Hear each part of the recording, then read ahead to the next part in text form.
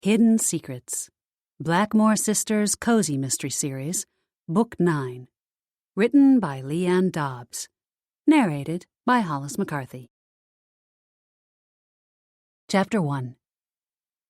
Morgan Blackmoore had a secret, and she was terrified that her sisters might discover what it was.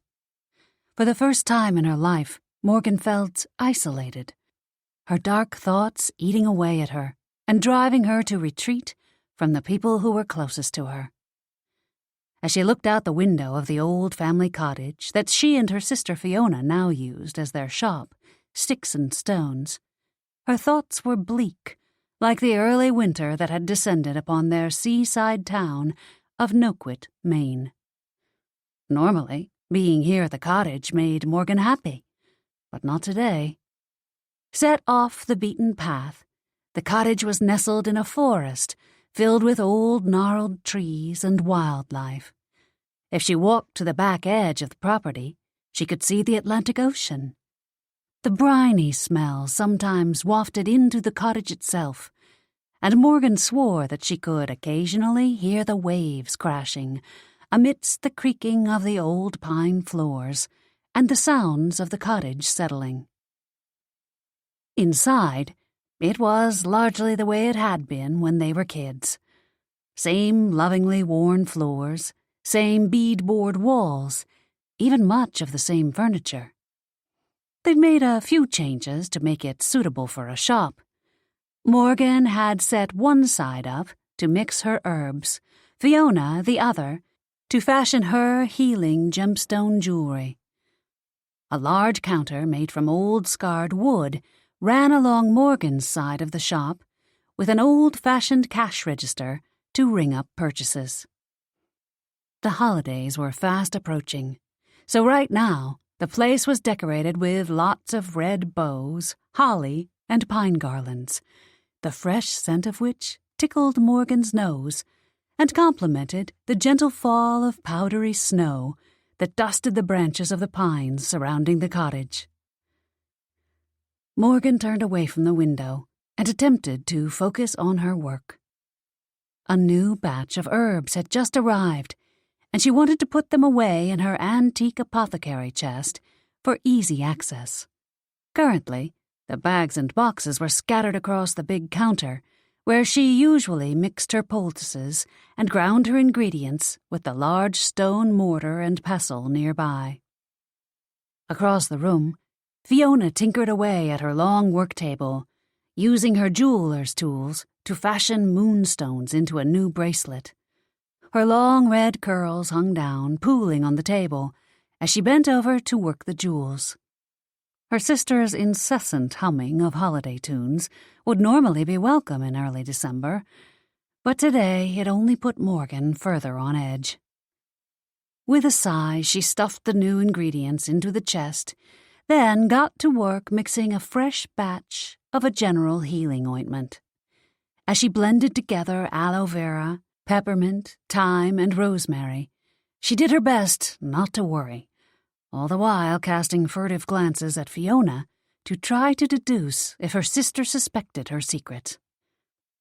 Fiona was diligently working away, seemingly oblivious to Morgan's inner turmoil, and Morgan relaxed a bit. Then she glanced at their cat, Belladonna, who sat atop an antique velvet chair as if it were her throne. Her snow-white fur reflected the scenery outside the window, and her ice-blue eyes, the same exact color that Morgan and her three sisters shared, gazed back at Morgan with a far too perceptive intelligence. From the narrowed feline stare, it almost felt like Belladonna knew Morgan's inner thoughts. She frowned and pushed those thoughts aside, concentrating on her work instead. "So, what's your take on Jolene and Mateo?" Fiona asked about their younger sister out of the blue, jarring Morgan from her anxious thoughts. I think it's good," Morgan said, adding healthy helpings of chamomile, marigold, sage, and lavender to the mix. All the lovely smells wafted around her, soothing her frazzled nerves a bit. Having something else to think about besides her own problems helped too. What better topic to distract her than their love lives? All of the Blackmoore sisters had been lucky enough to find their mate. Morgan had Luke Hunter, Fiona had Jake Cooper, Celeste had Calvin Reed, and now Jolene had Mateo. They've gotten a lot closer since the mission on Rune Island, and I, for one, think it's great. Me too, Fiona said. Mateo's a good guy. He saved our butts more than once. True, and he's obviously smitten with Jolene. Morgan ground the herbs to a fine powder, then scooped in a dollop of cream to make it into an ointment. Mateo had been a bit of an enigma until just recently, seeing as how he'd just turned up randomly one day. They'd all been suspicious of him in the beginning, and rightly so. They'd been battling their arch-nemesis, Dr. Bly, at the time, and had wondered if Mateo might have been one of his spies. He wasn't, of course, but since then he'd proven himself to be a good guy, if still a tad mysterious. He had a tendency to leave on missions without much explanation or warning. Good thing she got over the whole business of owing him for saving her life in Salem. Yeah. Fiona straightened and rolled her shoulders. She'd been bent over that work table for at least an hour, peering through a magnifying glass as she carefully fitted each stone into its setting using a pair of tweezers. Morgan had no idea how her sister didn't end up a hunchback sometimes, or cross-eyed. Give Morgan a handful of herbs any day, over a crick in her neck and a migraine from squinting too much. I can understand her not wanting to be beholden to the guy, but I'm glad she stopped avoiding him and finally let nature take its course. Morgan stirred the pulverized herbs and other ingredients together, then scooped the mixture into a jar for safekeeping until it was needed. She's stubborn, though. It won't be easy for them. Jolene hates to admit her feelings. True. Maybe that's a good thing, though. I mean, I like Mateo and all, but I still don't think they should rush into anything. She's too young to settle down. Let them take it slow. Fiona stood and stretched, then walked over to her toolbox to search through the endless array of tiny screwdrivers and minuscule tools of her trade. They all looked the same to Morgan, but Fiona knew each and every one, and was very particular about her tools. Which was fine, since Morgan felt the same way about her herbs. Her sisters sometimes teased her by saying she had many flavors in her spice rack, but all the different plants had their place and their purpose. They could save lives or take them, hurt or heal, bring joy or sorrow, all depending on how they were used. Morgan loved her herbs, or at least she used to. She screwed the lid on tight to the new container of ointment, then set it under her counter, joining the neat rows of other concoctions already there. With winter upon them, she'd stocked up on soothing creams for muscle strains and joint pain, knowing how the cold tended to aggravate people's arthritis. I'm just concerned that, with Mateo disappearing all the time on missions, things between them won't progress like they should. Developing a relationship means spending time together, learning about each other, sharing hopes and dreams for the future. His work makes that difficult. Mateo Ortiz worked for the Global Paranormal Tribunal, a group that investigated cases of otherworldly interference and abuses of power in the human world. That meant he was one of the good guys, and that he was gone a lot. Jolene deserved a man who could put her first, be there when she needed him. Considering things that way, maybe Mateo wasn't the best choice for her youngest sister's mate, after all. Then again, their tiny town of No-Quit, Maine, wasn't exactly crawling with eligible single guys, either, especially ones who wouldn't blink twice at a girl with some extraordinary abilities. As she took her hand away from the jar of ointment, Morgan waited for the telltale tiny flicker of magic that she always got from one of her mixtures. But it didn't come. She frowned and turned away, her stomach knotting tighter. Morgan sighed as she tidied up her counter, double-checking all the tiny drawers in her cabinet to make sure her stock was in good order. She kept them all in alphabetical order for easy tracking: acacia, balm of Gilead, boneset, chickweed, eucalyptus. She stopped to make a note to order more of that one: lavender, peppermint, rose. The work calmed her and helped her refocus. She wheeled her thoughts back to Jolene and Mateo, but soon that turned into thoughts of their missions, which ratcheted up her anxiety again. The missions were the reason that Morgan was all worked up, the reason for her secret. Because on those missions, the sisters often had to use their paranormal gifts to fight enemy paranormals. Like the last mission to Rune Island. It had been successful, but not because of Morgan. Because that was when she'd felt her powers starting to weaken. She'd been no help at all, but luckily her brand of intuition and herbal healing hadn't been called on much, and her sisters hadn't noticed.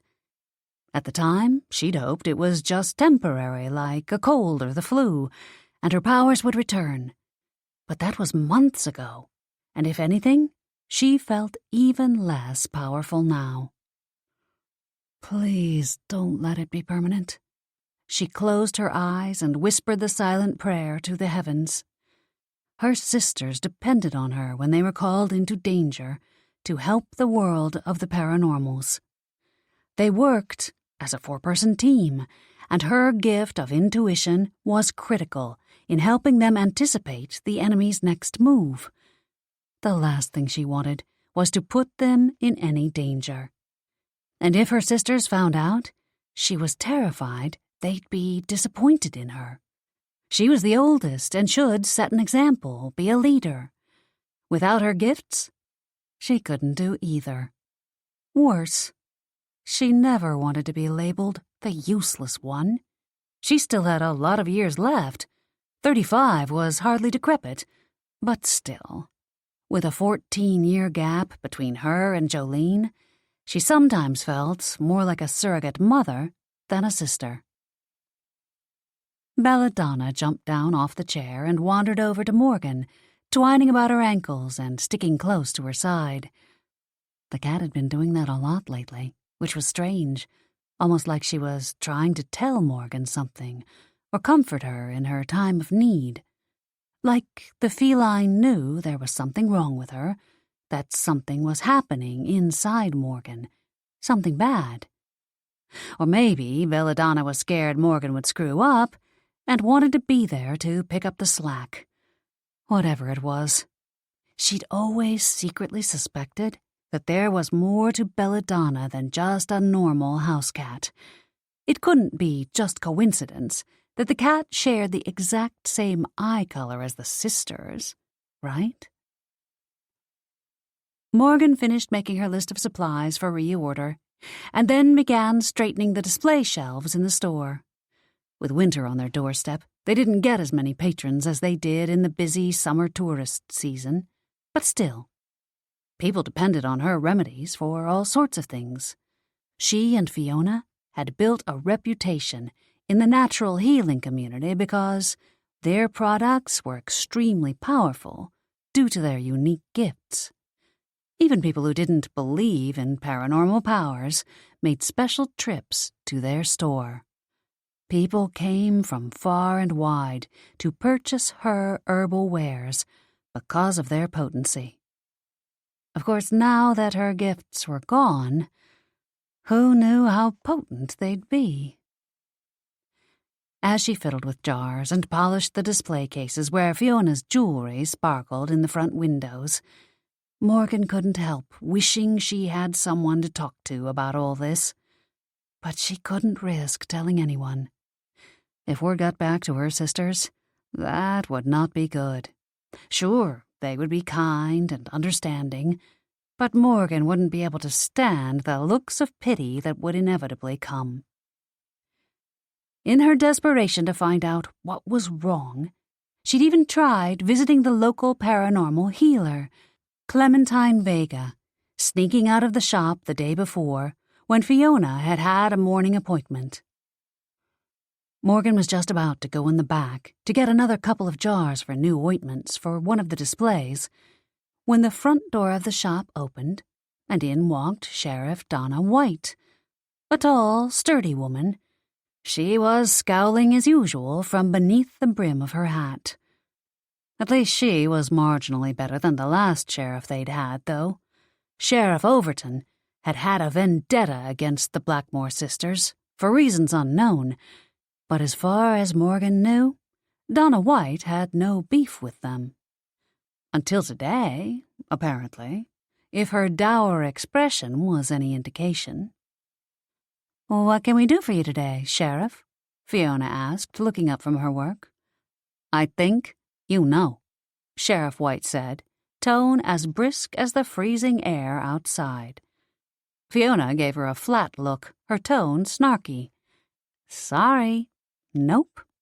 How about an amulet? Or maybe some chamomile poultice to help loosen you up a bit? I think Morgan just got in some fresh St. John's wort. Hear that's great for fixing crappy attitudes." Sheriff White glared at Fiona for a second before fixing her attention on Morgan. "I don't want any of your questionable goods. I'm here to interview a person of interest." "Person of interest?" Morgan scrunched her nose. "Interest in what?" Fiona frowned and walked over to stand beside her sister. "Yeah, in what?" Sheriff White gave them both a disparaging glance. "In the murder of Clementine Vega, that's what. She was killed yesterday. I've got witnesses who say they saw Morgan's beat-up old Toyota at the scene of the crime." Morgan's chest squeezed tight, and she gripped the edge of the counter to keep from passing out. Clementine, the healer she'd gone to see the day before on the sly. Dead. Oh, that wasn't good at all. "Wait a minute." Fiona moved to stand between the sheriff and Morgan. "I'm sure my sister had nothing to do with that. Why don't you tell us exactly what happened?" "And why doesn't your sister tell me exactly what she was doing there?"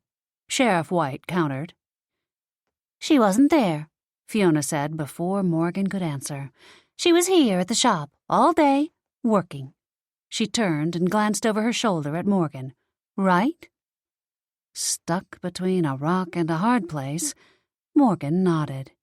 "Yes, I was here at the shop." If she let slip that she'd closed the place and made an emergency visit to the healer, then she'd have to explain why, and she wasn't ready to go there. Not yet, maybe not ever. Besides, Sheriff White couldn't be doing more than grasping at straws. When Morgan had left Clementine's place yesterday, the woman had still been alive and fine. "That's so?" Sheriff White asked, her tone skeptical. "Anyone around here who can vouch for your whereabouts? Customers, perhaps?" "No." Morgan's shoulders slumped slightly. "It was slow yesterday. Only a few people came in after Fiona left. Not locals, either. Tourists, I think. I'd never seen them before." Belladonna sniffed around the sheriff's ankles, rubbing lightly against her, leaving a trail of white hair stuck to the woman's dark brown uniform pants. If she hadn't been so nervous, Morgan would have chuckled at her cat's rudeness. Go, Belladonna. "It doesn't matter if no one can vouch for her being here at the shop," Fiona said, continuing to defend her sister. "Morgan's got no reason to kill Clementine. They barely know each other." "People do all sorts of crazy things for all sorts of crazy reasons." Sheriff White scowled down at the cat hair on the hem of her uniform pants. "Hey, cut that out. I just had these things dry cleaned." Belladonna blinked up at the sheriff with innocent eyes, and Morgan could have sworn she saw a flicker of a smile tug at Sheriff White's lips. Go figure. The sheriff was human after all, and she liked cats. Of course, only the most hard of hearts could resist Belladonna's cute face. But then the sheriff's face hardened, and she glanced up, pinning Morgan in place with her gaze as Fiona scooped up Belladonna into her arms. "Are you accusing my sister of murder?" "Not yet." Sheriff White gave a small, mirthless smile. "Like I said, she's a person of interest." "Just because someone said they saw a Toyota parked out in front of Clementine's house?" Fiona snorted. "Plenty of people own old Toyotas these days." "True." The sheriff's smile widened a bit. "But not many people have been accused of murder before, like Morgan here. Have they?" The vice grip on Morgan's chest tightened even further. Yes, she had been, but those charges had been false, drummed up by Sheriff Overton. The real killer had eventually been caught. Morgan had never killed anyone in her life. Well, unless you counted those evil paranormals on their missions, but they deserved it. "That's crazy. Sheriff Overton," Fiona started before Sheriff White cut her off. "Save your breath.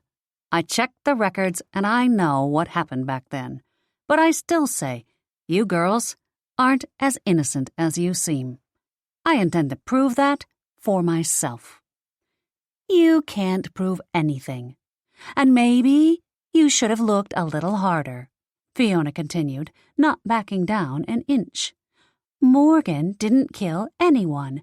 Those accusations were false. There's a lot of beat-up Toyotas in this town. I suggest you start finding them." "Oh, I intend to." Sheriff White headed back to the front door and opened it before turning back toward them. "You better hope there's another vehicle out there that matches the witness's description, too.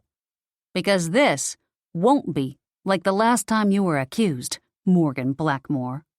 She glanced at Fiona and sneered. "Your sister won't be able to take up with one of our police officers to get you out of trouble this time." Sheriff White tipped her hat and opened the door, letting in a blast of frigid air. "You ladies take care now." With that, Sheriff White walked out of the shop, leaving Morgan and Fiona to stare after her. Chapter 2. Can you believe the nerve of that woman?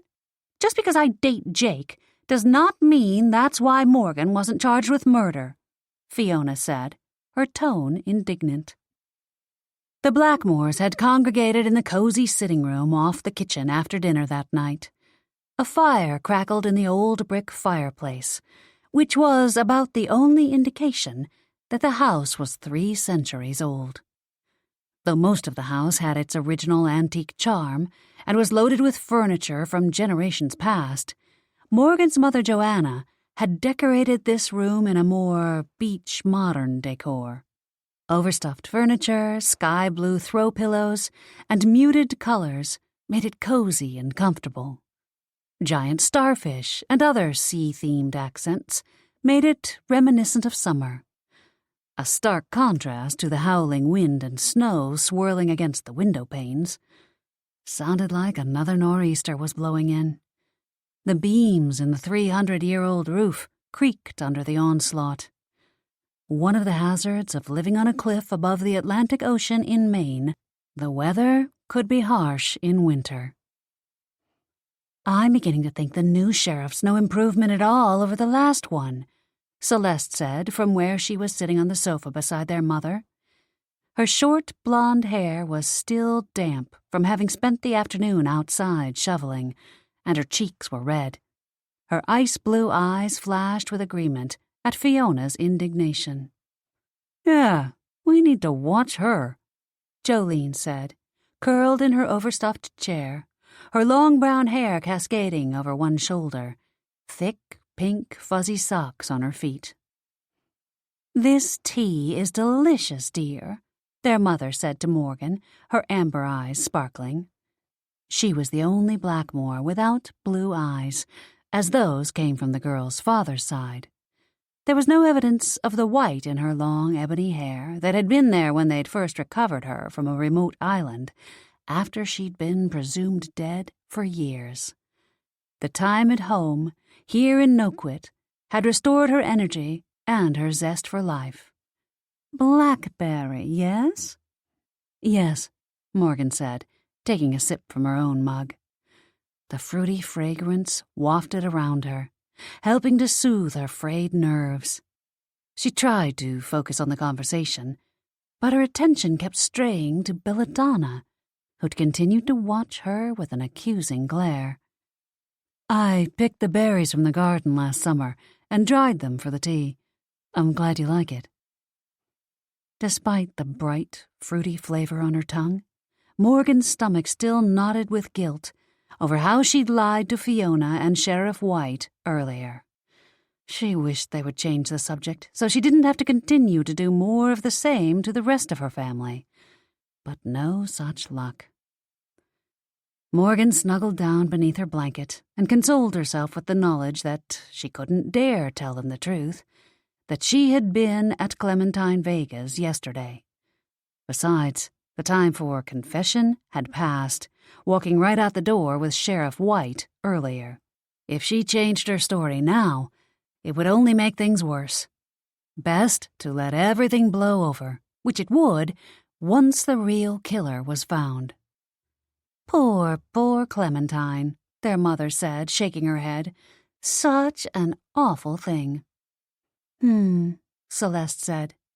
"She was one of the few people I felt like I'd actually gotten to know around here. Good lady.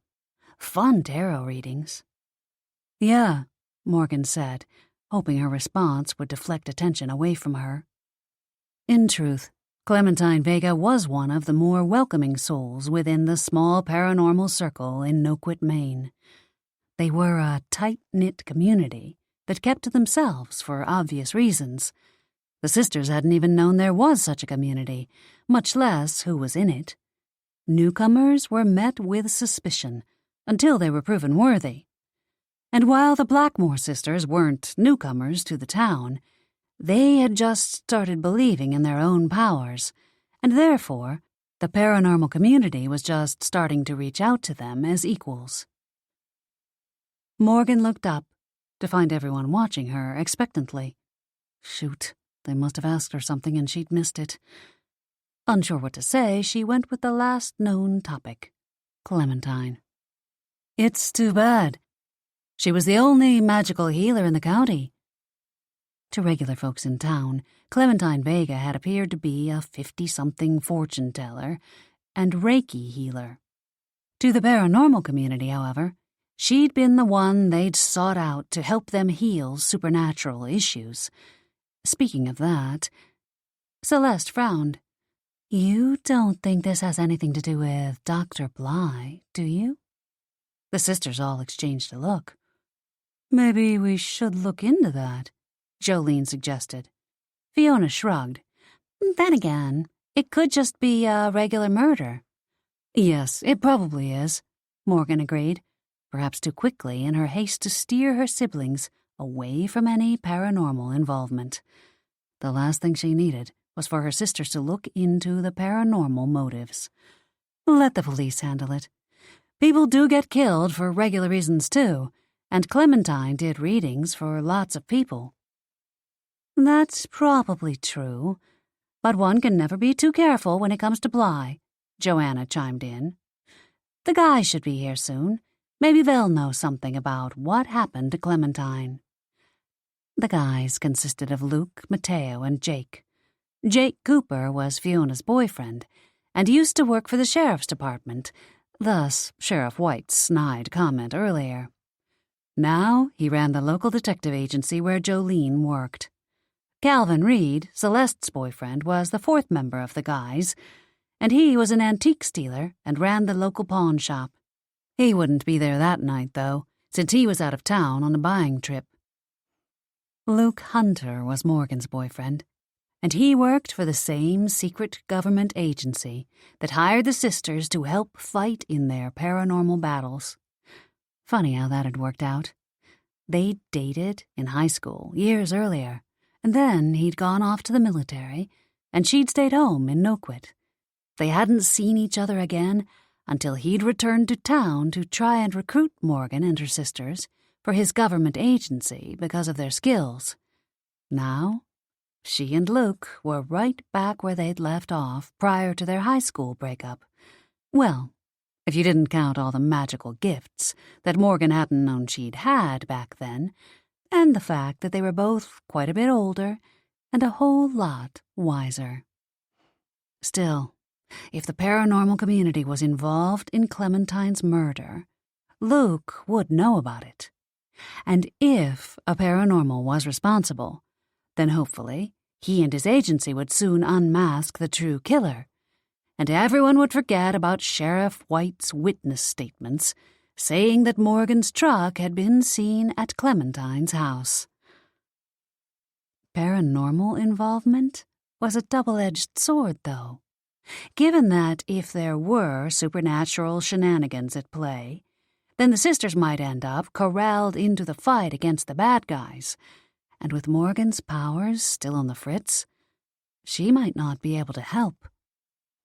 Her heart lurched. It was her worst nightmare. Her sisters in peril, and Morgan helpless to save them. Clementine's words from the day before repeated in her head. You have strayed from your core. Your gifts are not to be taken lightly. Morgan had no idea what that meant, but Clementine had promised to work out a solution for her, some steps she could take to get her gifts back. Steps she'd never get now, because those instructions had died, along with poor Clementine. The front door opening announced the guys' arrival. Over the past year, Joanna had insisted they simply walk in.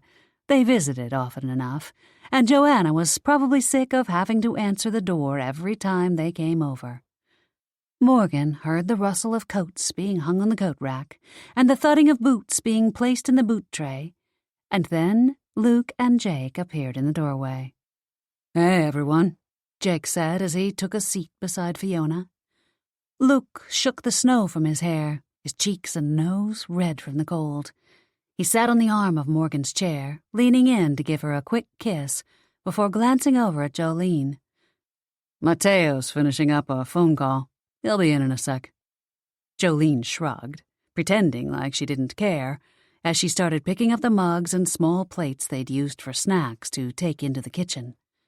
Morgan didn't need her intuition to tell her that Jolene cared about where Mateo was and what he was doing a lot more than she let on. Any new assignments from Dorian Hall? Joanna asked from across the coffee table. Dorian Hall was Luke's contact in the agency, and the one who usually doled out their assignments. Nope. Luke draped his arm across the back of Morgan's chair. She resisted the urge to snuggle into his heat as she sipped her tea. Best to keep a clear head during this conversation, and cuddling with Luke was endlessly distracting. Everything's quiet around here right now. In fact, last I heard, Dr. Bly's focusing on something in China. Why? Fiona proceeded to tell him all about their visit from Sheriff White today, while Morgan took a deep breath and forced her tense muscles to relax, even as Luke's frown deepened to a scowl. His hand dropped from the back of her chair to her shoulder in a show of solidarity. The sheriff all but accused Morgan of the crime, just because a witness said they saw an old Toyota there, Fiona said, her voice edged with outrage as she looked at Jake beside her. Can you believe that? From our Stella local sheriff's department? You bet, Jake scoffed. And that's flimsy evidence if I've ever heard it. There have got to be hundreds, if not thousands, of beat-up old Toyotas in this area. Sheriff White can't possibly think she has a chance of making an arrest on that alone. It could have been anyone driving that vehicle. Did she mention anything else that specifically linked Morgan to the murder? No, of course not. Morgan scowled at him. Jake had been a cop during the last time she'd been accused of killing someone. That's how he and Fiona had met. Morgan had been innocent that time, too, but somehow these situations kept plaguing her. Ugh, she could be in real trouble if Sheriff White wanted to pursue this. She'd inadvertently left evidence behind, fingerprints, hair, that could directly link her to Clementine's house. We just seemed to be her favorite target. Hey, Jolene called, poking her head in from the kitchen. You guys want some coffee while I'm up? At Luke and Jake's nods, she disappeared back into the kitchen. Morgan could hear her getting mugs out of the cabinets as she yelled out, Jake, if you want, I can look up all the red Toyotas registered with the DMV in our county. See if anything comes up that's close to the year and make of Morgan's car. If so, we can take it to Sheriff White as proof it could have been someone other than my sister's car that witness saw yesterday. I'm caught up on everything, and I've got plenty of time to look things up. The only case we're working on right now is the nightly mystery noises coming from Mrs. Tower's shed on River Road. Look what things up? Mateo asked, walking into the room. His hair glistened from the melted snow, and he shook himself, sending droplets everywhere. Jolene came back from the kitchen with steaming mugs, and her face brightened at the sight of him. Morgan bit back a smile. Her sister might pretend that whatever was happening between her and Mateo was no big deal, but Morgan recognized that special glow when she saw it. It was the same glow she saw in the mirror each time she thought about Luke. She was glad her sister had found someone special.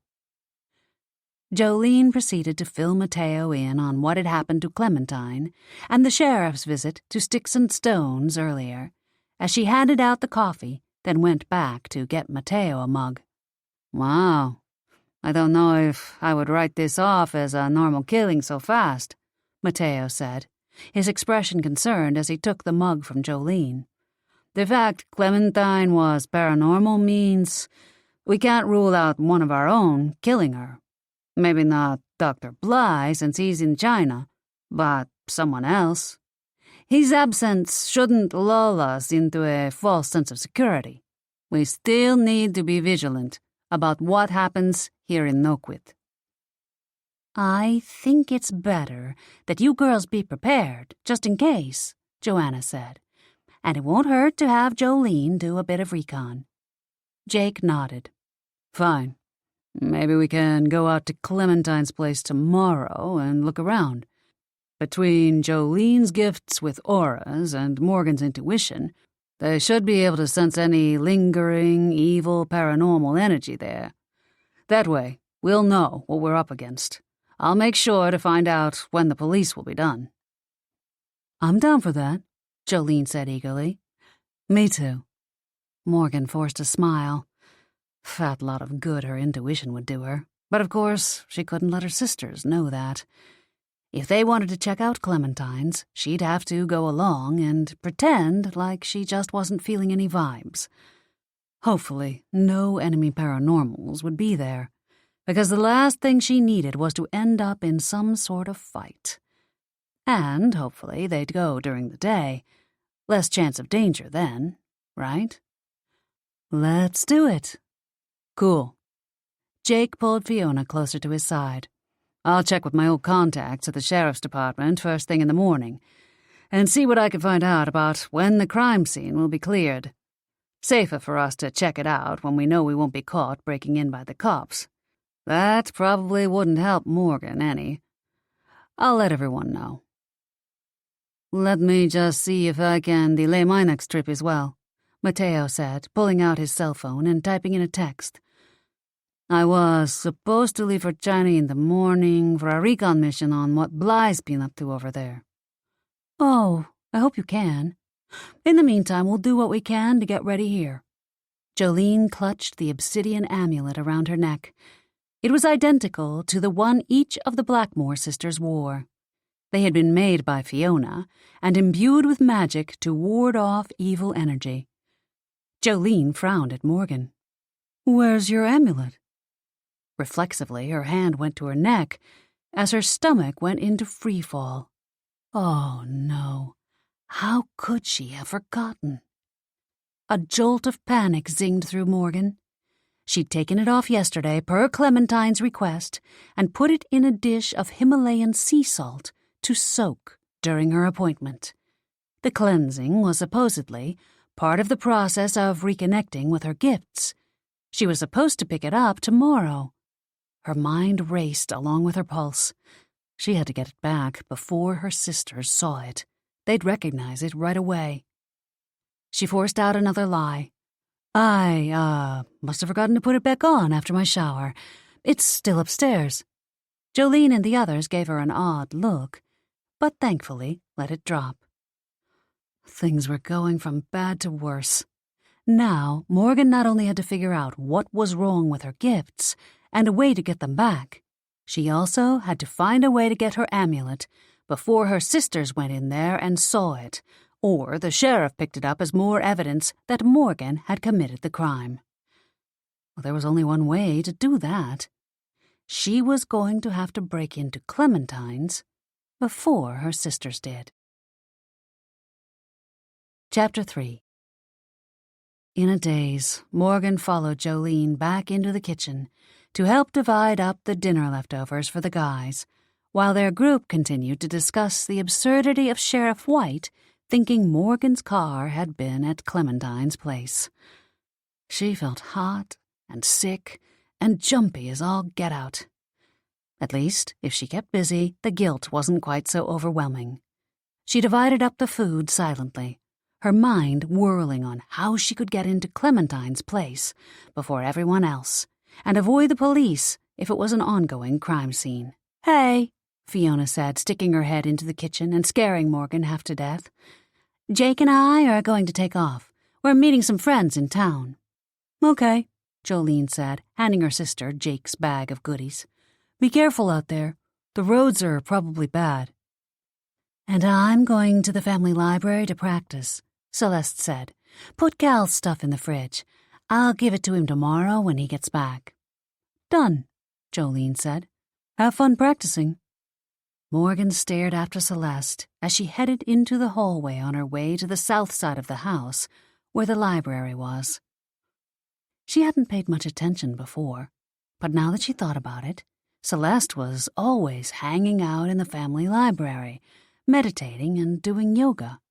Well, at least Morgan assumed that was what she was doing. Had she been practicing her craft this whole time? And what did that entail? Maybe it would be a good idea to find out. "And I'm turning in for the night," Joanna said. "I still get tired pretty early." Morgan gave her mother a kiss, then waved as she disappeared down the hall. Good. Everyone was taking off.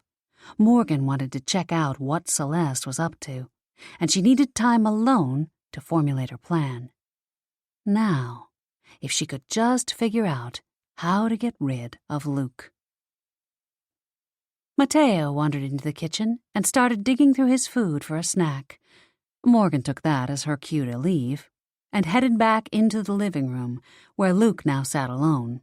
Well, alone except for Belladonna, who was snuggled up beside him in the chair. The feline was still giving Morgan the stink eye, and she knew why. Because she kept digging herself deeper and deeper into trouble with all her deceptions. "You okay?" Luke patted the cushion beside him in invitation. "You seem a bit down tonight. You aren't letting all that mess with Sheriff White get to you, I hope. We'll figure it out, I promise." She slid beneath his arm and rested her head atop his warm, hard chest as he kissed the top of her head. The reassuring thump of his heartbeat rumbled beneath her ear. "No, it's not that." She gave a sigh, followed by a small fake cough. "I think maybe I'm coming down with a cold." Ugh, add another lie to the ever-growing list. Belladonna gave a disapproving meow. "Aw, Luke placed his palm against her forehead, then leaned down to kiss it gently. Off to bed early with you, then. I won't have you getting sick. I can't afford to get sick either. Go upstairs and get into bed. I'll bring you up a hot toddy. Morgan straightened, glad her long black hair hid her flaming hot cheeks. I'm not that sick. Seriously, if anything, it's just sniffles. I'm fine. The cat got up and jumped over to the coffee table right in front of Morgan, gaze narrowed. Feline judgment glittered in her eyes and radiated off her small body in waves. Wait. If Morgan felt Belladonna's emotions, did that mean she was getting her intuition back? Look, Luke said, gesturing toward Belladonna. Even Belladonna thinks you're making a bad decision. If that glare isn't dripping with disdain, I don't know what is. Just let me take care of you for once. Morgan's shoulders drooped with disappointment. Not her intuition, then, if it was obvious to Luke, too. Darn. Hey, Mateo said, coming back into the room, his words slightly muffled by his mouthful of food. You guys want to play some poker? Henry Drake down the street is trying to scare up a game. Jolene and I are going. I don't know. Luke eyed Morgan. Morgan isn't feeling good, and I want to make sure she doesn't overdo it. I'm fine, really. But you go ahead and play, Luke. Morgan gave him a peck on the cheek and got up. I'm going to turn in early. Ward off this cold before it starts. Luke gave her an uncertain look, and she shooed him away with her hands. Go, really. It's easier to rest if you're not hovering over me. Luke stood. Okay, I guess you have a point. Perfect. Now Morgan could head to the library to see exactly what Celeste was doing to practice. Maybe that's what Clementine had in mind when she told Morgan she had to nurture her gifts. Truth was that Morgan never really did much to strengthen them. They'd always just sort of been there. Was that why they were failing her now? Was it as simple as doing some exercises to get them back? But what exercises? Morgan had no idea. But if she could see what Celeste was doing, maybe she could do something similar. After she checked out what Celeste was doing, she could have some alone time to think about the best way to get to Clementine's place before her sister's tomorrow. She said her goodnights, kissed Luke goodbye, and promised to call him in the morning to let him know how she was, then headed over to the south side of the huge mansion. They built them big and sturdy 3 centuries ago, and Blackmoore House had stood the test of time. The library was a regal room, with jewel-toned oriental rugs on the floor, and oak bookcases that soared 10 feet high to the ceiling around the perimeter of the space. Expanses of burgundy-papered walls broken by paintings of old ancestors in gold-gilt frames. Celeste was sitting in the middle of the room on one of the rugs when Morgan arrived. A book was open in front of her, but her eyes were closed in concentration. Morgan hesitated in the doorway to watch as the pages flipped slowly on their own. Don't just stand there, Celeste said without opening her eyes, making Morgan jump. Come on in. Great. Seemed even her sister had better intuition than Morgan these days. What are you doing? She asked as she took a seat on the rug across from Celeste. Like I said, I'm practicing. More pages of the book flipped on their own. Ever since I discovered I could cast spells when we went to Salem, I've been trying to up my game. So far, all I've been able to do is minor things, like turning these pages with a simple spell and some focused concentration. But it's still something, and I don't want to lose the ability. She peeked one eye open to glance at Morgan. The pages stopped turning, then she opened both eyes with a sigh. We have to nurture our gifts, you know. Just like you nurture those plants and herbs of yours. If you don't give them fertilizer, sunshine, and water, they'll wither away and die. Same with our gifts. If we don't train and practice and keep improving them, they'll go away. Morgan's chest squeezed tight. That was eerily similar to what Clementine had been trying to tell her. Could these exercises of Celeste's be the cure to what ailed her? I mean, my skills aren't anywhere near as important as yours, Celeste continued, but I still want them to be the best they can be. Your gifts are just as important as mine, Morgan scoffed. You can see ghosts, for goodness sake. Talk to them and find out what they know. That helped us tremendously. Yeah, but you can't rely on ghosts. They never show up when we need them. Do you think maybe Clementine's ghost will appear? She could tell us what happened. Morgan tried to tamp down the rush of hope that idea brought, and failed. Having Clementine speak to them from beyond the grave and reveal the name of her killer would certainly solve the majority of Morgan's problems at the moment. Unless, of course, Clementine's ghost also blabbed to everyone that Morgan had been at her place on the day she died. Celeste shrugged. Maybe, but if paranormals are involved in the murder, we're going to need your intuition more. True. Normally, when the sisters were about to be attacked, Morgan could feel it ahead of time. She could also ascertain the moves their opponents would make. Sometimes she could tell where people had been, or if they were hiding when they walked into a room. But with her gifts basically non-existent at present, those talents wouldn't help them. Not until she figured out what was wrong. Too bad about Sheriff White having it out for us, too. I hoped we'd put all that behind us once Overton was gone. Celeste leaned back on her hands. White seems just as bad, though, at least from what she said to you. How dare she accuse an innocent person like that, with no proof at all? And in your shop, too.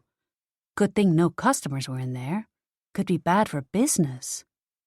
Morgan nodded, but didn't say anything, too caught up in trying to figure out how she was going to get into Clementine's house to get back her amulet without anyone knowing. I wouldn't worry about it, though. Celeste smiled. It took Morgan a moment to realize she was still talking about Sheriff White and not Morgan breaking into a crime scene. Like Jake said, there's a ton of Toyotas out there, and we all know you had nothing to do with Clementine's death. The real culprit will turn up soon enough.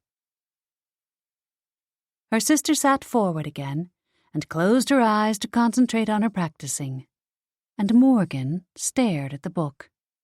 The pages started flipping again, rhythmically, hypnotically. Practice and nurture. Practice and nurture. Practice and nurture. But how could she practice and nurture her own gifts? It wasn't like there were intuition exercises that would show results, like the flipping of pages in a book. And how would she know if it was working? Celeste squinted sideways at Morgan. I cast spells, and you can see the results because the pages flip? But your gift of intuition is a bit different. Stunned, Morgan just blinked at her sister. How had Celeste known what Morgan was thinking? Was it just a coincidence? As far as she knew, none of them could read minds, not yet anyway. But she'd have to be more on guard in the future, just in case.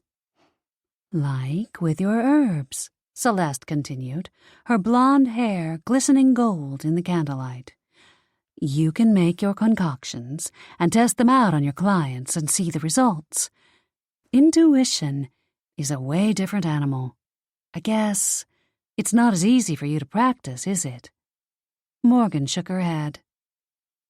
Meow. Morgan looked over her shoulder to find Belladonna standing in the doorway of the library, rubbing her cheek against the doorframe. A new idea occurred. Testing her gifts on humans under the current circumstances was tricky. But Morgan had always felt connected emotionally to the feline.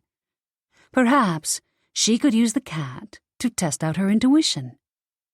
If what had transpired downstairs was any indication, Belladonna already suspected something was wrong. Cats were way smarter than people gave them credit for, and Belladonna was more intelligent than most. And there was no way she could tell her sisters what was up. Perfect. She got up and started out of the room, scooping the cat up on the way. Have fun practicing. Celeste simply nodded, then closed her eyes, focusing again on the book. Silently, Morgan left the library and headed for her own room. She'd spend some time working with the cat, trying to pick up her emotions with her intuition, then figure out how to get into Clementine's place to retrieve her amulet. Chapter 4. The next day, Morgan was up early. Her plan was to sneak out of the house before anyone else was awake.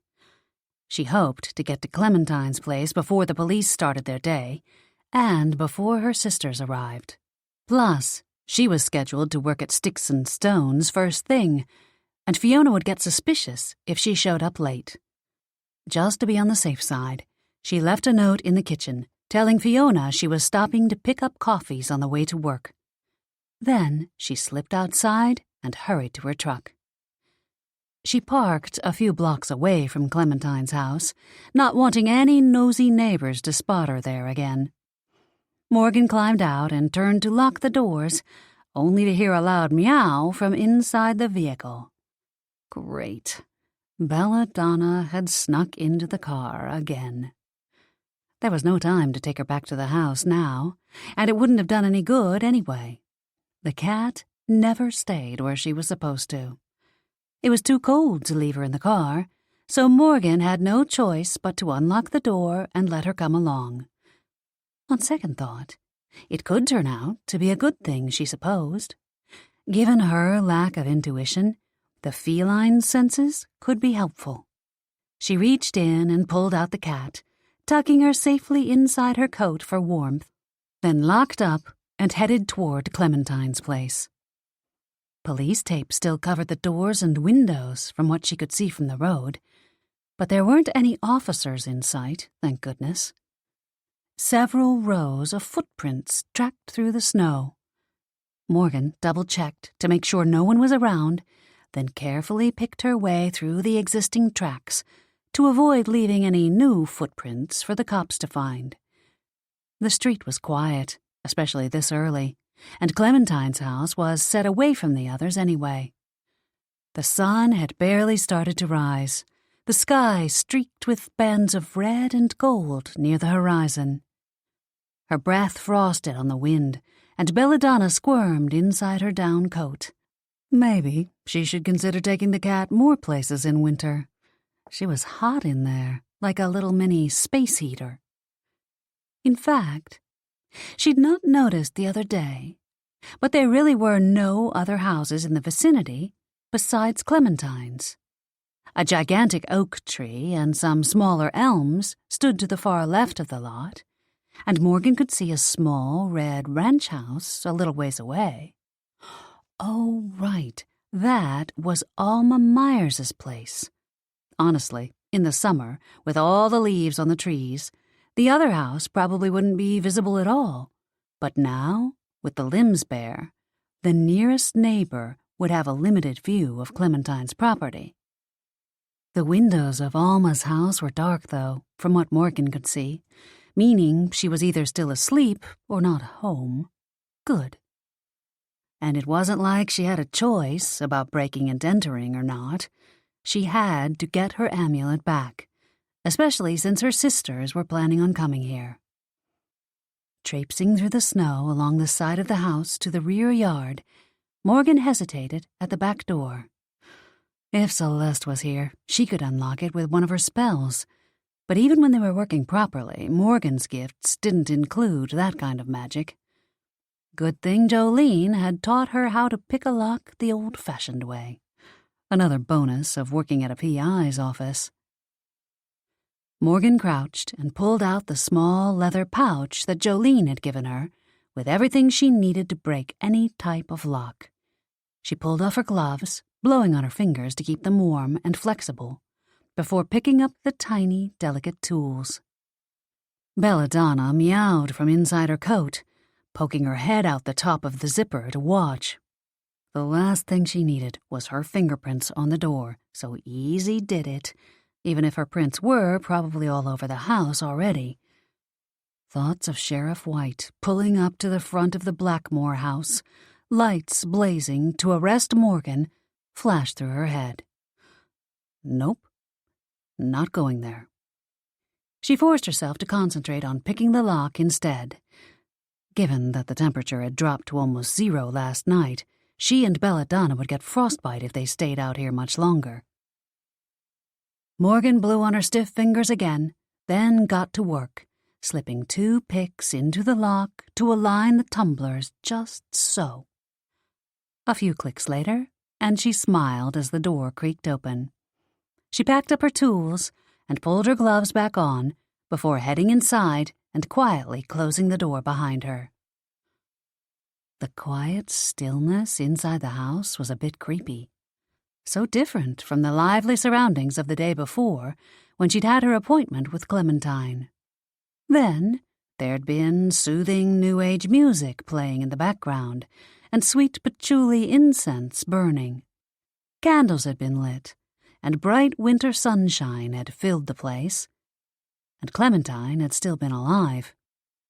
Now the place was as silent as a funeral parlor, and smelled like death. She took a moment of silence in reverence to the woman who died here, then slowly proceeded farther into the house. Belladonna meowed loudly from inside her coat, so she slowly unzipped and unloaded the feline, placing her down on the ground to explore. From the police markers, it appeared Clementine had been murdered in the kitchen at the table. The remnants of a body outline were still on the floor. One of the chairs was pulled out, and the table was still set with a teapot. No plates or cups, though. That was weird. Then again, perhaps the police had already taken them into custody as evidence. As murder scenes went, it was pretty neat and orderly. Apparently there hadn't been much of a struggle. No strange burn marks on the floor or walls, or other abnormalities that indicated murderous paranormal energy. It was chilly in the house, though at least there was no wind. The sound of the breeze whistling past lent a more sinister air to the house than Morgan remembered. Her mind raced as she walked from the kitchen into the living room. Clementine had told her during her appointment that she only brought clients into her front parlor, never farther.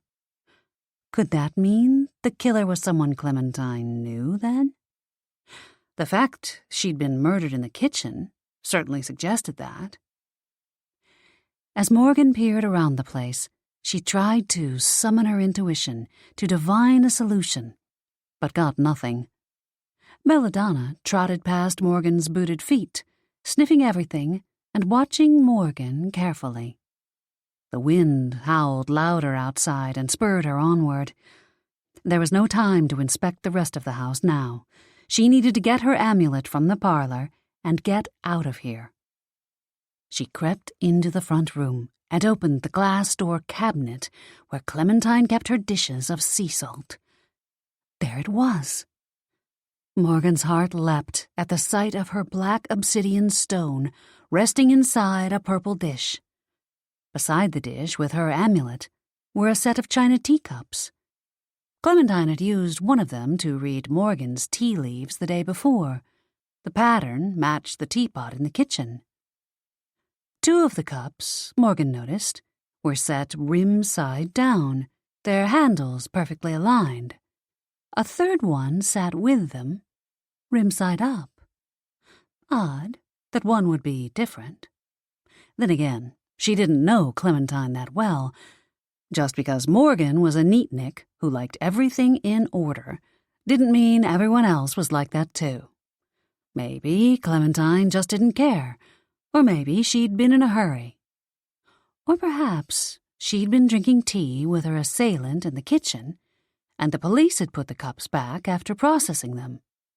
That would explain the absence of cups in the kitchen and indicate that she had known her killer.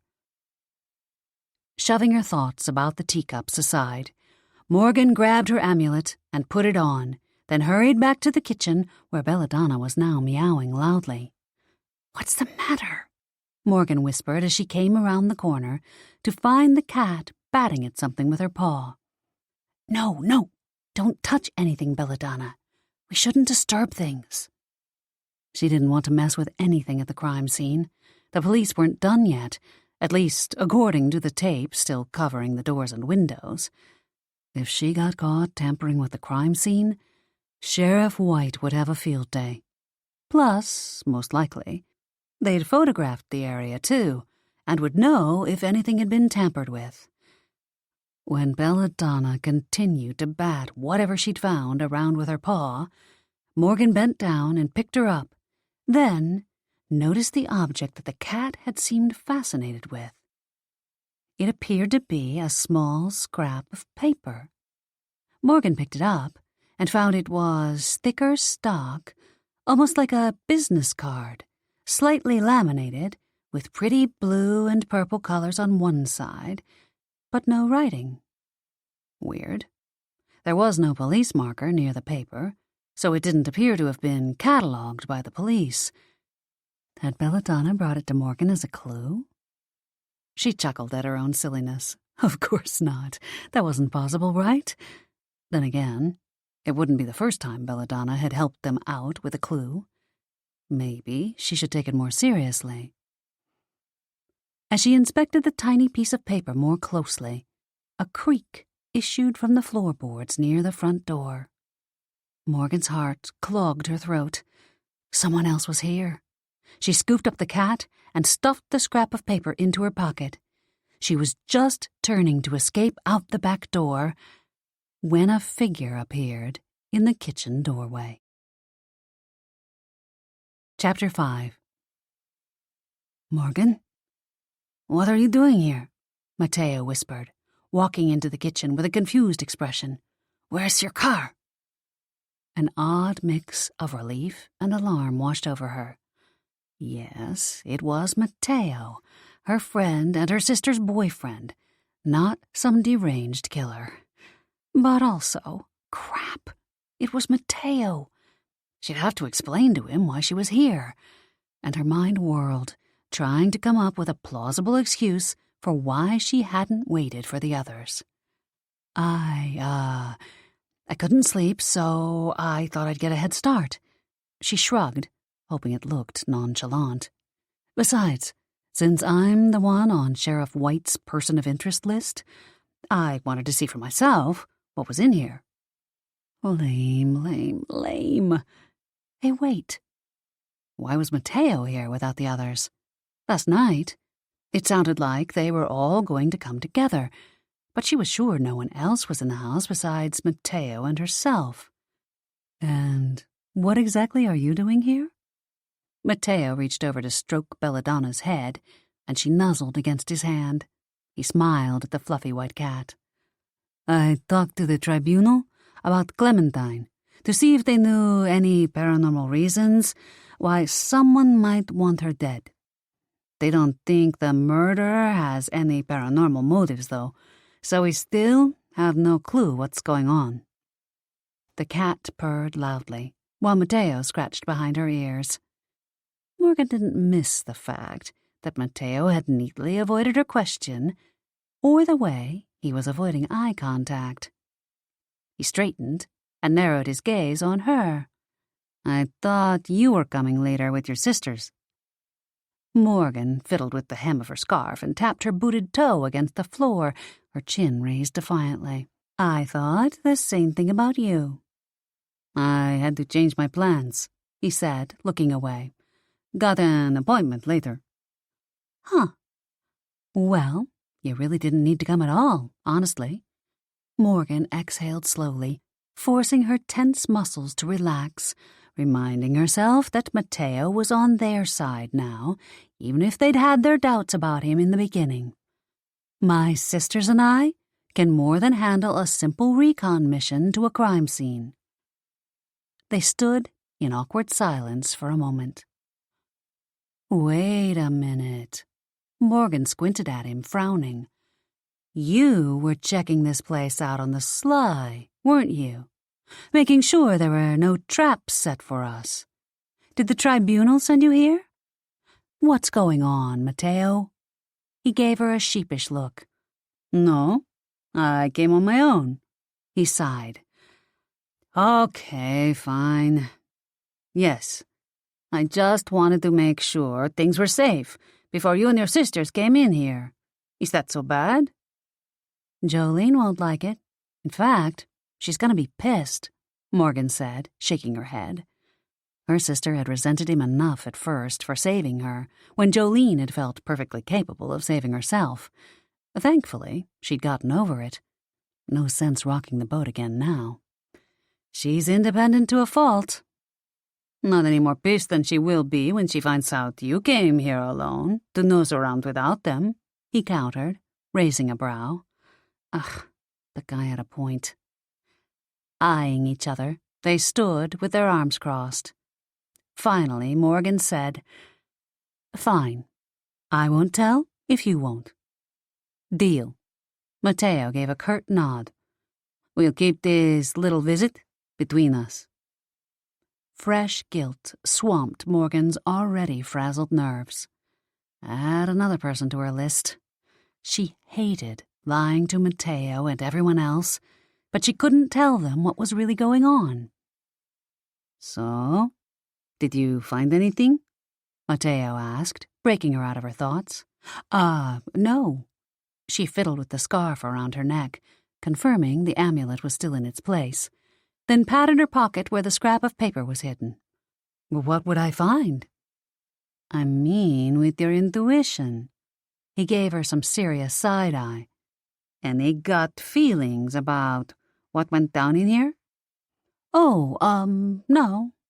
Nothing in here, really. She glanced out the window, hoping her growing anxiety wasn't written all over her face. Before I came inside, I was actually looking around to see if any of her neighbors had a car like mine. She gestured toward the pictures hanging in a row on the wall. Or maybe if one of these people drove a Toyota. If it's not paranormally motivated, like you said, then it could be someone else she knew, a relative or a friend. Well, whoever it was, we better get a move on. He tapped his watch. Jake said the cops are coming back to finish up here and remove the crime scene tape at 8 o'clock sharp. They're done processing evidence here, but we still shouldn't be anywhere near the premises until they're entirely gone. Especially you. That's why Jolene and the others are coming this afternoon. Right. Let's go then. The last thing Morgan needed was for Sheriff White to see her near Clementine's house, so Matteo didn't have to tell her twice. They exited through the back door, and Morgan made sure it was locked behind them. Outside, it was getting lighter as the sun rose in the sky. Based on the cloudless blue, it would be another frigid day. They parted ways at the end of the driveway, Matteo calling to her, Remember, we never saw each other here. By the time Morgan had picked up the coffees and walked into Sticks and Stones, she was only a half-hour late. Fiona was busy at work, as usual. Good morning, Morgan said, setting down Fiona's vanilla latte on her workbench, then carrying her own yerba mate tea over to her counter. What took you so long? Fiona asked, glancing up at her. The coffee shop was super busy this morning. Morgan hung her coat and hat on a peg on the wall behind her apothecary cabinet, while Belladonna got settled in a chair directly across from Morgan's workspace and promptly fell asleep. Probably worn out from all the snooping earlier, Morgan supposed. Just as well. She could do without another bout of the intense feline staring right now. "Have you gotten any new vibes about who might have killed Clementine?"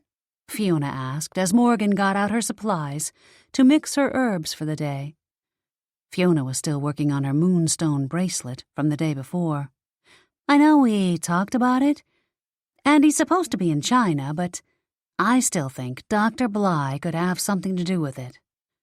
"It's not paranormal related," Morgan said without thinking, then scrambled to cover her tracks. "I mean, that's not the sense I'm getting." "Really?" Fiona straightened, gaze narrowed. "So, your intuition has given you some clues, then?" "Nothing specific," she hedged, before crouching down to pretend to search for something under her counter. She hated lying to her sisters like this, but it wasn't like she could tell them that Mateo had talked to the tribunal, and he told her this morning they weren't suspecting paranormal involvement, or that she hadn't seen any signs of paranormal fighting in the kitchen where Clementine had been killed. Besides, she and Mateo had made a deal. Morgan intended to keep it. She could only hope Mateo would too. She grabbed an empty jar and straightened, forcing what she hoped was a confident smile. "I'm thinking we probably shouldn't waste too much time looking into it." Maybe..." Whatever Fiona had been about to say was interrupted by a customer coming into the shop. The woman, who looked about 50 and had been in the shop the week before, had dark circles under her eyes. She looked about as tired as Morgan felt. "Hi," the woman said, walking up to Morgan's counter.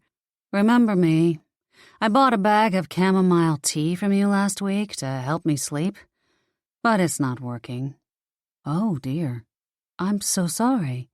Morgan took the bag and receipt from her to process the refund. "Are you under a lot of stress?" "Who isn't?" "Okay. Maybe valerian root would be a better choice then. We could do an exchange today and see how you like it." Morgan ignored her sister's raised brow and focused on her customer instead. They'd never once had a customer return goods due to defective magic. She made sure to grab a bag of tea that had been made before her gifts went wonky.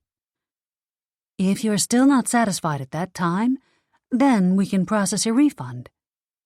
The woman inspected the new bag of tea, nose wrinkled, and gave a reluctant nod. "I'm desperate, so I'll try anything at this point. I'll be back here next week, though, for my money, if it doesn't work." "Of course." Morgan packaged up the woman's new purchase, her fingers trembling with worry. If her herbs were losing power, then things with her gifts were getting even worse. She handed the tea to the woman, then glanced over to find Belladonna watching her again from the chair with that sphinx-like look. Head lowered, Morgan reached into her pocket to confirm the scrap of paper she'd picked up from the floor of Clementine's home was still there, relieved to feel the paper tickle her fingertips as they slid across it. Alone again, both sisters got back to work. It wasn't long, though, before Fiona was back to talking about the case. "Jake said the cops will be done at Clementine's place by this afternoon." "Yeah?" Morgan did her best to sound like this was new information. "Okay." "Mateo was there when Jake called, but I let Celeste and Jolene know already, too. They're going to meet us here at 3, and we can close a little early to head over to Clementine's at 4. Hopefully, we can find something." Fiona sat back to inspect her work. Perfect timing, actually, since Mom is making a lasagna tonight. We can head to the house afterward and discuss everything. "Luke said he was going to talk to his contacts at the agency today to see what he can find out, too," Morgan said, grinding up some sage with a mortar and pestle. She could still feel the weight of Belladonna's judgmental stare on her, but she ignored it as best she could. She closed her eyes and said a silent prayer that they'd find out who the real killer was soon, and that she'd get her gifts back up to full power as soon as possible. Morgan wasn't sure how much longer she could keep up with all this deception. Chapter 6. Nunc apparire, Celeste murmured, while holding her hand over the knob of Clementine's door that afternoon. A hush fell over the sisters as they listened for the lock to snick open. Morgan couldn't help glancing around to make sure there were no telltale signs of her visit here earlier. She and Matteo had been careful, but still. There. Celeste creaked open the door slowly and started inside before Fiona stopped her with a hand on her arm. "Should we wait for Matteo?" Fiona whispered. "Oh, he can't make it," Jolene said, with a flat stare and a dismissive wave. "He had a work trip again." When the others gave her an inquiring look, her cheeks pinked. "What? It's not like we can't figure this out on our own. We don't need him babysitting us all the time. I'm glad he had other plans." She pushed past Celeste and Fiona and walked inside. Fiona snorted. Girl always was too stubborn to admit she needs help. "Exactly why I think Matteo's a great match for her, even if Joe's loath to admit it," Celeste added, following Fiona through the door. "They make a good pair, balance each other out."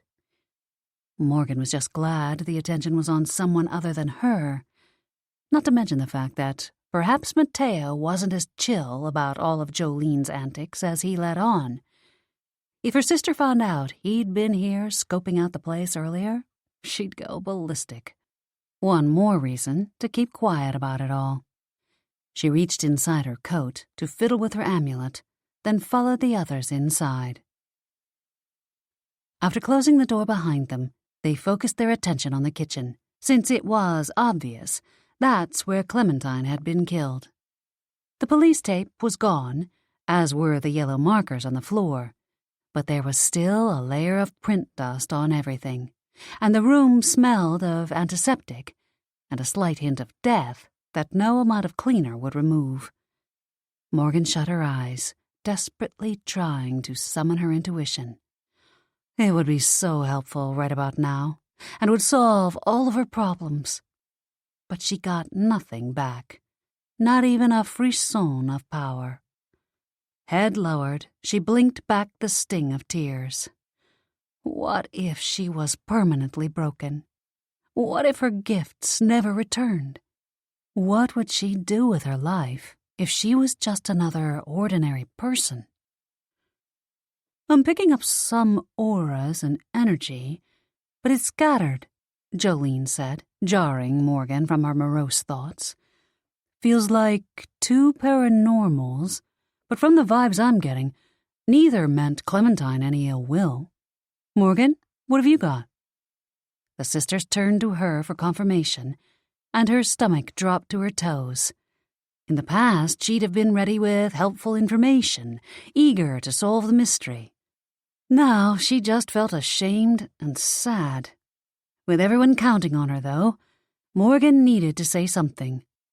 She quickly scrambled, closing her eyes and putting on a show of trying to sense her intuition. Yeah? I'm picking up two paranormals as well." Morgan figured that the two paranormal energies Jolene was picking up were most likely hers and Matteo's from earlier, but she couldn't very well say that. Better to just confirm and cast some doubt, because the last thing she wanted was to send her sisters off onto some kind of paranormal witch hunt that could put them in danger, especially since both Matteo's and Luke's sources doubted that Clementine's death was paranormally motivated. Maybe they just knew the victim? You know, paranormals do hang out together. She dug this hole, and now she had to find a way out of it. What she needed was a way to get her sisters on board with the idea that this might be a regular, human-motivated killing without spilling her secret. That would put them off her scent, and also focus their attentions where they were likely to do the most good. They knew her, huh? Let me see if I can conjure Clementine's ghost. and she can tell us who they were." Celeste closed her eyes and murmured one of her Latin spells again, but nothing happened. "Darn, nada. I'm sorry, but you guys know that ghosts don't always appear on command, and the paranormal spirits are especially difficult because they're less apt to be attached to the earthly plane. Poor Clementine is probably exploring her new world in the afterlife. That's bound to take up a lot of time, especially at first." Belladonna wandered past Morgan, giving her the stink eye again, most likely for lying to her sisters once more. But what else was she supposed to do? She was in too deep and drowning faster by the second. She took a couple of deep breaths and forced the chaos inside her to calm. If she had any hope of making it through this disaster, she had to think rationally. Look at the facts. Morgan had watched enough TV detective dramas to know that usually the guilty party was someone close to the person murdered. Who would have spent the most time in Clementine's orbit? Clients, for one. Maybe friends, if she had any. A boyfriend, perhaps? She didn't know Clementine well, and hadn't remembered seeing a ring on her finger or any pictures of a happy couple anywhere. But it was possible she was seeing someone. Okay, that's where she should focus her attention then, and try and steer her sisters there too, if she could. Boy, the room is awfully neat for a crime scene. I don't think she struggled much, Fiona said. Celeste pointed to the table. And look at the teapot. She must have known her killer. Because why else would she have tea on the table? She might have been serving it for a client, Jolene said. I know she read tea leaves and also just liked to provide a relaxed, homey atmosphere. In her kitchen? Is that where she normally served clients? Fiona asked. Not sure. Do we know for sure she died in here? I mean, it looks that way with the chair and all, but maybe that was just from a struggle. Jolene dug out her phone.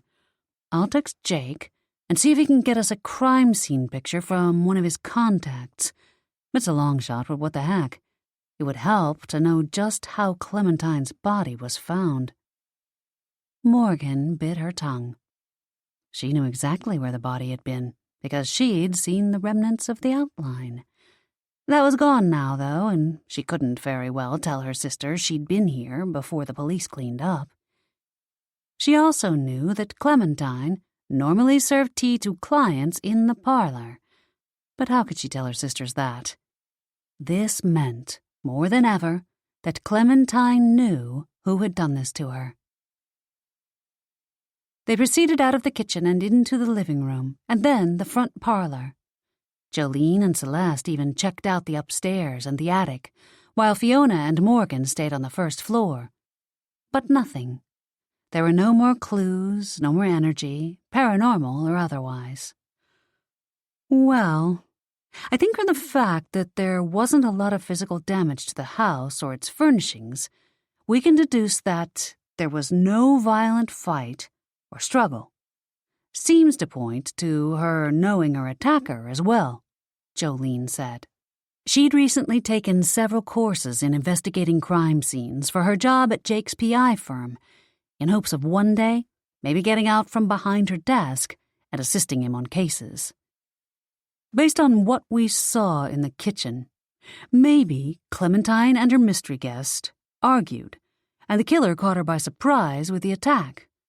Or possibly there was no argument, and the killer came over to lull her into security before attacking from behind.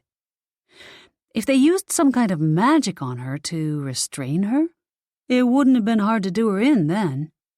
Maybe. But I'm beginning to lean more and more toward this not being paranormal or Dr. Bly related at all. After all, Luke told me last night that his agency has no reports of any paranormal activity here. Maybe it's best if we just let things go for now. Let the police do their work. I'm guessing It's just a normal, run-of-the-mill human murder anyway. That's what my intuition's telling me." Morgan felt quite proud of herself for weaving together a bit of truth with that whopper of a lie without flinching. The fact she was getting better and better at fooling people dampened her enthusiasm, though. She didn't want to be a competent liar. She wanted to get her gifts back and tell the truth again. "Sorry, sis, but I disagree," Celeste said. "It's best we stay on top of things. Why can't we keep looking at both angles until we find the party responsible? That seems like the most prudent choice." "Agreed," Fiona said, then pointed at Morgan's neck. "Glad to see you're wearing your amulet again, at least. You might need it with all this skullduggery going on. There are 4 of us. We should have no problem keeping both investigations going. Morgan, if you're leaning toward the human side more, then you can look into that. I'll help when I can. Jolene and Celeste, you guys can stick with the paranormal angle. Does that work for everyone?" "Skullduggery? Seriously?" Jolene rolled her eyes. "You've been reading too many old mysteries again, haven't you?" "And yes, that works fine for me." "And me," Celeste added. Morgan just nodded, not trusting her voice at the moment. That was so not the outcome she'd been hoping for. "Cool. Let's get going then. There's nothing more for us to find here. Mom will have dinner ready at 5, and I'm starving." Fiona headed for the door, along with the rest of them.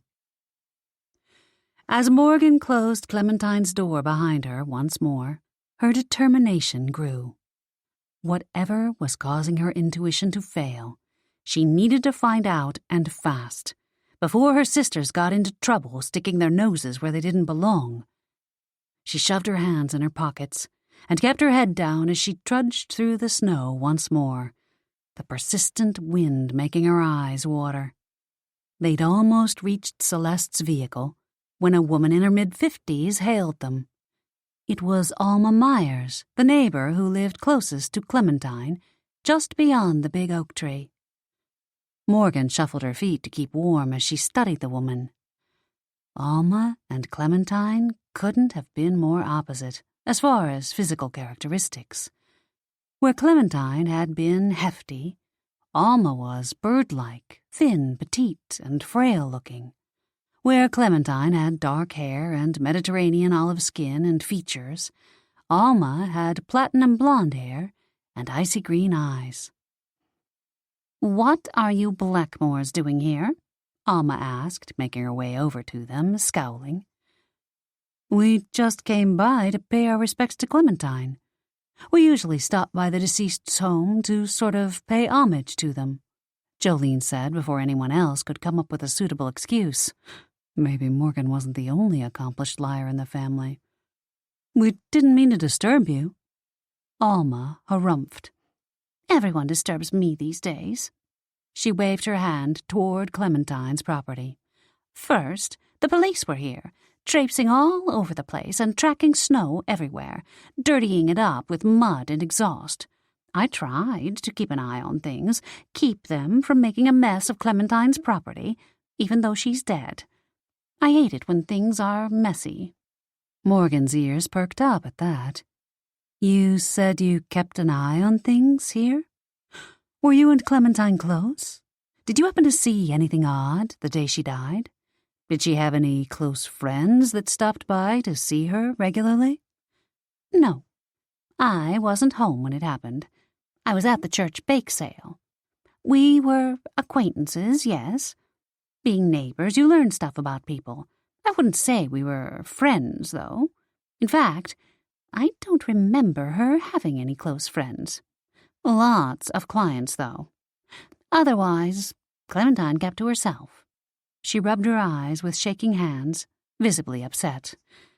"But like I said, I kept an eye on her when I could. It's a good thing, too, since I could have been the one killed instead of poor Clementine. We live so close, you know." She pointed at her home through the branches of the oak tree, which wasn't really all that close, at least in Morgan's opinion. In fact, things felt more than a bit isolated, as they had that morning, too.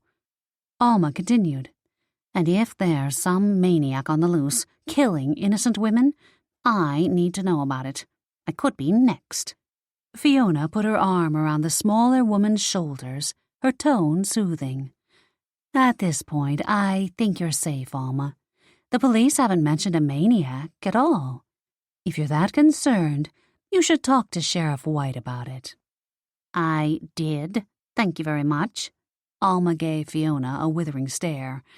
"I was one of the first people they questioned after it happened. Who do you think told them about that Toyota parked out front? Beat-up old thing. Probably belongs to young hooligans. That's the type of car they drive. And I talked to Sheriff White again when she was here earlier to take down the crime scene tape. She explicitly implied that whoever did this was still out there, still a danger." She looked around nervously. "In fact, I need to get back inside now. Not safe in this neighborhood anymore." She walked off toward her home, and the sisters stared after her. With winter on their doorstep, the sun set earlier now, and the days were short. Wind whipped around them, and Morgan huddled inside her down coat, trying to piece together what Alma had just said with what she already knew. She climbed into the back seat of Celeste's car alongside Fiona, deep in thought. Sheriff White had never struck Morgan as particularly talkative, so she doubted that the sheriff had explicitly told Alma anything. Most likely she'd told Alma to get off her back instead. Then again, Alma did have a good eye shot of Clementine's place, and it was possible that she could have seen something more than Morgan's car. And until they knew who was responsible for poor Clementine's death, it probably was wise to stay on guard. At least Morgan knew now who'd reported a car being present to the sheriff, even if Alma hadn't connected the vehicle to Morgan specifically, thank goodness. She'd have to be more careful around the woman, even as she looked deeper into what had happened to Clementine Vega. Even though it would solve a lot of problems for Morgan, she doubted Clementine had been killed by a random stranger. No, the paranormal healer had been killed for a reason, and Morgan needed to figure out what that was fast. Chapter 7. While the Blackmoore sisters were busy breaking and entering, their mother had been busy making a lasagna. The delicious fragrances of garlic and baked cheese filled the foyer, and the girls wasted no time slipping out of their winter gear and heading into the kitchen. The kitchen in the old mansion always gave Morgan that cozy feeling of home. Perhaps it was the familiarity of the lovingly worn black and white tile floor and the dark mahogany Victorian cabinets, or maybe the smells of good food and the sight of her mother standing at the stainless steel stove. Her mother's absence in the kitchen during the time she was missing had been like a big dark hole in Morgan's life, and now it was filled again. The kitchen was a homey mix of old and new, and had been updated with modern appliances and granite counters, including an island they could all eat at. The old slate sink had been replaced with a double stainless steel one, and the window above it had been widened for a better view of the herb garden at the top of the cliff and the ocean beyond. They helped Joanna get everything on the table, salad, pasta, bread, wine. Then they all took a seat around the island. Even Belladonna was chowing down on her cat food at her bowl. At least she had found something to do besides glare at Morgan. "Hey, ladies," Mateo said, breezing into the kitchen and dropping a kiss on the top of Jolene's head, avoiding eye contact with Morgan. "I was just finishing up some work in the den. Sorry I can't stay for dinner. Tried to delay my trip, but I've got another new assignment. Save me the leftovers in a doggy bag, please." He grabbed a piece of garlic bread, kissed Joanna on the cheek, and started out of the room, but Fiona stopped him. "Hey, I know Luke said there was no paranormal involvement in Clementine's death, according to his agency, but have you heard anything?" "Nope. Sorry. Nothing that would connect her death to Dr. Bly, anyway. That's been my main focus, as of late." Fiona forked up some lasagna. Maybe her death had nothing to do with paranormals. It's kind of looking that way. Maybe you guys should just let the police do the investigation." Mateo's gaze lingered on Jolene, who scowled at him. "I think we can do better than Sheriff White. And besides, we need to clear Morgan," Jolene said. Morgan's gut clenched as her other sisters nodded their agreement. Her sisters would do anything for her, but how would they feel if they knew she'd been lying to them? Mateo simply shrugged and continued into the hall. "Be careful." Jolene watched him leave, her hand going to the amulet at her neck. Morgan noticed a tiny acorn pendant resting atop Jolene's amulet. "That acorn pendant is cute. Is it new?"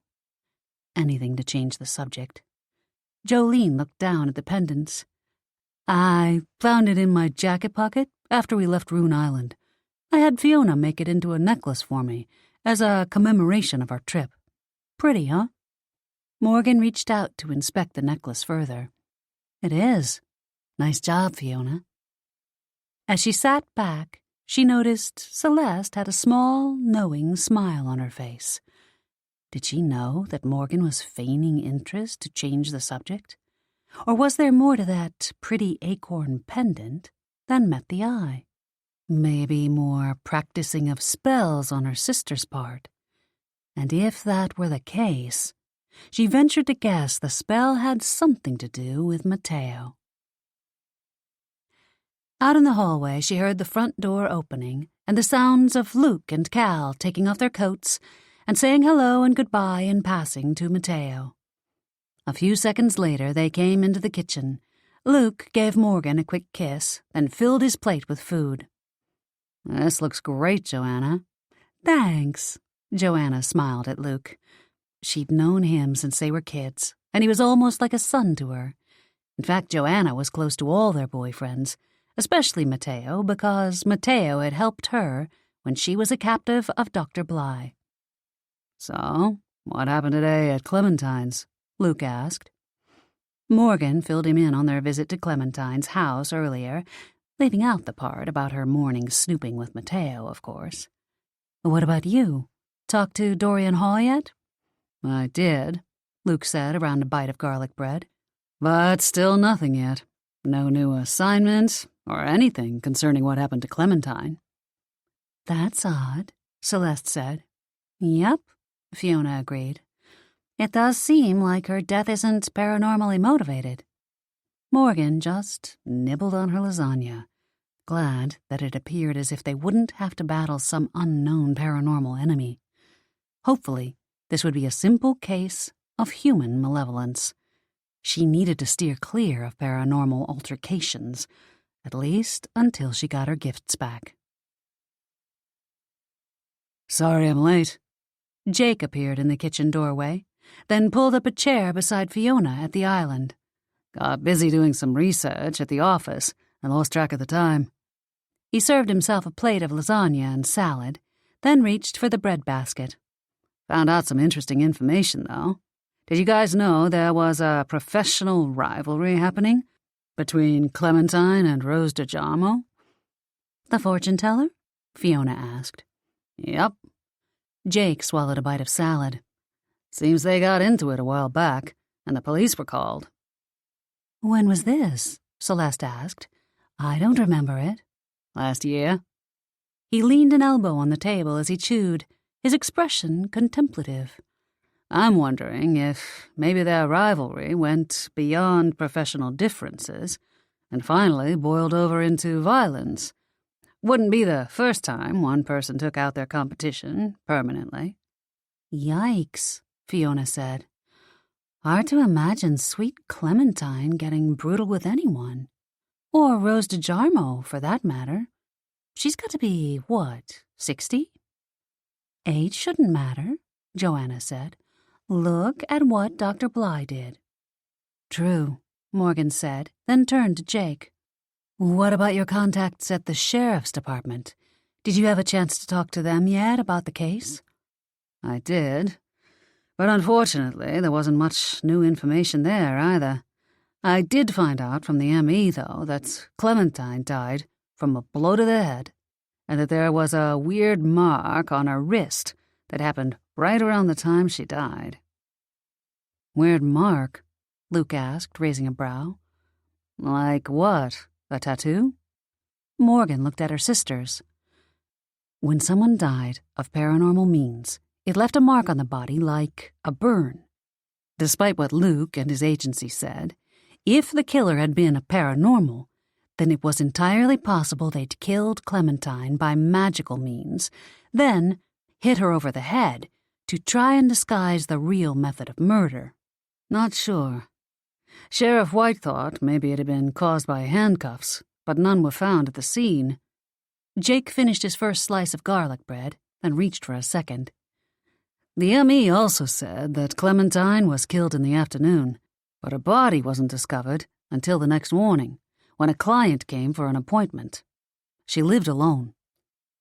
Morgan swallowed hard, wondering if a paranormal burn might look like a scrape to the police. That's good news, Fiona said. Morgan was at the shop with me that afternoon. Jolene screwed up her face. I thought you said Sheriff White accused Morgan of killing her in the morning. She did, Morgan said. Well, technically, she said, the witness saw your truck there in the morning, Fiona said. And I wasn't at the shop for a few hours, so you had no alibi. But now you do. No, she doesn't, Celeste said. You were at my hot yoga class from 2 to 4. Remember you took it spur of the moment? Fiona's face fell. That's right. Well, doesn't matter. Morgan doesn't need an alibi because she didn't do anything. We'll be able to prove that rather quickly if the police don't get off their butts and do their job. Jolene cleared her throat. What about Rose DeJarmo? I've heard of her but don't know her that well. I've worked on a few jewelry pieces for her, Fiona said around a mouthful of lasagna. She's not paranormal as far as I know. Just tells fortunes. Nice lady. Jolene toyed with the salad on her plate. Maybe she's a rogue paranormal. They keep their powers hidden. Or maybe Rose doesn't have powers at all, and Clementine's killing wasn't paranormal related, Morgan threw out there. Well, that would explain why I didn't sense any paranormal animosity at Clementine's house, Jolene said, then frowned. But what about the mark on her wrist, then? Exactly why we need to continue with our plan, looking at both sides of this case, Celeste said. Joanna, who'd been quietly eating this whole time, finally spoke up. I think it's a good idea to explore all the angles. Morgan took another bite of lasagna, still feeling hopeful that maybe the investigation would lead them to a non-paranormal killer. Rose DeJarmo was a good suspect, and hopefully she wasn't a rogue paranormal, or at least not one that would put up a fight. Even if she did, Morgan's sisters would be able to subdue her easily, even without Morgan's help. 3 against 1 was never good odds. Things were looking up. It made sense, too, because Jolene had only sensed 2 energies at Clementine's house, and those could easily have been hers and Mateo's. The logical next step would be a visit to Rose's house to confirm. I'm still working on getting a list of the cars like Morgan's old Toyota, Jolene said, passing the salad bowl around for a second time. There's a lot of them, but not many as beat up as my sister's. And now we know that Alma's the one who reported it to the sheriff's office. She seemed like quite a character, huh? As the others discussed their visit to Clementine's earlier, Morgan's appetite slowly faded under a riptide of guilt. If her gifts didn't recover soon, she'd have to come clean to them. It wouldn't be fair to let them think she was fully operational when she wasn't. Not to mention the extra danger they'd be facing without her intuition to protect them, or the fact that she really had been at Clementine's and Jolene was off on a wild goose chase, trying to prove lots of others had cars like hers. "We could pay a visit to Rose tonight, if you guys want. I think her shop's open until 9, Fiona said. "Sounds good to me, but I can't go until after 7, Jolene said. "I still need to stop by Mrs. Towers' place and figure out what's causing all those noises in her shed, and they only happen at a certain time of night." "How about 8 then?" Celeste suggested. "Joe, you can head there directly from Mrs. Towers. The rest of us will ride over together from here. That work for everyone?" Morgan nodded, then stared at her plate. The rest of dinner passed by in a blur of small talk and good company. Fiona, Jake, Celeste, and Cal helped Joanna clear the table, while Morgan walked Luke back toward the front door. He couldn't stay, unfortunately. Said he had to help his brother with something. Jolene had already left for Mrs. Towers. Luke leaned in and kissed Morgan again, soft and sweet, then rested his forehead against hers, smiling. "How's your cold? You need me to get you any cough drops or Vicks or anything?" "No, I'm fine, really." "Really?" He pulled back to give her a skeptical look. "You didn't eat much at dinner." "I know. Big lunch earlier." She gave him another quick kiss before hurrying him out the door. "Don't worry about me. I'm good." Once Luke had left, Morgan rushed up to her bedroom on the second floor. With having to get to Clementine's early in the day, then going back to the shop and having to return to Clementine's with her sisters, she hadn't had any time to try to practice her gifts. Since she had a few hours to pass before they went to Rose's, now would be a good time. Having that customer return those herbs earlier at the shop had bothered her more than she'd let on. Never, in all her years of herbology, had a client returned a product like that. It was embarrassing. It was humiliating. It was terrifying. And she hadn't missed the look Fiona had given her either at the time, full of an odd mix of curiosity and pity. Thankfully, she'd not brought it up again. But the more lies Morgan told, the riskier things got, and the harder it was to keep them all straight. Belladonna soon scratched and meowed at the door until Morgan let her in. Funny, but if Morgan didn't know better, she'd almost think the cat knew she wanted someone to practice with. She took a seat on her bed with Belladonna in front of her. "Okay, let's practice," she frowned. "What how exactly?" "Meow." Belladonna jumped down from the bed. "Right," Morgan smiled. "You go do something, and I'll try to use my intuition to figure out what you're doing." She closed her eyes and concentrated, since that was what Celeste had done with her spell book the other night, and it seemed to work. Focusing hard, an image of Belladonna over by the little fireplace in her room flashed into her mind. Grinning, she opened her eyes, only to find the cat perched on the windowsill instead. Crap. She tried again, seeing the cat on the chair this time. Squinting one eye open, Morgan saw Belladonna now by the door. Ugh, this wasn't working at all. The cat batted at a cabinet where Morgan kept a small supply of dried herbs in case of emergency. Maybe she should practice infusing her herbs with power instead. Start small. Good idea.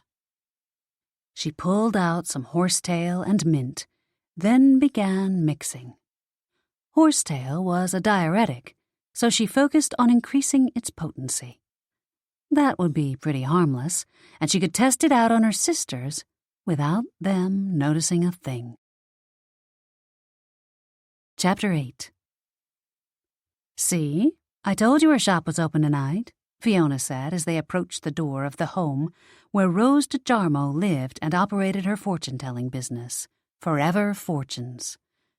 The home had been built back in the 1920s, and the exterior reflected the Tudor Revival style of that time, with a steep-pitch side-gabled roof, diamond-pane windows, a large semi-hexagon-shaped bay window in the front, and white stucco walls. As they approached the front door, Fiona turned back to Morgan again. "Thanks for the tea, too, by the way. It was delicious. Great aftertaste." "Thanks." Morgan forced a smile. She appreciated the compliment, but her sister didn't appear to have to use the bathroom any more frequently at all, which was disappointing and discouraging. She needed to find a focused way to practice that targeted her intuition specifically if she had any hope of getting her powers back. So far, her research had turned up zilch in the way of ideas. Intuition was something most people took for granted, didn't worry about at all. Practicing it wasn't something most people did, so there were few guides or exercises out there to strengthen it. Her doubt demons reared their ugly heads inside her again. "Let me do the questioning, okay?" Jolene said, knocking. She'd finished her job at Mrs. Towers just in time to pick them up, and they'd barely had time to chat about their game plan on the way over. "We need answers, but we don't want Rose getting mad and throwing us out."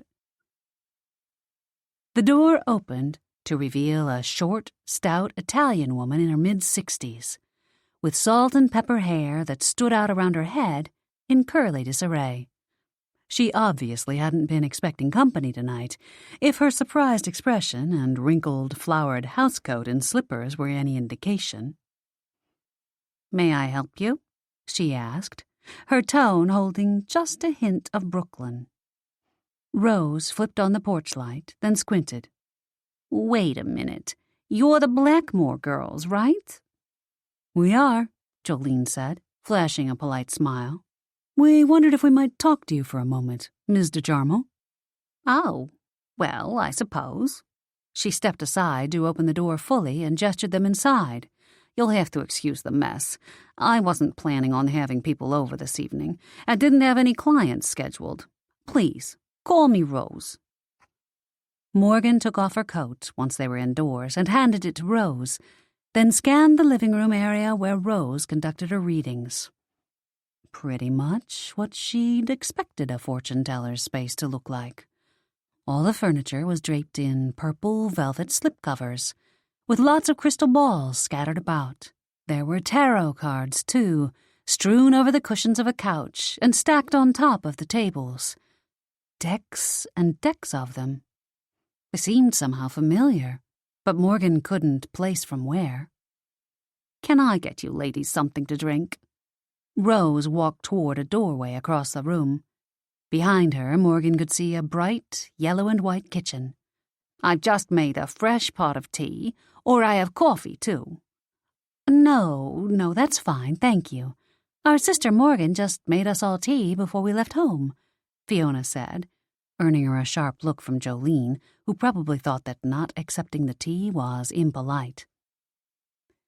They all took a seat in the living room. Morgan perched on the edge of an armchair, eyeing the tarot cards laid out on the coffee table. Once Rose got settled with her cup of tea, Jolene dove right into the questioning. "I'm assuming you've heard about what happened to poor Clementine Vega?" Morgan watched Rose's reactions carefully, concentrating hard to try and get a read on her. Even if her instincts didn't kick in, hopefully it would not be hard to notice the telltale signs of guilt and lying. But Rose didn't look guilty or evasive. The woman exhaled slowly and lowered her head, looking genuinely contrite. "I have such a shame," Rose said. "Clementine and I didn't always get along, and she was quick to badmouth me, but I was so sad to hear about her murder. No one deserves that." She reached over and picked up one of the nearby tarot decks and began fiddling with the cards, flipping them over and laying them out as if doing a reading. The first one she turned up was the Seven of Swords, and Morgan's heart sank. It was a card that symbolized sneakiness and doing things behind other people's backs. Rose's gaze flicked up from the deck to lock with Morgan's eyes. Morgan's breath caught at the sense that she'd been found out. All her lies revealed, and that Rose saw right through Morgan's veiled attempts to keep the issues with her powers from her sisters. Perhaps the woman really was a rogue paranormal, like Jolene had suggested. Panic, hot and strong, surged through Morgan. If Rose said something in front of her sisters and exposed her secrets, it could be catastrophic. She gave a small shake of her head, silently pleading with Rose to keep quiet. The fortune-teller watched her for a moment, then gave a curt nod and continued flipping cards. Morgan exhaled slowly, shoulders slumping with relief. "Did Clementine's bad-mouthing cause you to lose any business?" Jolene asked, always right to the point. "I can't imagine that it would be good to have a rival spreading rumors behind your back." Rose snorted, still flipping cards. "Clementine didn't believe in my powers, thought I was faking it. But she was wrong. I truly do have second sight. It's something you have to nurture, though." Her gaze darted to Morgan again before looking away. "Use it or lose it." So maybe Rose really was a paranormal, but not a rogue. If she were purposely trying to hide her powers, she wouldn't admit to them so freely. Most likely, she was one of the many unrecognized paranormals whose powers weren't strong enough to be acknowledged by the community. "Did you and Clementine argue recently?" Jolene continued. "No," Rose groused. "I steered clear of that woman. Haven't seen her in months, actually." "Any idea who might want her dead?" Jolene asked. "Nope. And before you go thinking it was me, forget it." Rose narrowed her eyes at Jolene. "Why are you asking? Why not the police? Are you looking into the case?" Jolene managed to look as if she were appealing for help. "Sheriff White wants to blame Morgan, and we figured we'd better do our own investigation." Rose scowled at the mention of Sheriff White. "Ugh, I don't like that sheriff. Let me see if I can help you out." She set her cards aside and pulled over a crystal ball instead. "I didn't appreciate the rumors that Clementine spread about me, but I knew they weren't true. Live and let live, I say. Here, let me take a look in my crystal ball and see if I can find anything that might help shed some light on who might have had a problem with Clementine." The sisters gathered closer. Rose said, holding her hands on either side of the crystal ball, then closing her eyes. Within the glass sphere, smoke swirled and light glowed. It seemed Rose was telling the truth. She did have the power of second sight. Either that, or the crystal ball was rigged somehow. Morgan tilted her head to see if it had an electrical cord. Maybe it ran on batteries? The older woman opened her dark eyes and stared into the crystal ball, frowning. Does a white cat mean anything to you girls?" "Yes, that's Belladonna," Celeste said. "Our pet." Good. Rose's hands hovered over the ball, and the light inside it shifted as the scene changed. "Wait, here's something else. A man walking down a remote, wooded street. There's a giant oak to his left." Morgan squinted at the image of the person in the ball. His expression looked furtive, as if he were deeply troubled by something. "Wait, I know him," Fiona said. "That's Benedict Donovan." I just made him an amethyst bracelet last week." Morgan had been about to ask, but Jolene leaned forward and pointed at the man in the crystal ball. "I know where he's at, too. He's on Cross Street, right near Clementine's house, isn't he?" Interesting. Apparently the crystal ball wasn't rigged, because how else would she have gotten the image of Benedict near Clementine's house? The sisters peered more closely at the image, then exchanged a look. Yep, it was Cross Street, all right. Looked like they had suspect number 3, and he'd moved right to the top of the list. "Why would Benedict want a bracelet?" Celeste asked. "Was he seeing Clementine?" Fiona closed her eyes. "I'm not sure. No, wait. It wasn't Clementine he was seeing. It was Alma Myers. I remember he told me to keep the bracelet a secret from her." "That's right. I remember hearing about the two of them." Celeste looked back into the crystal ball. "That explains why he would be on Cross Street. He was going to Alma's, not Clementine's." Darn. Jolene sat back in her chair. "But if he hangs out at Alma's, he might have seen something. The houses aren't that close, but the trees are bare now, and you can see what's going on at Clementine's from Alma's." "Worth asking him." Morgan was disappointed. Too bad the crystal ball hadn't shown someone clobbering Clementine over the head. "I guess that doesn't give you any new clues, though." Rose sounded disappointed, too. She pulled the ball close and rubbed her hands around, trying to conjure up something more helpful. Something red sparked in the globe. What was that? Celeste leaned in. The center of the globe was mostly white with snow, but partially buried, a navy and white striped knit cap stuck up. "Looks like a hat," Jolene said. "Could that have something to do with Clementine?" "It doesn't." Rose waved her hands and the hat disappeared. "Just a hat in the snow. Meaningless." While Rose made a few more futile attempts to coerce something useful out of the ball, Morgan's attention drifted to the decks of cards. A jolt of recognition caught her breath. Now she recognized where she'd seen them before. It was the exact same blue and purple colors with stars as the scrap of paper Belladonna had found at Clementine's place the other day. She looked up at Rose, who was still busy scrying with the crystal ball. Had the woman been lying about not seeing Clementine for months? "Sorry, girls. Nothing else is coming up." Rose glanced up from the bowl, her brows knitting together when her gaze met Morgan's, probably because Morgan was staring at her a little too intently. Morgan looked away. "Well, thanks so much for talking to us, Rose," Jolene said, holding out her hand. "You've been very helpful." Sure."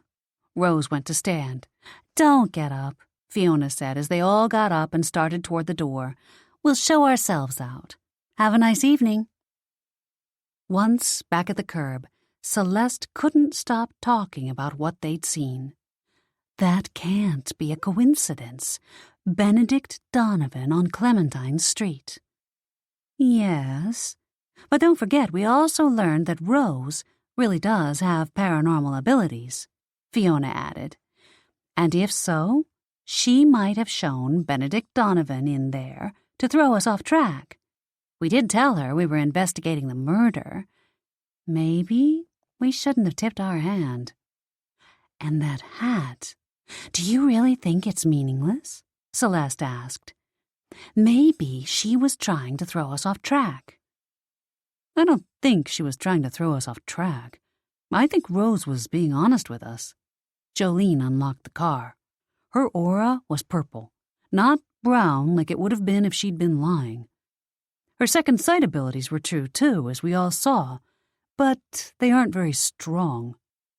I don't think she could have faked what we saw in the crystal ball. Still, she seemed like she wasn't telling us everything, Fiona said. Besides, I found out something else tonight, Jolene said, starting the engine while they all buckled the seatbelts.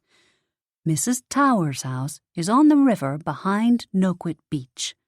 The noise in her shed was a skunk, but when I looked across the river, I noticed some paranormal energy. Really? Morgan took that in.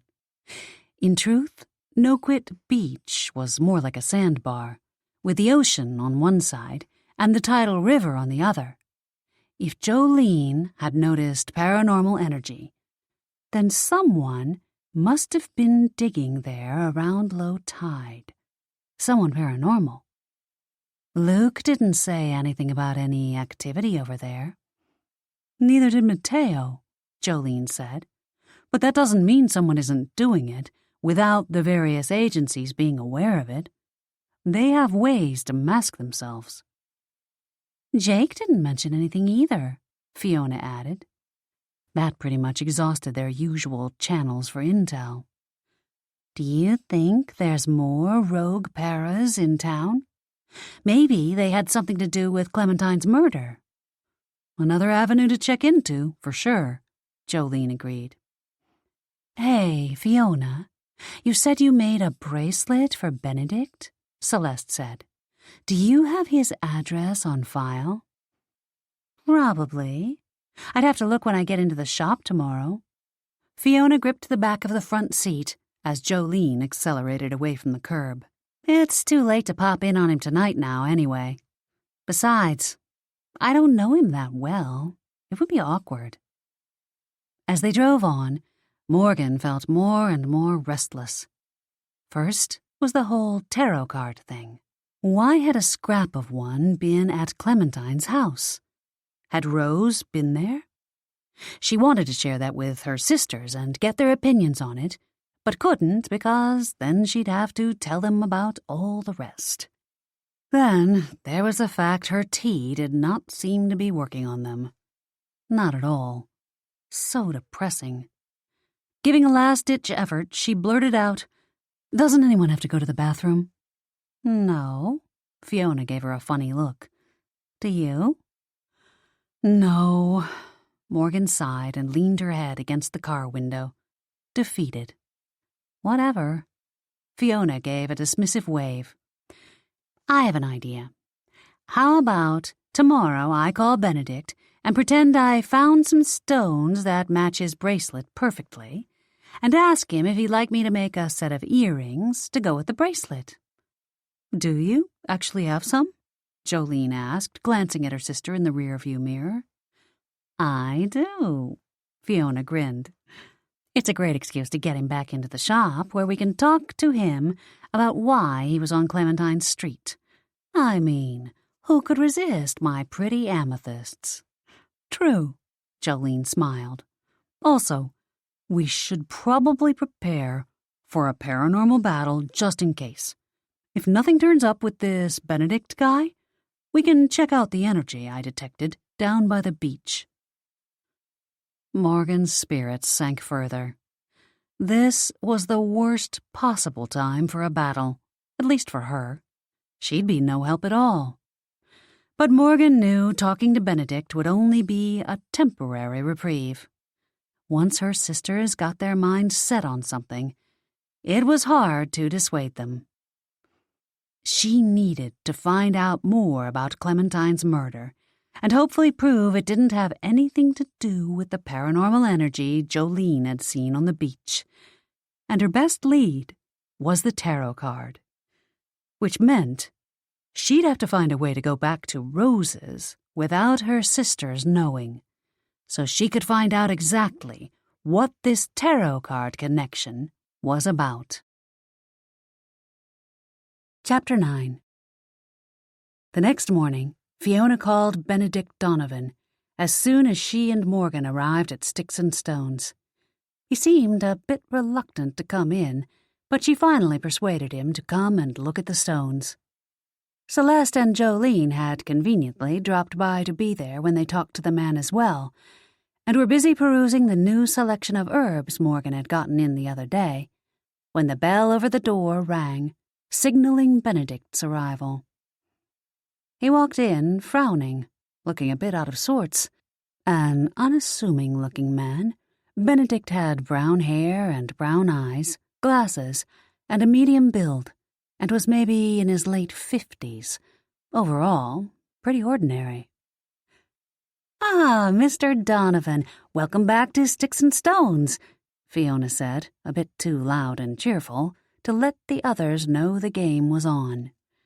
"Come over here and let me show you what I think would make a fine pair of earrings for your special someone.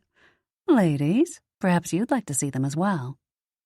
Morgan, Celeste, and Jolene all made their way over to Fiona's workstation, oohing and eyeing at the glittery purple gems their sister held up, generally making a show to ensure Benedict would be sufficiently interested.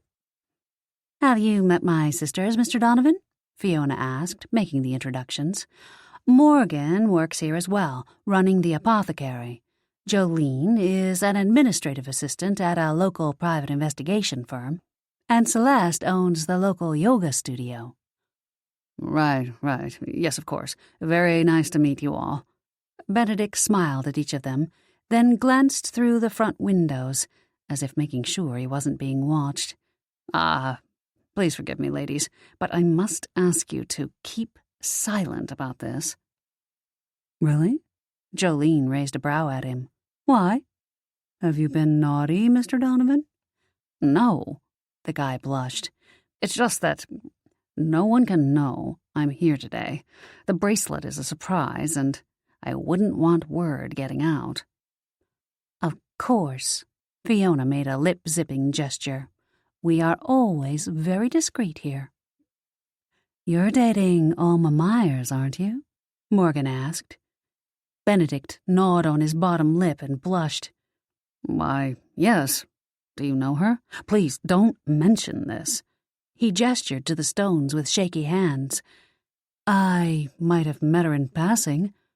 Not the total truth, but not a lie either. If Benedict knew Alma, then chances were he knew Clementine, too." He was acting very jittery, and Morgan had to wonder if it was all just because he was nervous about Alma finding out about the bracelet. Then again, having met the woman, she could see why he might be afraid of her. Morgan narrowed her gaze on him, searching for any clue he might be hiding something. If only her intuition were working properly, all of this would be so much easier. What a nice surprise for her, and so generous, too. I'm sure she'll appreciate it, especially after all the awful business that happened with her neighbor Clementine. Fiona gave Morgan an approving look for her smooth transition into their questioning. "Yes, such a tragedy," Fiona chimed in, her tone appropriately solemn. "Just terrible. Were you at Alma's the day it happened, Mr. Donovan?" No, not that day," he said, fidgeting slightly now, plucking at the cuffs of his tweed overcoat. "Both Alma and I were at the church bake sale." If Morgan's intuition hadn't been on the fritz, she'd have known for certain whether or not he was lying. As it was, she had to judge by the clues instead. His agitation, the way he didn't really meet any of their gazes, how he constantly shuffled his feet. Based on those things, he definitely seemed to be anxious about something. Belladonna sat in her chair across the room, her icy blue stare narrowed on Benedict. Morgan got a feeling the cat thought the guy was definitely suspicious. Hope flared anew inside her. Could that be her intuition reawakening? Was it coming back at long last? Deciding to do a little test to make sure, she excused herself and went back behind her counter to mix a fresh batch of tea. Benedict stayed and chatted with Fiona for a few minutes longer, picking out the settings for the earrings and paying for his purchase. By the time he left, Morgan had a fresh batch of herbs ground and ready to be boiled into tea. Her sisters gathered around her counter to discuss what they'd just learned. "So, he and Alma are an item. Guess that explains why we saw him walking on Clementine Street in Rose's crystal ball, Fiona said. He must have been going to see his girlfriend. Maybe. Jolene was still staring at the door Benedict had just exited through. But his aura says he might be hiding something. Really? You think he could be the killer? Morgan was hopeful. Jolene made a face. Not sure. I didn't read his aura that way. More like he was worried about or keeping something from someone. The bracelet, probably, Fiona said. That doesn't make sense, though. If him being there didn't have anything to do with the murder, then why would the crystal ball show it at all? Celeste asked. Rose said her powers were strong. Surely she could control her visions then, direct them. I'm not sure her powers are all that strong, Jolene said. If they were, she'd be a full member of the paranormal community and not just an outlier. Not to mention, she couldn't conjure up any other clues except a hat. The crystal ball went blank, even though she tried. Maybe the ball was just showing the general vicinity of the murder, and Benedict happened to be there at the time. Fiona shrugged. I mean, the ball did show Belladonna first, and she was here at the shop with us the entire day that Clementine was killed. Maybe that crystal ball of hers takes time to warm up. Belladonna didn't go anywhere with you after I left the shop that day. Did she, Morgan? Morgan looked up from her work, eyes wide and throat dry. Not trusting her voice, she just shook her head. She'd concocted her story about being here at the shop that morning. In fact, if Belladonna had snuck into her car that day when she'd had her appointment with Clementine, then it would need to remain a secret, just like all the others. Well, I think our next step needs to be verifying that both Benedict and Alma were at the bake sale the day Clementine was killed, Jolene said, thankfully steering the spotlight away from Morgan. When we're working on a case at the PI office, we work through the clues and information systematically to make sure we don't miss anything. Checking Benedict's alibi would be the next logical step. Did you pick up anything odd from him, Morgan? What? No. She set her tools aside and wiped her hands on the thighs of her jeans. I mean, it was obvious something was up with him, though. He was acting awfully nervous for a man with nothing to hide. True. Jolene unwrapped a piece of anise candy from the jar near Morgan's register and popped it into her mouth. Celeste, don't you know the woman who runs the sale? I do. Harriet Fletcher. She took a piece of candy, too. She started teaching seniors yoga at my studio. She checked her watch. Her morning class lets out in a half hour. Why don't we all head there and talk to her? Morgan, you go with them. I'll stay here and tend the shop, Fiona said, heading back to her workbench and holding up the amethyst stones. I can't take any more time off, now that I have an additional pair of earrings to make. Chapter 10. They reached Dharma Yoga Studio just as Harriet's class let out. The studio itself was a squat cinder block building with colorful lotus flowers and Hindu symbols painted on the exterior, and a large LED sign out front. The parking lot beside the place was filled with various white-haired ladies in all manner of yoga pants and T-shirts peeking out from beneath their winter coats, some holding their rolled-up mats beneath their arms, all sloshing through the fresh snow that had fallen during the night. There she is, Celeste said from the front seat of Jolene's SUV, pointing toward a tall, thin woman with buzz-cut gray hair and a peace symbol emblazoned across the front of her heather-gray top beneath her waist-length bright pink parka. On the bottom, she wore black yoga pants that highlighted her toned legs and the shaggy black fur of her Ugg boots. The woman had to be in her late 60s if she was a day, but she looked fit enough to join the Navy SEALs. Morgan got out of the car and waited for her sisters near the front of the vehicle. The sky above was perfectly blue today, and the wind had died down a bit, making it seem a bit less like the North Pole, even if the temperatures were still sub-zero. Together, she and her sisters approached Harriet Fletcher. She was loading yoga mats and towels into the back of her Subaru. "Harriet," Celeste said, "I'm glad we caught you. We were hoping we could talk to you about the church bake sale." The woman turned to face the three sisters, her skin tanned and her blue eyes sharp with interest. "Anything for you, Celeste. Missed seeing you in the hot yoga classes last week." "Yes, well, I've been busy." Celeste gestured toward Morgan and Jolene. "These are my sisters." Once introductions were made, Jolene got down to business. "We were wondering if you remember seeing Alma Myers or Benedict Donovan at the bake sale." "Oh, sure. Yep. They were there together, in fact. Alma makes the best cinnamon coffee cake around," Harriet said, slamming the trunk of her SUV. "Can't forget something that good.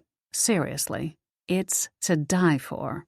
I don't go out of my way looking for carbs these days, but that's one food I make an exception for. She sells out every year. Plus, the way she packages them is so cute. All those perfectly matching parcels wrapped in pink cellophane with a tiny bow on top. She's so meticulous about wrapping them, all exactly alike. Makes a great display." "Wow, sounds like she goes all out," Morgan said.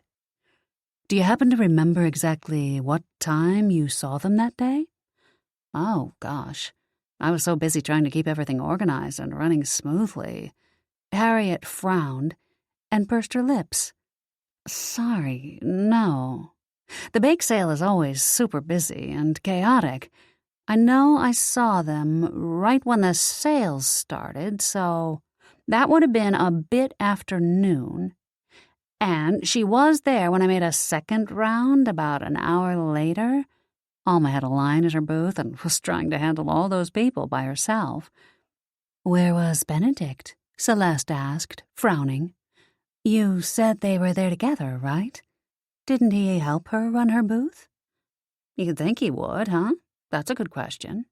Harriet crossed her arms and tapped the toe of her boot against the slush-covered asphalt, her expression thoughtful.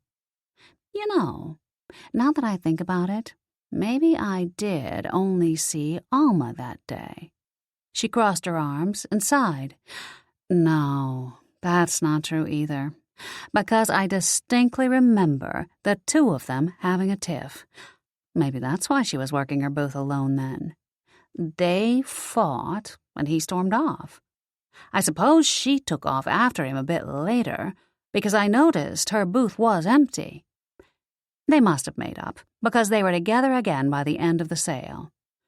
"A tiff?" Jolene asked. "About what?" Harriet sighed. "Don't know for sure. I didn't hear them directly, only found out about it later." Then she looked around and leaned closer to Jolene. "But from what others told me, I think Benedict might have had his eye on someone else." "Really? Who?" Celeste whispered, leaning in closer. "No idea. He's a bit of an odd duck, if you ask me. Not exactly boyfriend material in my book." Harriet shrugged and pulled her keys out from her pocket to click the automatic starter. The engine roared to life, and the acrid stench of exhaust filled the air. They moved a bit to the side. "But some women like that bookish, nerdy type. Anyway, the scuttlebutt around the yoga studio is that whoever this new woman was who Benedict had taken a shine to didn't return his interest. My opinion, I'd say Benedict should stick to what he's got. Alma's a sure thing." She straightened and narrowed her gaze on the Blackmoore sisters. "Why are you asking, anyway?" "Oh," Celeste said, slinging her arm around Morgan's shoulders. "We were just wondering what kind of baked goods sell best. My sister here is thinking of branching out into herbal muffins at the shop. So we're doing some field research for the shop and heard Alma's stuff was really popular. Morgan stared at Celeste. She'd come up with that so quickly, and it sounded so natural. Maybe lying ran in the family. Well, that's fantastic. Harriet grinned. People do love Alma's stuff, but it's all full of sugar and white flour. I've been meaning to talk to Celeste here about adding a holistic snack bar to the yoga studio. Healthy stuff. Juices and protein shakes and bars and the like. Maybe we could do a trial run of selling your baked goods in here, too. Bet the ladies would love them. That would be great. Morgan gave Celeste a thanks-a-lot look, then plastered on what she hoped was a polite smile as she lied through her teeth. I'm still in the early planning stages at the moment, but I'll definitely keep that in mind for future development. Speaking of my shop, we, need to get back there before our other sister gets swamped with customers. Thanks again for the information and the invitation. As she backed away, Jolene rolled her eyes. Celeste appeared to be biting back laughter, and Harriet just looked confused. So much for smooth reconnaissance. You could have warned me before you threw me under the bus like that back there, Morgan hissed to Celeste, once they'd reached Jolene's vehicle once more. I had to scramble fast to come up with a lie to get out of it. Celeste giggled. You did fine. It was fun to watch. You're a pretty good liar, sis. Morgan grimaced at that statement, but did her best to play it off. Her sisters had no idea how much practice she'd been getting lately. Hey, ladies, Jolene said, tossing the keys to Celeste. Go ahead and get in. I'm going to run inside and use the bathroom before we go. Be right back. Morgan's spirits lifted as she watched her sister jog back toward the yoga studio.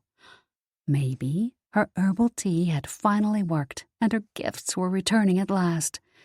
She glanced at Celeste, hoping that she, too, would have to use the ladies' room. But she didn't. Darn. Maybe her tea hadn't worked, and it was just nature calling. She and Celeste climbed into the car to wait, Celeste in the front passenger seat, and Morgan in the back again. Looks like Alma and Benedict were both at the bake sale when Clementine got killed, Celeste said, after jamming the key into the ignition for Jolene and starting the engine so the car could warm up. Yeah, except Harriet didn't seem certain that Benedict was there the whole time. But where would he have gone? And how would he have gotten there? If he came with Alma and they had a fight, they probably took one car. Morgan would have loved nothing more than to pin the murder on something non-paranormal, but she didn't think Alma or Benedict was it. What was the motive? No, her best bet was to find out about the tarot card that was burning a hole in her pocket. If she could only ditch her sisters long enough to go back to visit Rose.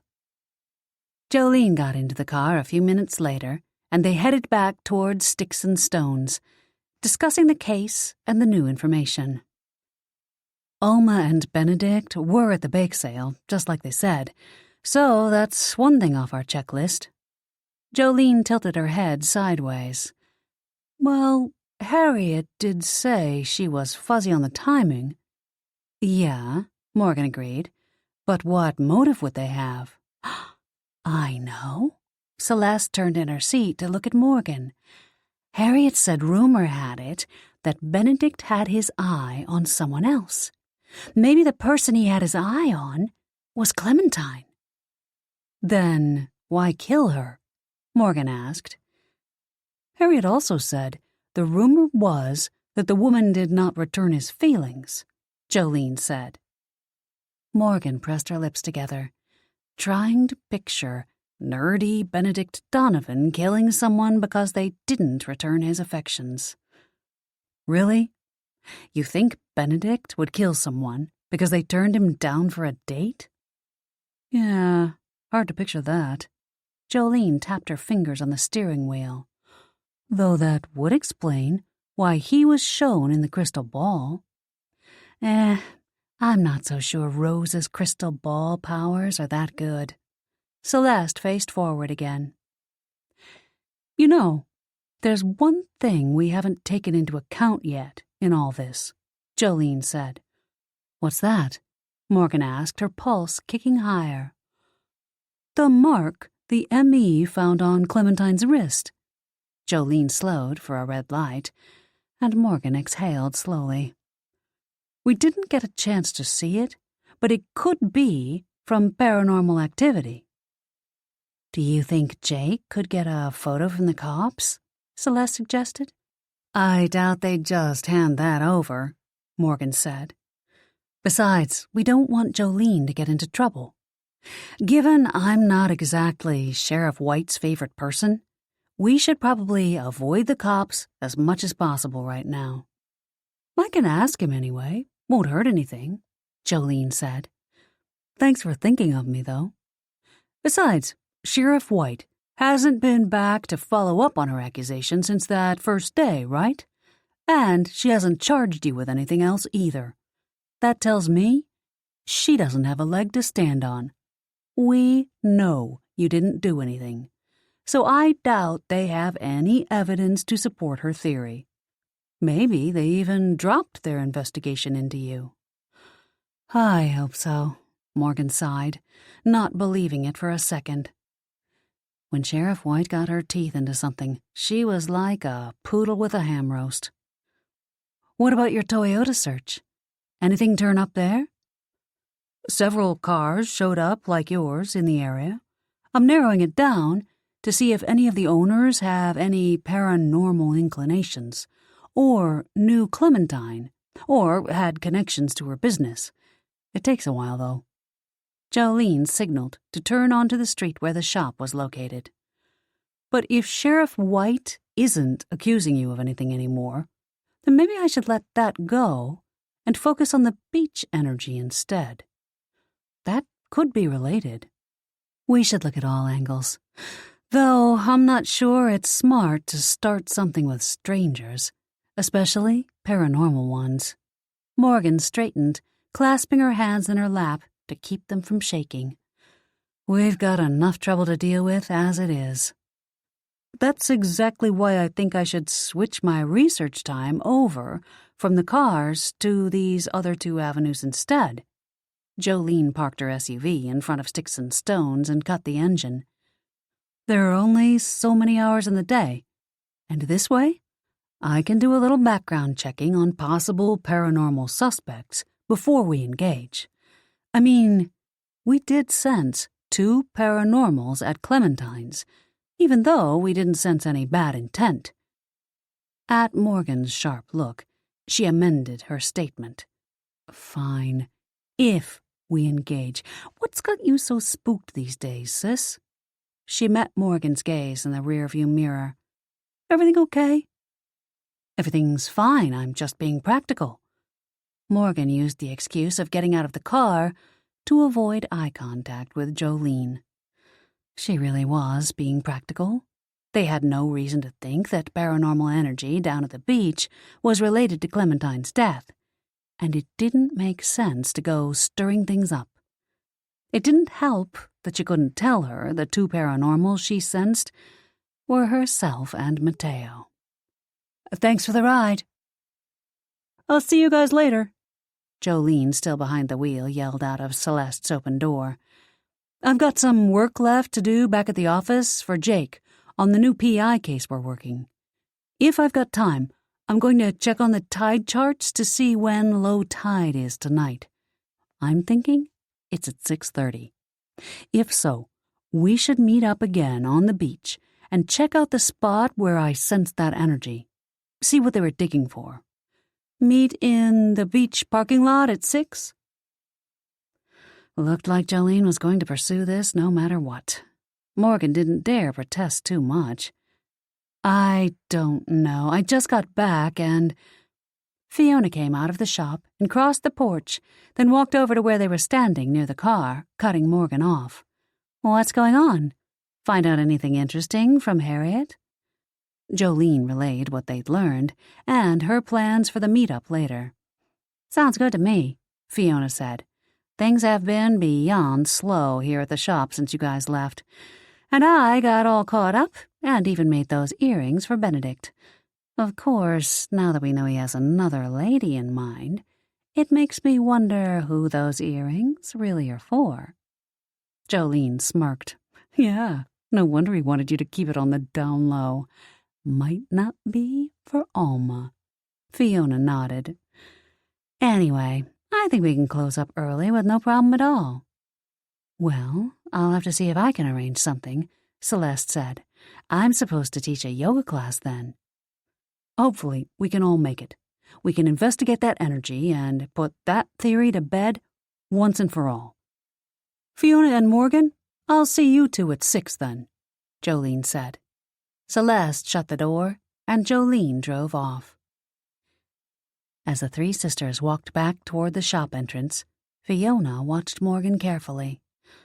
The weight of her stare prickled Morgan's skin, making her already on-edge nerves even more frazzled. "What do you say we close up shop now and go get ourselves a pedicure?" Fiona suggested. "My treat." "Oh, yeah, I'm down for a pedi," Celeste said. Morgan stopped. A pedicure sounded like heaven. But even better, it would occupy her sisters so that she could go talk to Rose about that scrap of tarot card that Belladonna had found on Clementine's floor. She conjured up a cough and made up another quick fib. "Oh, I'd love to, but if we're closing, I really want to get over to the urgent care about this cold." Celeste's eyes softened. "Oh, right. Luke mentioned he was worried about that. We'll go with you." "Oh, no. Really, it's so boring there. I'm just going to see if I can get checked out to be sure it's not something serious. Maybe get some cough meds. I wouldn't want you guys to suffer too. Besides, it's full of sick people." "No sense in you getting sick too," Morgan said. Fiona frowned. "Are you sure?" "Of course," Morgan said, praying her cheeks weren't blazing as hot as they felt. This whole lying thing was snowballing out of control now, and she didn't like it one bit. "I'll meet you guys at the beach." "Well, okay," Fiona said, "but text us if you need us." "Of course." "Okay, then, I guess it's just us two." Celeste backed away toward Fiona's Jeep. "You want to drive?" "Sure," Fiona said before turning back to Morgan. "Sure you don't want us to go with you?" "I'm sure." She hated not being honest with her sisters, but until she got this mess straightened out with Rose and got her powers back, she needed to keep them protected. "Okay. Hope you don't have to wait too long." Fiona went back into the shop to lock up, and Morgan got into her truck. She sat there, letting it warm up. As she watched her sisters drive off, she fiddled with the scrap of paper in her coat pocket and wondered when her life had gotten so darned complicated. Chapter 11. "Ah, it's you," Rose said half an hour later as Morgan approached her front door again. Talk about seeing into the future. "Figured you'd be back." Morgan felt flustered. Rose clearly had paranormal abilities, and she knew about the problem with Morgan's gifts. The thing that really threw her, though, was figuring out if the woman was Clementine's true killer, and if all this was an elaborate trick. If she was the killer, it might not be very smart to venture inside her house alone. But what choice did she have?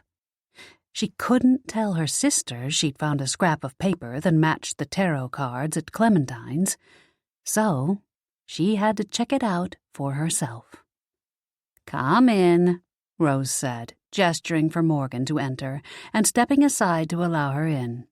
"You've got a problem, and I can help."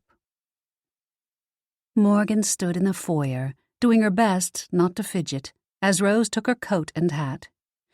She slipped the scrap of paper from her coat pocket into her jeans pocket for later. I'm not sure what you're talking about. Stop. Rose held up her hand, shaking her head. We both know what I saw in that card last night. No sense beating around the bush. Your gifts aren't working, are they?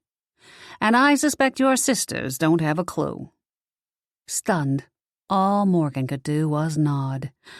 Rose had known, and she'd not said a word. Okay. Maybe she should trust this woman after all. She exhaled slowly, willing to at least hear her out. Plus, she could use her problem to get into Rose's good graces, then ask her about Clementine's murder, if nothing else. Yes, it's true. I'm sick about it, and have been trying everything I can think of to get them back. I know I need to nurture them and— Calm down, Rose said, holding up her hand. I've dealt with this before. Let's sit down and discuss a plan of action. They went back into the purple-draped living room, and Morgan took a seat on the same violet velvet settee she'd perched on before. Rose took the armchair across from her, then leaned forward. First off, do you meditate daily? If not, you should. It's a must these days to keep yourself centered. Next, you need to ground yourself. Carrying lapis lazuli and moonstone usually works well for that. She handed Morgan a small notepad and a pen. Best write this down so you don't forget. Morgan did as Rose suggested and jotted down notes. I'd also start wearing indigo for the next few days. Make sure you focus on your gifts as much as possible. You can't just expect them to be there. You must summon them. Rose's expression was serious. The universe will manifest what is foremost in your thoughts.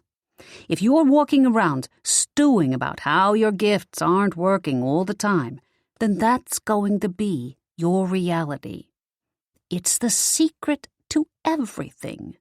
Your thoughts become your reality.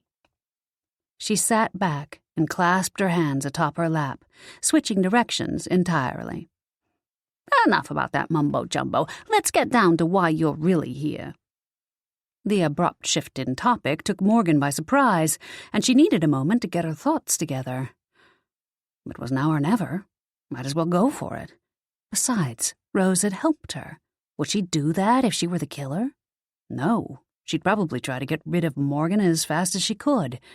Better yet, she would probably have pretended not to be home and never answered the door. With a deep breath, Morgan fished the small scrap of paper out of her pocket and laid it beside a tarot deck on the coffee table between them.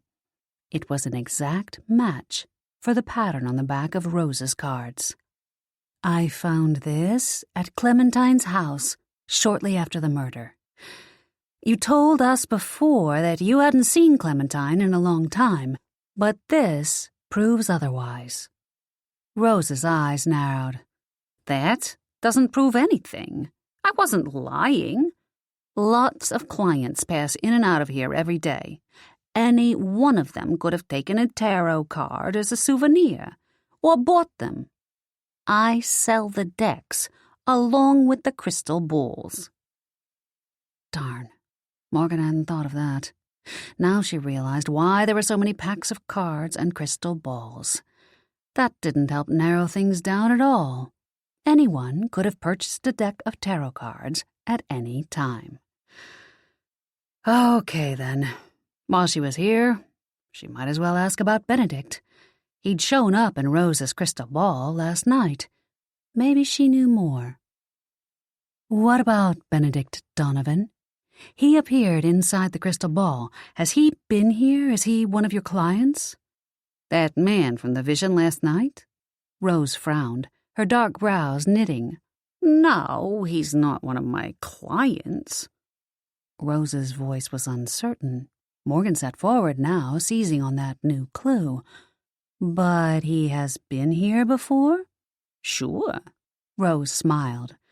I didn't say anything last night because I don't like to talk about my clients. It's all confidential.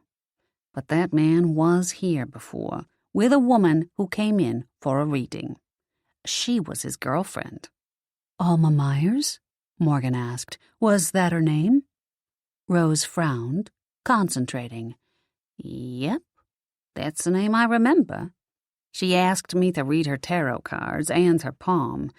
She didn't have a very stable love line, poor thing." Rose shook her head. "I told her otherwise, of course. Always best for the non-paranormal clients to leave happy." "What does that mean? How was her love line unstable?" "Came to an abrupt halt. That's how." Morgan knew nothing about palmistry. "And that means what? A love line ending abruptly? Trouble between them?" "Maybe. Hard to say without seeing his love line, too." "And did you?"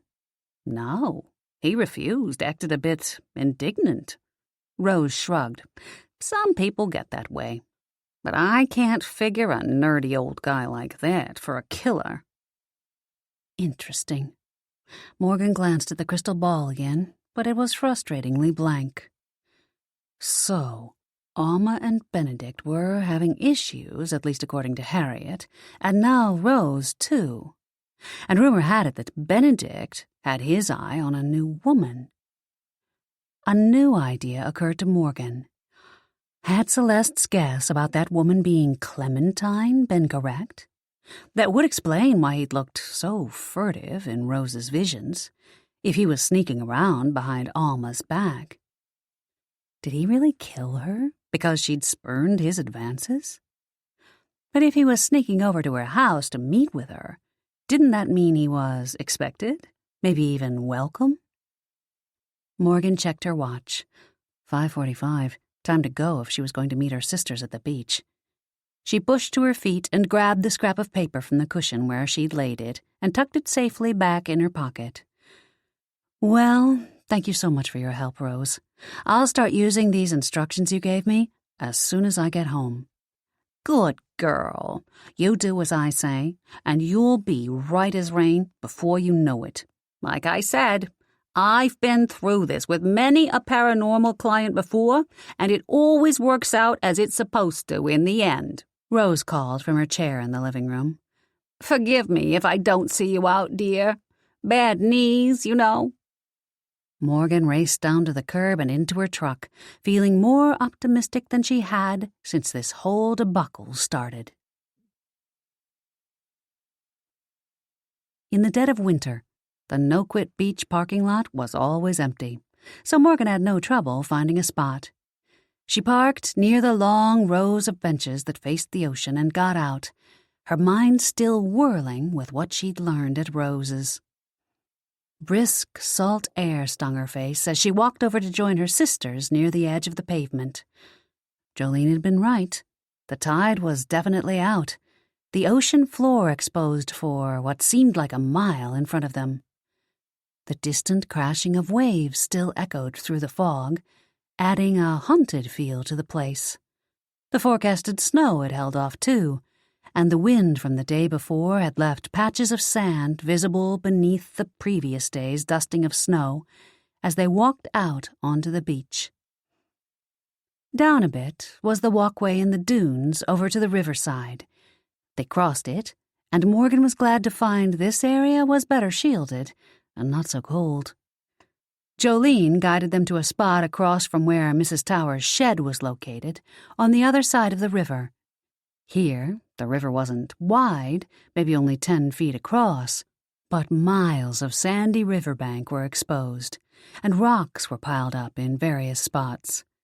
At high tide, the whole stretch would be submerged in water, but since it was low tide, only the thinnest ribbon of river ran through. On the other side were rambling old cottages with large sections of land in between. Fiona immediately headed for a pile of rocks, putting her hands on them. They glowed slightly beneath her touch. Something's under here. Not sure what, though.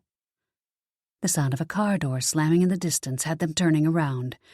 Morgan's heart raced, and she searched the area for a place for them to hide in case whoever had been here the night Jolene had sensed the paranormal energy had returned. Moments later, though, Celeste appeared over the walkway to join them. The sisters breathed a sigh of relief. "I thought you had to teach yoga tonight," Morgan said, swiping a strand of dark hair back under her hood from where it had escaped. "I did, but I was able to find a substitute instructor to fill in for me. Celeste joined them on the beach, so I decided to head down here with you guys instead."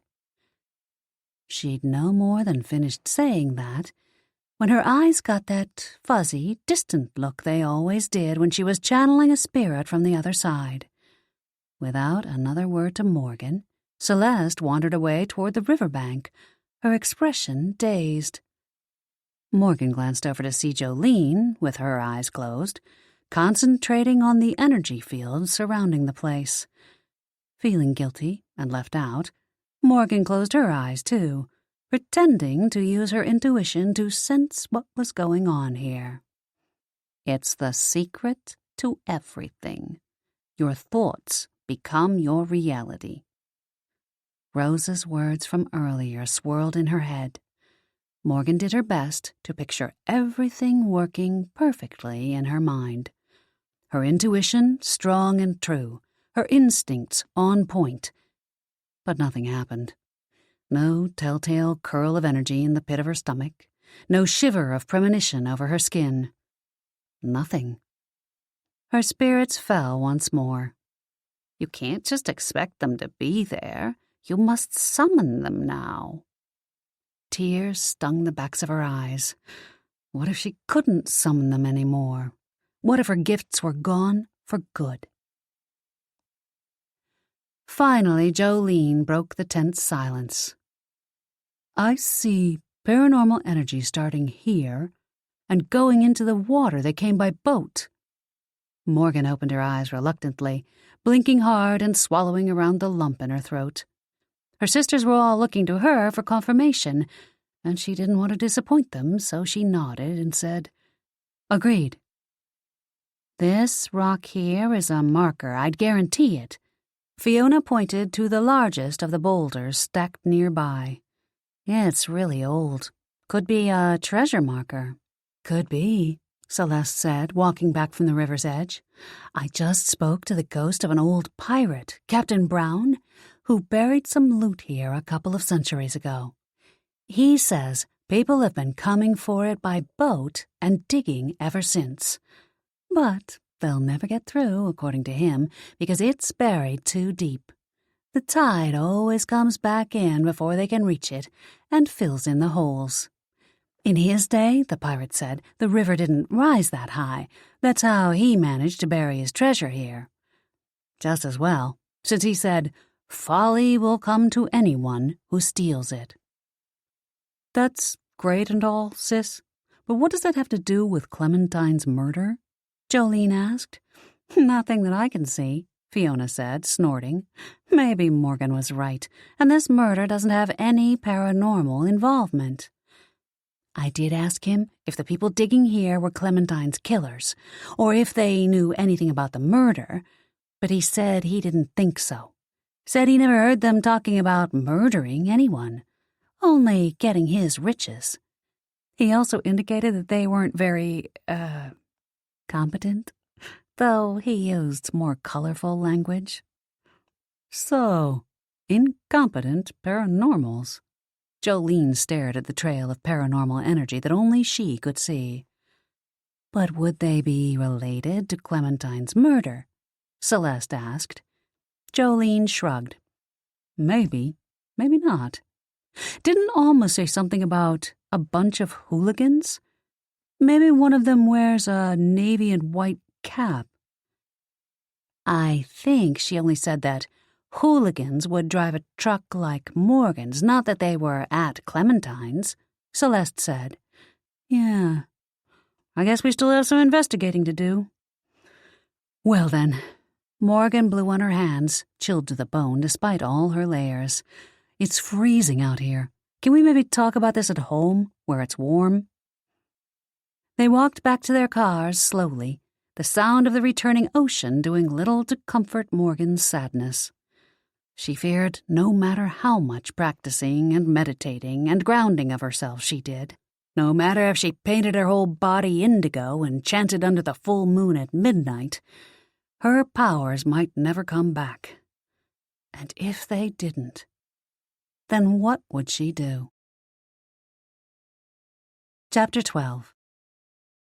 At home, Morgan ran upstairs and changed into an indigo sweater and flannel PJ pants, per Rose's instructions. When she came down to the sitting room, her sisters were all in the sitting room snuggled under soft, fluffy blankets, while the cozy fire crackled in the old brick fireplace. She'd also put on her favorite lapis lazuli pendant and had a moonstone stuck in her pocket. Not taking any chances. Nope. The smell of hot chocolate spiced the room, along with the soft snores of Belladonna, who was curled up in a plush cat bed, just far enough away from the hearth to be safe. As Morgan entered, the snores stopped, and one ice-blue eye cracked open to stare at her. Darn cat, it was unnerving. "Hot cocoa?" Joanna lifted the antique Limoges cocoa pot and raised her brows. Morgan nodded. She was trying hard to stay positive and put good vibes out into the universe about getting her gifts back, as Rose had suggested, and hot cocoa certainly couldn't hurt. Morgan took her mug and settled into an empty chair. "I finished my work for the PI case early and was able to narrow down some of the Toyota owners," Jolene said. "To close that out, too. None of them were paranormals." Morgan sipped her cocoa. Good, things were finally going in her favor. Maybe all that positive thinking was working. "I still say it's too early to rule out that aspect, though," Fiona said, remaining dogged as always. Under other circumstances, Morgan appreciated that quality in her sister. It was what had saved her from being falsely charged with murder the last time, after all. But now, it only stirred up her anxiety even more. She wished her sisters would just drop that aspect. Fiona continued arguing her case, though. "We all know how devious Dr. Bly is, and he could just be lulling us into a false sense of security. Don't forget about the marks on Clementine's wrist. We need to be proactive here. Remember what happened on Rune Island?" Celeste said. "But based on what the pirate's ghost told me, and what Morgan's been saying all along, I'm leaning toward non-paranormal on this one. You know how we always say, we have to trust Morgan's intuition." Morgan choked down a sip of cocoa. "But if not them, who?" Fiona asked. "What about Benedict Donovan?" Morgan asked. "He was acting squirrely earlier at the shop. And honestly, what do we really know about him? After what we found out at the yoga studio, we know that he and Alma were having problems, too." The fact she knew more about the case and couldn't share it with her sisters only made her feel guiltier. But she stuck to facts that they'd all have equal access to. Plus, from what Rose had told her, there was definitely going to be a breakup in Alma's future. But there was no way to share that information that wouldn't result in her sisters wanting to know how she'd found out about it. But if Clementine had been the other woman that Harriet had been talking about, then why would Benedict want to kill her? Maybe he hadn't been responsible for her death, though. Maybe he only knew something about it and couldn't tell because it would reveal his interest in her to Alma. And with Clementine dead, he might want to keep stringing Alma along now. That could explain why he'd been acting so strangely at their shop. "I don't know, Morgan," Fiona said, frowning. "Benedict doesn't strike me as the violent type. I mean, I don't know the guy well, but he's always been very polite and quiet when he's interacted with me." "It's always the quiet ones," Jolene said. "True," said Celeste. Thankfully, before Morgan could say anything more, a knock sounded on the front door.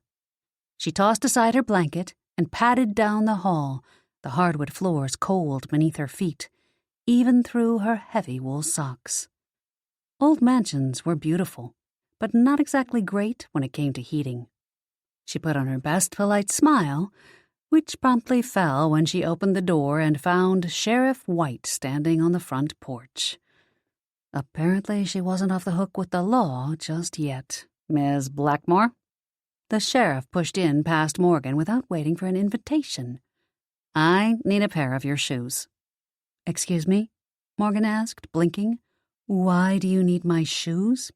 "Your boots, to be exact," Sheriff White said, her scowl darkening. "I need to compare them to tracks found outside Clementine Vega's house the day of the murder." "You're kidding, right?" Morgan crossed her arms as her sisters wandered out to join them. "With all the officers tromping around that place, there's no way you can tell any of the footprints found there belong to the killer." "Not true," Sheriff White said, giving Morgan a superior look that screamed she wasn't as smart as she thought she was. "A perimeter was established immediately around the premises before any law enforcement entered the area. We photographed and documented all of the snowy areas around the home before we entered the crime scene." Sheriff White's slow smile was chilling. "There was one set we found extremely interesting. A trail of footprints leading to Clementine's back door. Too small to be male. We have reason to believe the killer came in through the kitchen. Adding that to the witness statement putting your car there around the time of death means you are still at the top of my suspect list, Ms. Blackmoore. If you have nothing to hide and want your name cleared, then I suggest you produce a pair of your boots so I can verify whether or not your shoe size is a match." Morgan reluctantly grabbed the pair she'd been wearing earlier at the beach, which was sitting in the corner by the front door. She handed one to Sheriff White, then crossed her arms against the racing of her heart. It felt like it would fly right out of her chest at this point. She'd been put in the local jail for holding once before. She didn't want to go through that again. "What happens if it's a match?" "Then I take you to the station for further questioning," Sheriff White said, not looking at her. "You should know the drill by now, Ms. Blackmoore." The sisters huddled together in a show of solidarity as the sheriff pulled a tape measure out of her pocket and measured the sole of Morgan's boot, then pulled out a notepad with a bunch of numbers scribbled in it. The sheriff straightened, scowling. "Your feet are really small. What size shoe do you wear?" 6, Morgan said. "What difference does it make?" Joanna asked, stepping in between the sheriff and her daughter. "My daughter didn't do anything wrong." Morgan couldn't help but smile, even with the unnerving circumstances. Her mother used to be so frail after what Dr. Bly had done to her. But now she was healthy and fierce and formidable. The fact she was protecting them now warmed Morgan's heart. Seemed the tables had turned. Sheriff White sighed and shoved her notepad back into her pocket. "Maybe. Maybe not. The footprints weren't the only evidence we found, though." Morgan's throat constricted. Oh, boy. Had they found her fingerprints, or maybe hair or clothing fibers from her visit to Clementine's? Maybe she could say she'd been there weeks before, on some other errand, so her sisters wouldn't know she'd been lying to them. Before her panic overtook her, however, her mother stepped in again, bless her heart. "Did the boots match the prints you found?" Joanna asked, brow raised. Expression reluctant, Sheriff White shook her head. "No, too small." "Then it can't be my daughter," Joanna pointed out. "She could have disguised her shoe size by wearing someone else's," the sheriff said, her narrow-eyed gaze sweeping across everyone's feet, judging the size of their shoes, no doubt. Clearly she was not ready to let this go. It has been done before. Plus, we have a very reliable witness stating they saw her car there that day. No getting around that. And she was seen earlier tonight disposing of evidence. What? All the sisters and their mother said in unison, even Morgan, because she hadn't been getting rid of evidence anywhere. Sheriff White snorted, placing her hands on her hips. You all thought you were being sneaky, didn't you? But I've got your ticket.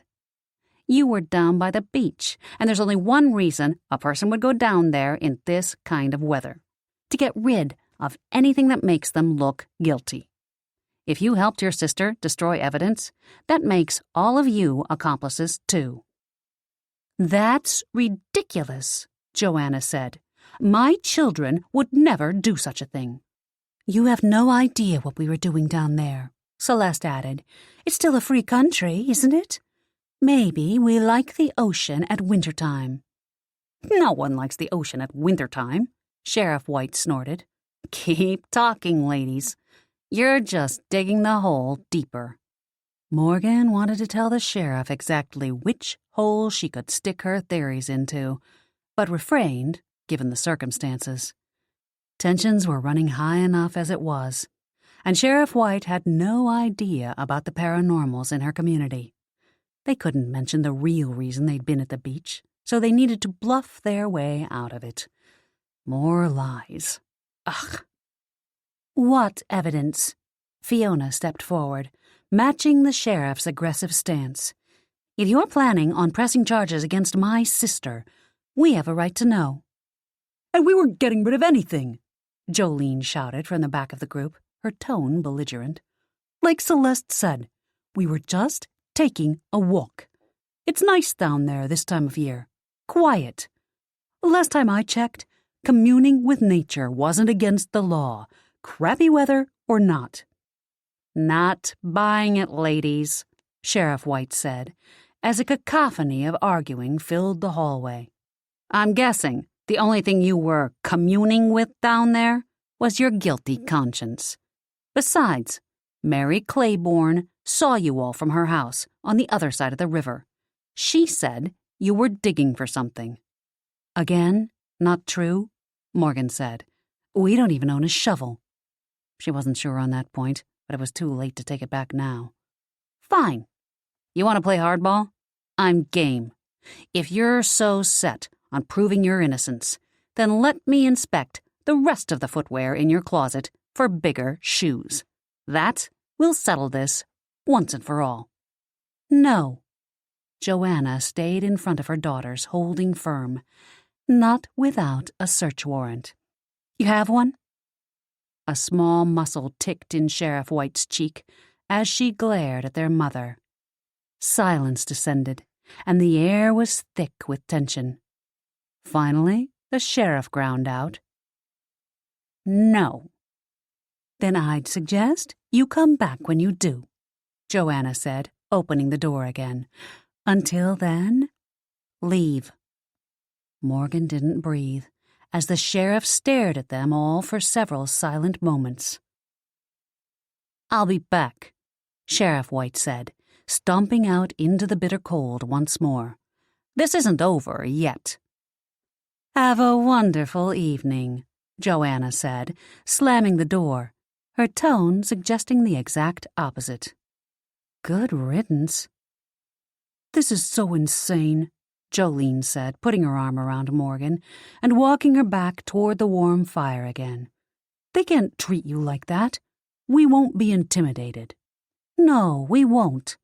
Fiona stood on Morgan's other side, an arm around her waist to help support her. We were on that beach to find out more about the paranormal diggers, not dispose of evidence. No way can Sheriff White prove otherwise. Celeste and Joanna moved in behind Morgan, effectively surrounding her with love and support. Her chest ached with gratefulness, even as her knees wobbled. They shared a group hug before retreating to their separate blankets and cocoa. Snuggled in once more, Morgan couldn't resist bringing up the one thing that Sheriff White had mentioned that stuck in her mind. Evidence must be missing, though. Otherwise, why would she have accused us of getting rid of it? Good point, Fiona said. And I'm guessing whoever killed Clementine had big feet, or at least bigger than yours, right? Benedict Donovan? Celeste asked, bless her heart. Morgan hid her smile behind her mug of hot cocoa. Then again, lots of women wear larger than a size 6. It's pretty small. Morgan's smile faded. Do you think Benedict could be in league with Bly's men? Fiona added. Apparently she was not going to give up on the paranormal theory easily. Morgan hid her eye roll, barely, and snickers soon broke out amongst the Blackmoore sisters. He doesn't really seem the type. A bit too human, I'd say. True, Jolene chuckled. But maybe we shouldn't let our guard down about Bly so fast either. He's dangerous, no two ways about it, even if he is half a world away at the moment. Maybe, just to be sure, we should go to the seedy side of town to question some paranormals.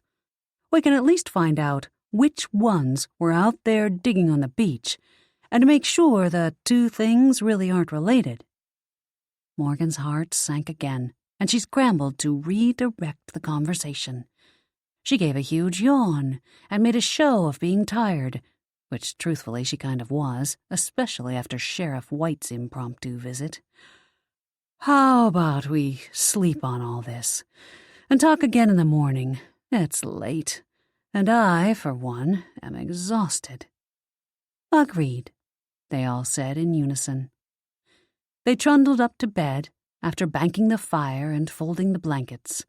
Belladonna stuck close to Morgan's heels the whole time.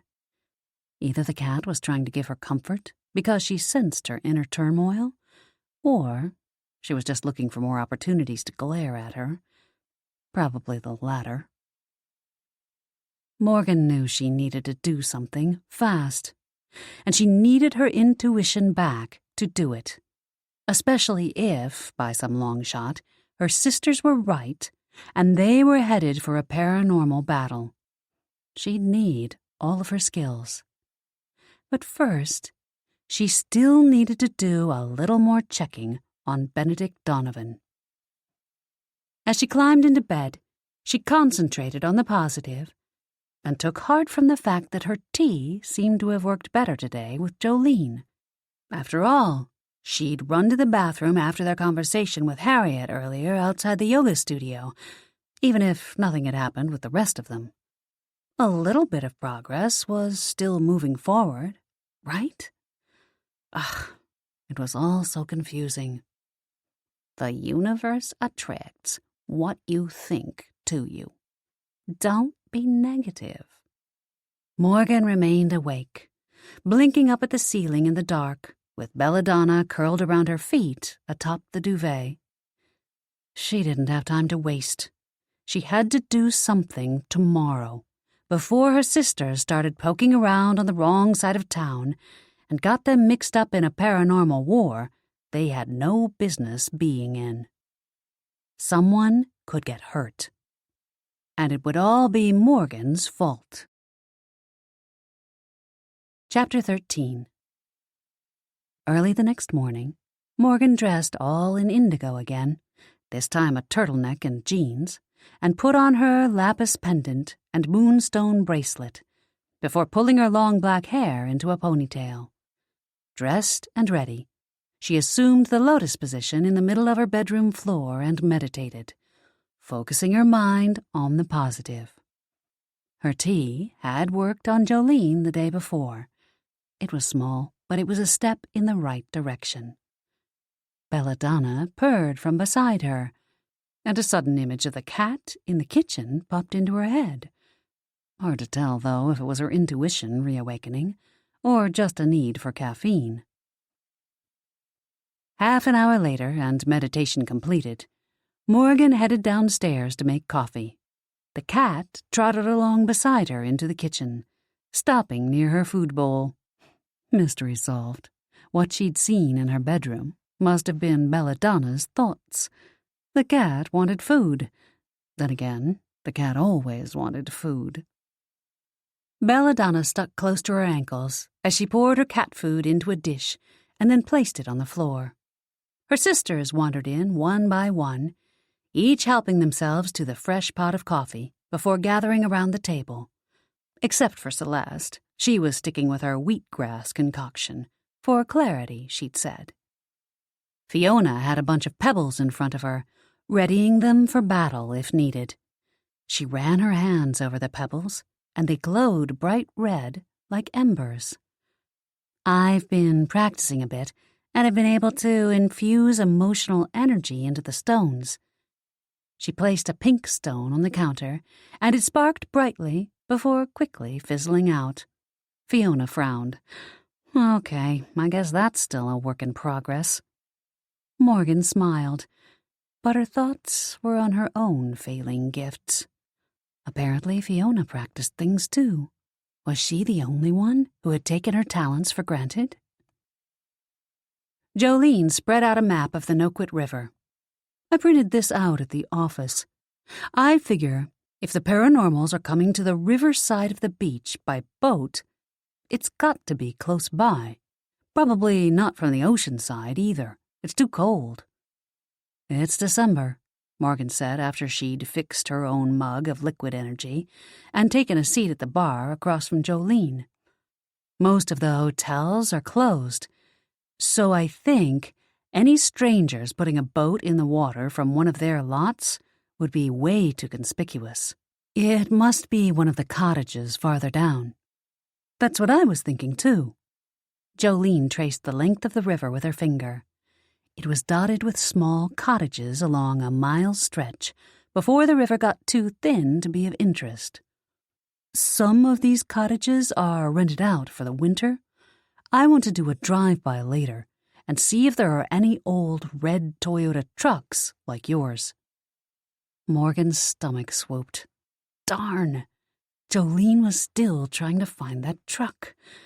Well, she wouldn't find it at any of the cottages. At least, Morgan doubted she would. Maybe that was a good thing. If she didn't spot the truck, then maybe that would slow down the altercation with the paranormals that it seemed her sister was not going to give up on. Maybe it would buy her some time to find the killer and avoid the conflict altogether. I'll go with you, Celeste said. The sooner we confront these guys, the sooner Sheriff White can back off. Yeah, I don't like the way she came for your shoes, Morgan, Fiona said. She must still have you on the suspect list. Morgan couldn't shake the storm cloud of anxiety building inside her.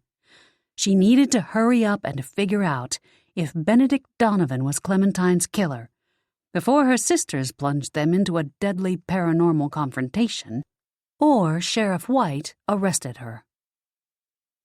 Across the room, Belladonna finished her breakfast, then hopped up on the sill of one of the large windows. Morgan glanced outside to see a crimson cardinal perched in the big oak tree, bright and colorful against the snow that had fallen overnight.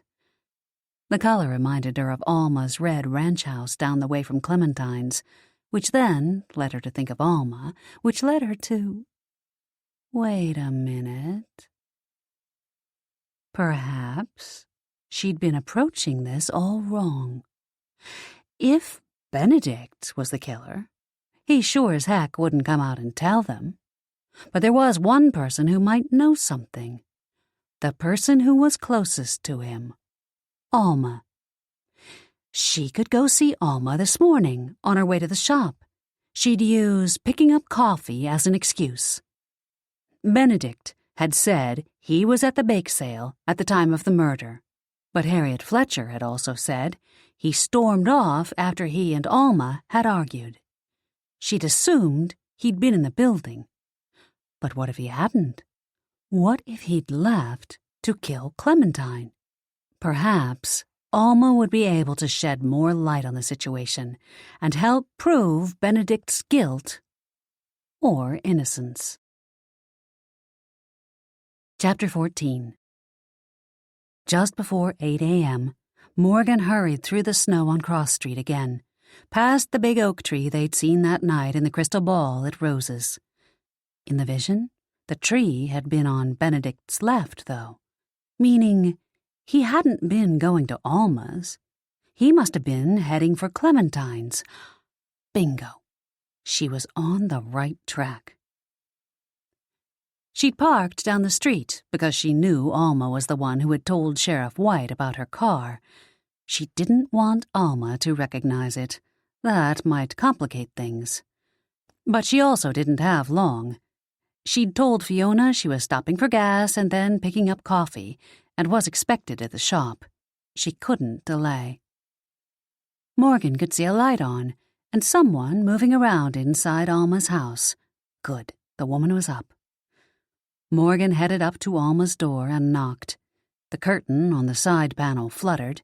Then Morgan heard the deadbolt click, the chain slide, and finally the door opened, and Alma gave her a dark, suspicious look. "Can I help you?" the older woman asked. Today, she was dressed in gray slacks and a white sweater, her short white hair a bit mussed as if she'd just gotten up not too long ago. As she recognized Morgan, her brown eyes narrowed even further. "Aren't you one of the Blackmoore girls who was snooping around Clementine's the other day?" "I'm sorry to come by unannounced," Morgan said, hoping to get into Alma's good graces.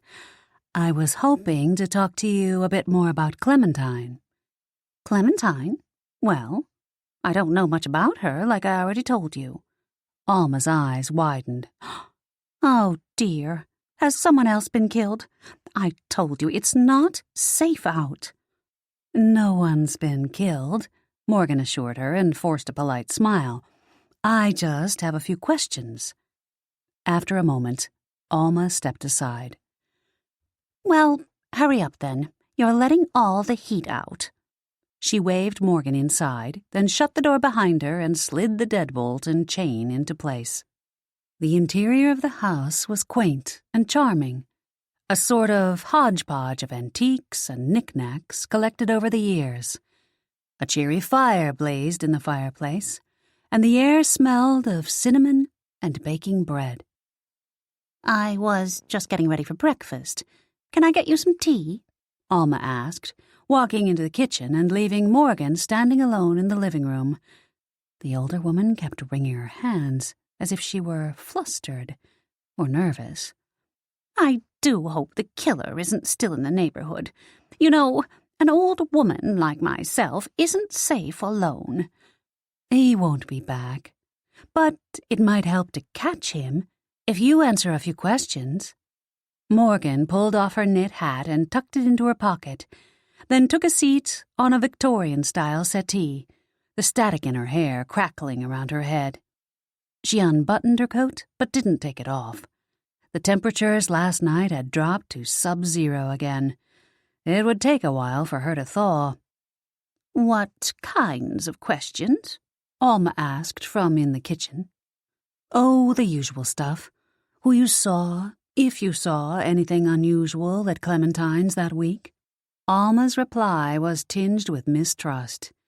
"And why would you be doing that? You're not with the police." "I'm just trying to piece together a timeline on the day Clementine died. If there was something unusual going on, it might lead to the killer." "Unusual?" Alma leaned out of the kitchen to frown at Morgan. "I told the police about the red truck and those ruffians with their pom-pom hats." "Ruffians with hats?" "Yes, there was a gang of them who came to visit her the other day, all bundled in ski gear and striped knit hats. Didn't I tell you that before?" "No." The image of the striped hat they'd seen in Rose's crystal ball came to mind. Could that really have meant something? But if the ruffians were the killers, then what about Benedict? What if those ruffians were the paranormal treasure hunters Jolene had sensed digging at the beach? That was the last thing Morgan wanted. No, it was too far-fetched. The killer had to be non-paranormal. It had to be Benedict. Are you daft? I seem to recall mentioning that beat-up truck to you and your sisters. Anyway, I told the police. Those boys were angry when they left. They weren't in the truck that day, but if you ask me, it's them who did it. Probably came back to finish her off later on. Alma emerged with a tray filled with a teapot, 2 cups, and a plate of buttery, toasted cinnamon swirl bread. She set it all on the table, then poured tea for each of them, before taking a seat in a Queen Anne-style chair across from Morgan, fiddling with the amethyst bracelet on her wrist. The amethyst bracelet Fiona had made for Benedict? Morgan tilted her head for a better look. The bracelet hung large on Alma's wrist, and she tucked it over her sleeve for a better fit. There was no mistaking the craftsmanship. It was the bracelet Fiona had made. So Benedict had given it to Alma after all.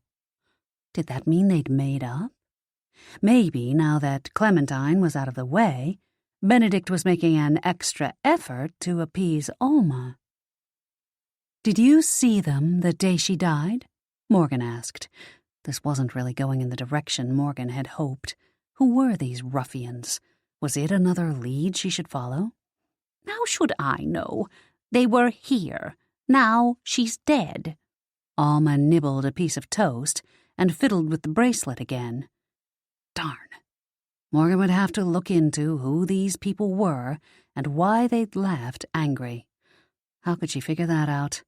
She still needed to find out more about Benedict, and if he really was at the bake sale all day. That image of him in Rose's crystal ball had to mean something, and it was a much more solid lead than some ruffians who she'd probably never be able to track down. Alma's bracelet jangled again. Perfect. She could use the bracelet as an excuse to bring up Benedict. Morgan nodded at the bracelet. "That's a lovely bracelet. My sister Fiona made it." Alma tucked the bracelet protectively under her sleeve. "It was a gift from Benny." Benedict Donovan, right? Such a thoughtful man. Alma straightened in her chair. It seemed like she was uneasy. Was that because she and Benedict were having some trouble? Or maybe she suspected this relationship with Clementine all along. "He is very thoughtful." I wondered if things were okay between you and Benedict. "I don't really see that it's any of your business. You young folks need to learn how to be more polite." Morgan blushed. She supposed she was being rude. Her mother would be disappointed in her, but she was desperate to know whether or not Benedict really had an alibi. "Sorry. It's just that he seemed so excited when he ordered that bracelet. But then Harriet Fletcher mentioned something about a big argument between the two of you at the bake sale." "Well, that busybody. I don't see that it's any of her beeswax." Alma leaned forward. "What did she say?"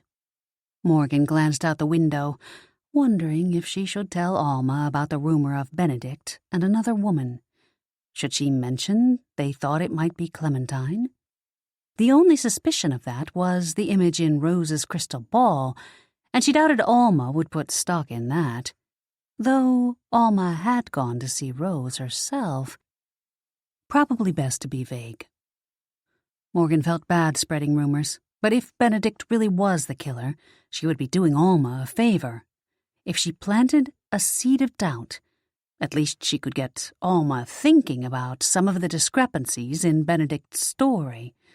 Alma might be able to provide her with the proof she needed, and Morgan could possibly even be saving Alma from becoming his next victim. Morgan took a deep breath.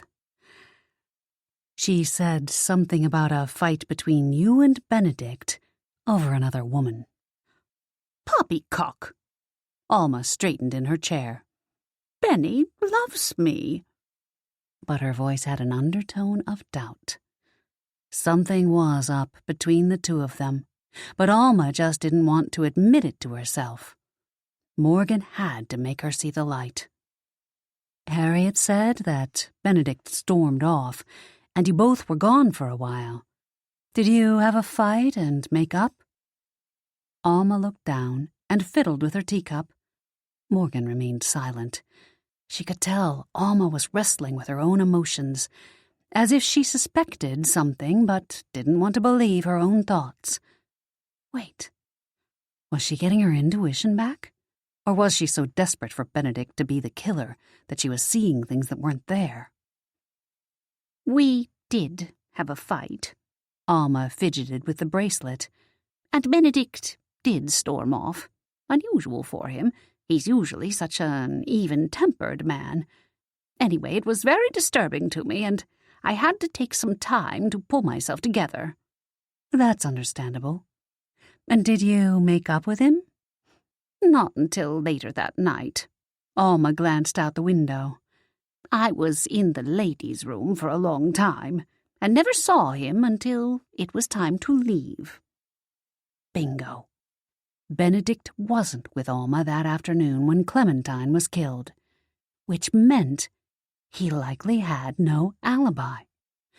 Now, if she could only figure out how to prove he'd come back here and killed Clementine.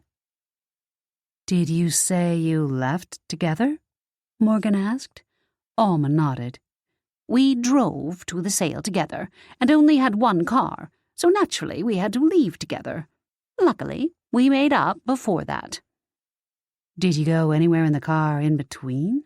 Or did Benedict?" Alma looked confused. "I don't think so. Why do you ask?" "Oh, no reason," Morgan said. "And you didn't see anyone suspicious over at Clementine's that night when you got home?" "No. The windows were dark, and I just assumed she'd gone out." Alma shuddered. "I had no idea she was laying in there, already dead." "It's scary, isn't it? But if you can think of something, anything that you saw, it might help capture the killer." Morgan got up to leave. She'd planted the seed, and she'd have to hope that it would grow, and Alma would come up with something she could use against Benedict. It must have been working, because as she walked her to the door, Alma grabbed a pen and paper from a little table. "Let me get your number, and I'll call or text you if I think of anything else." Morgan gave her cell phone number and left with a smile. Alma knew something about Benedict. Morgan was sure of it. Alma only needed some time to convince herself to tell someone else. Hopefully, that someone else would be Morgan. And hopefully that would happen before her sisters got them into a paranormal fight they might not win. Chapter 15. Morgan was lucky she didn't get a speeding ticket on her way from Alma's to the coffee shop and then to Sticks and Stones. She hurried into the old cottage, a swirl of snow following her inside the door, before she pushed it shut with her hip, seeing as she had a steaming white styrofoam cup in each mittened hand. "Long line at the coffee shop this morning," Morgan said by way of explanation for her lateness. "Uh-huh." Apparently, Fiona had been immersed in her task of making a citrine pendant and seemed oblivious to the fact that it had taken Morgan an extra long time to gas up and get their coffees. She never even looked up as she used one of her tools to form a metal frame for the stone. Belladonna was another story. She didn't move from her position curled up in the chair, but managed to slit open one eye and give Morgan a judgmental look, as if she knew where Morgan had really been. Fiona set the pendant aside and lifted an amethyst earring, which had been sitting on her work table, up to the light. It glowed purple where the sun filtered through the partially translucent gemstone. "Not bad, huh?" Fiona asked as Morgan handed her the coffee. "Those go with the bracelet Benedict had made for Alma?" Morgan flipped up the plastic tab of her styrofoam cup and sipped her yerba mate tea. Unlike Fiona, who was drinking a latte and needed gallons of caffeine to keep fueled, Morgan preferred hers at a slower pace. Fiona nodded. "He's getting a bit tedious, though. Gave me a stern warning not to tell Alma again when I called to tell him the earrings were ready." Morgan frowned. That was odd. "When did you call him? Yesterday?"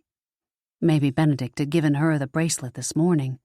Fiona placed the earring and its mate gently in a velvet-lined case and shrugged. "Nope, just before you came in. He is kind of an odd one." That made more sense.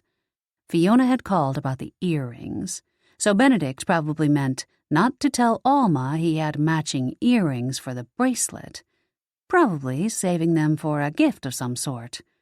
Either that, or maybe Benedict was up to something else. But what? Was this something about hiding the fact that he was Clementine's killer? Fiona glanced up at Morgan. "Do you really think Benedict could be the killer?" "Well, he is acting strange. And Harriet said he wasn't at the bake sale the whole time, and—" Morgan bit off the words.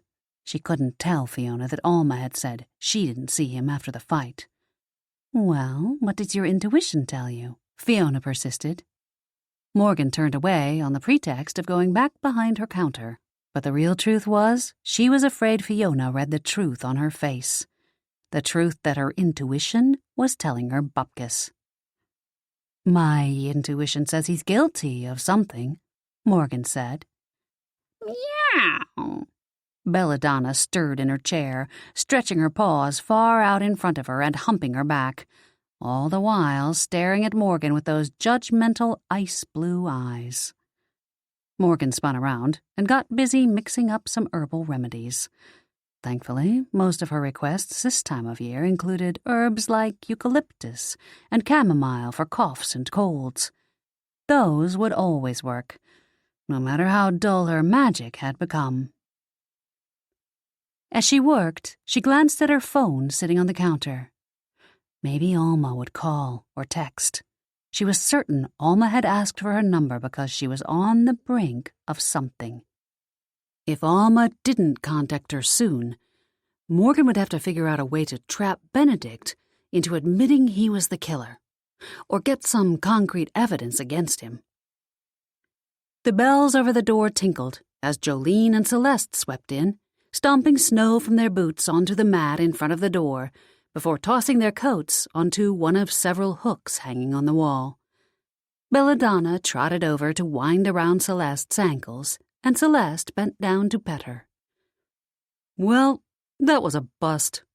Jolene picked a mint out of the glass apothecary jar on the counter near the old-fashioned nickel-plated cash register, tore off the end of the wrapper, and slid it into her mouth. "No red Toyota?" Fiona asked. For a moment, Morgan was confused, and then she remembered that Jolene and Celeste had gone on a recon mission to see if there were any red Toyotas parked at any of the cottages on the river. She'd forgotten about it because she knew the red Toyota Alma had seen was actually hers.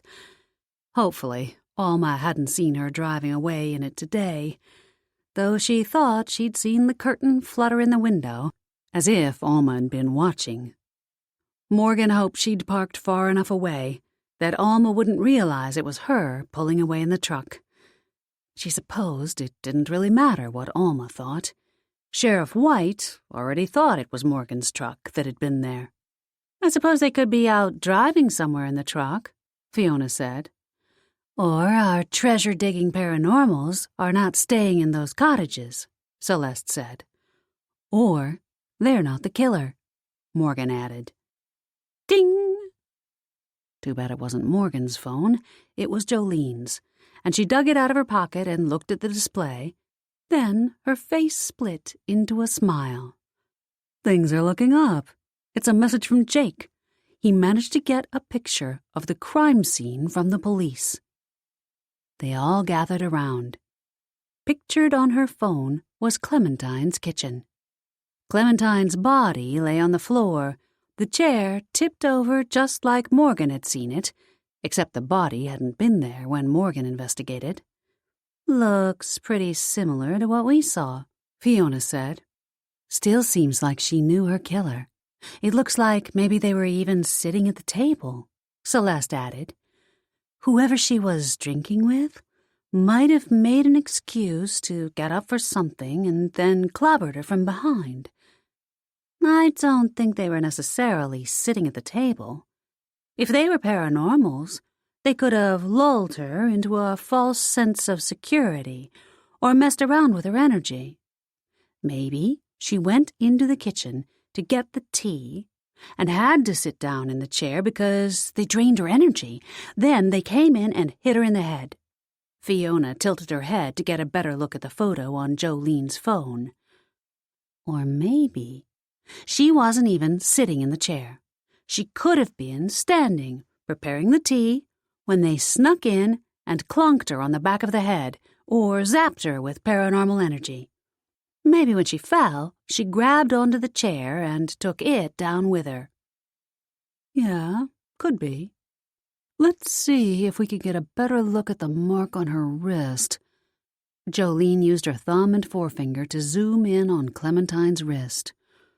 "Well, it's a little grainy, but that doesn't look much like a burn to me. More like a rug burn." Celeste took the phone for a closer look.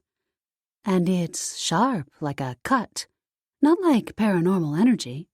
Fiona stood back and crossed her arms over her chest. "You know, maybe this doesn't have to do with paranormals." She glanced at Morgan. "You've been thinking all along it's Benedict. When are we ever going to learn to trust your intuition?" Morgan produced a wry smile. Yeah, now probably would not really be the time. But she couldn't say that, so she kept silent. "I think you guys are right, but hey." Jolene snatched the phone and moved her fingers over the display, zooming out and then in again, but on a different area. "Check this out. Look at this hat." They all bent over to look at the phone again. "It's a navy and white striped hat." Fiona stepped back and looked at them. Morgan stared at the phone. She didn't remember seeing a hat when she'd gone to Clementine's alone, but she supposed she might not have noticed because they hadn't seen the hat in Rose's crystal ball yet. Or maybe the police had taken it as evidence. "That's just like the one in Rose's crystal ball," Fiona said. "But it's not lying in the snow like we saw in the crystal ball. And Rose said the hat had nothing to do with Clementine's murder," Morgan said. Jolene pursed her lips. "I thought she acted a little cagey about that." Celeste nodded. "Besides, that's what she said, but what if she was lying? What if Rose knows more about this than she let on?" Fiona grabbed her coat off the hook. "Then I say we need to make another visit to Rose DeJarmo to find out exactly what she does know." Chapter 16. Rose didn't look happy when she opened the door. "You girls again?" Jolene brushed past her into the house. "Yeah, it's us again. Maybe if we'd gotten what we came for the first time, we wouldn't be back." Rose shut the door and crossed her arms over her chest. "What's that supposed to mean?" Jolene turned to face her. "I think you know." Rose's gaze scanned the girls, lingering for a few beats longer on Morgan. Morgan's gut clenched. Would Rose tell her sisters that she'd come back once before? Morgan had tried to dissuade them from coming, partly because she didn't want any chance of Rose spilling her secret, but also because she didn't really think Rose had anything to do with Clementine's murder. Rose had proven she was trustworthy. She'd tried to help Morgan with her problem. She wasn't some nefarious killer or accomplice trying to hide things from them, was she? But since she couldn't tell her sisters too much about the reason she felt Rose was trustworthy, her efforts had been in vain. Morgan held her breath, waiting for Rose to tell her sisters about her solo visit. But she didn't. She simply shook her head and started toward the purple velvet room with the crystal balls and tarot cards. The smell of incense hung in the air. "Come on in, I suppose. I'm actually not surprised to see you. I figured you girls would be back. I know you haven't figured out who killed Clementine yet." "Right, and that's no thanks to you," Fiona said. "What do you mean? I don't know anything about Clementine's death. I told you that before."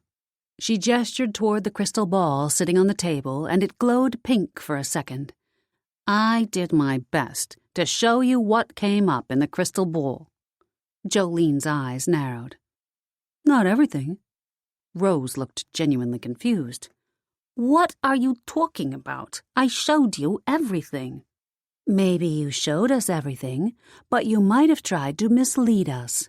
In fact, maybe that was on purpose," Celeste said. "You and Clementine were rivals, and I heard there was bad blood between you." Rose rolled her eyes. "We've been over this. Yes, she said some stuff about me. Didn't believe in my abilities. She wasn't the first and won't be the last. But if I killed everyone who talked trash about me, there'd be a trail of bodies." Then she frowned. "What do you mean I held stuff back?" Fiona gestured toward the crystal ball. "The blue hat. We saw it in there, but you said it had nothing to do with Clementine's death." "You mean the navy and white striped one that we saw in the snow?" Rose went over to the crystal ball and ran her hands over the top. The image of the hat came up. "Yes, that hat." Celeste pointed at it. Rose laughed. "That's got nothing to do with Clementine.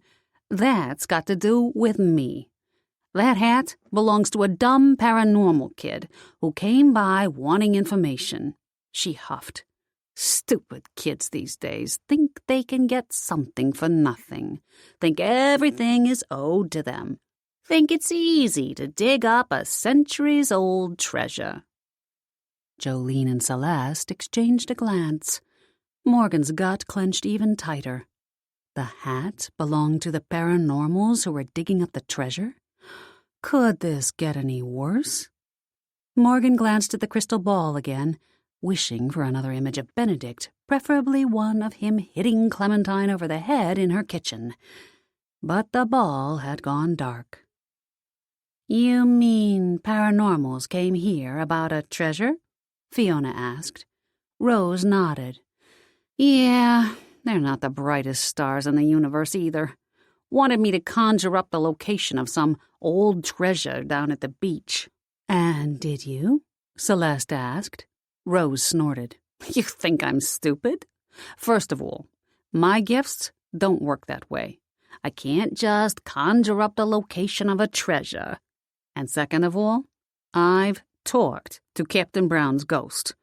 He's nasty, and I don't want him haunting me because I gave up the location of his treasure. Not that I know where it is." "So, what happened when they came here?" Jolene asked. Rose gestured toward the crystal ball. "It started off nice and friendly.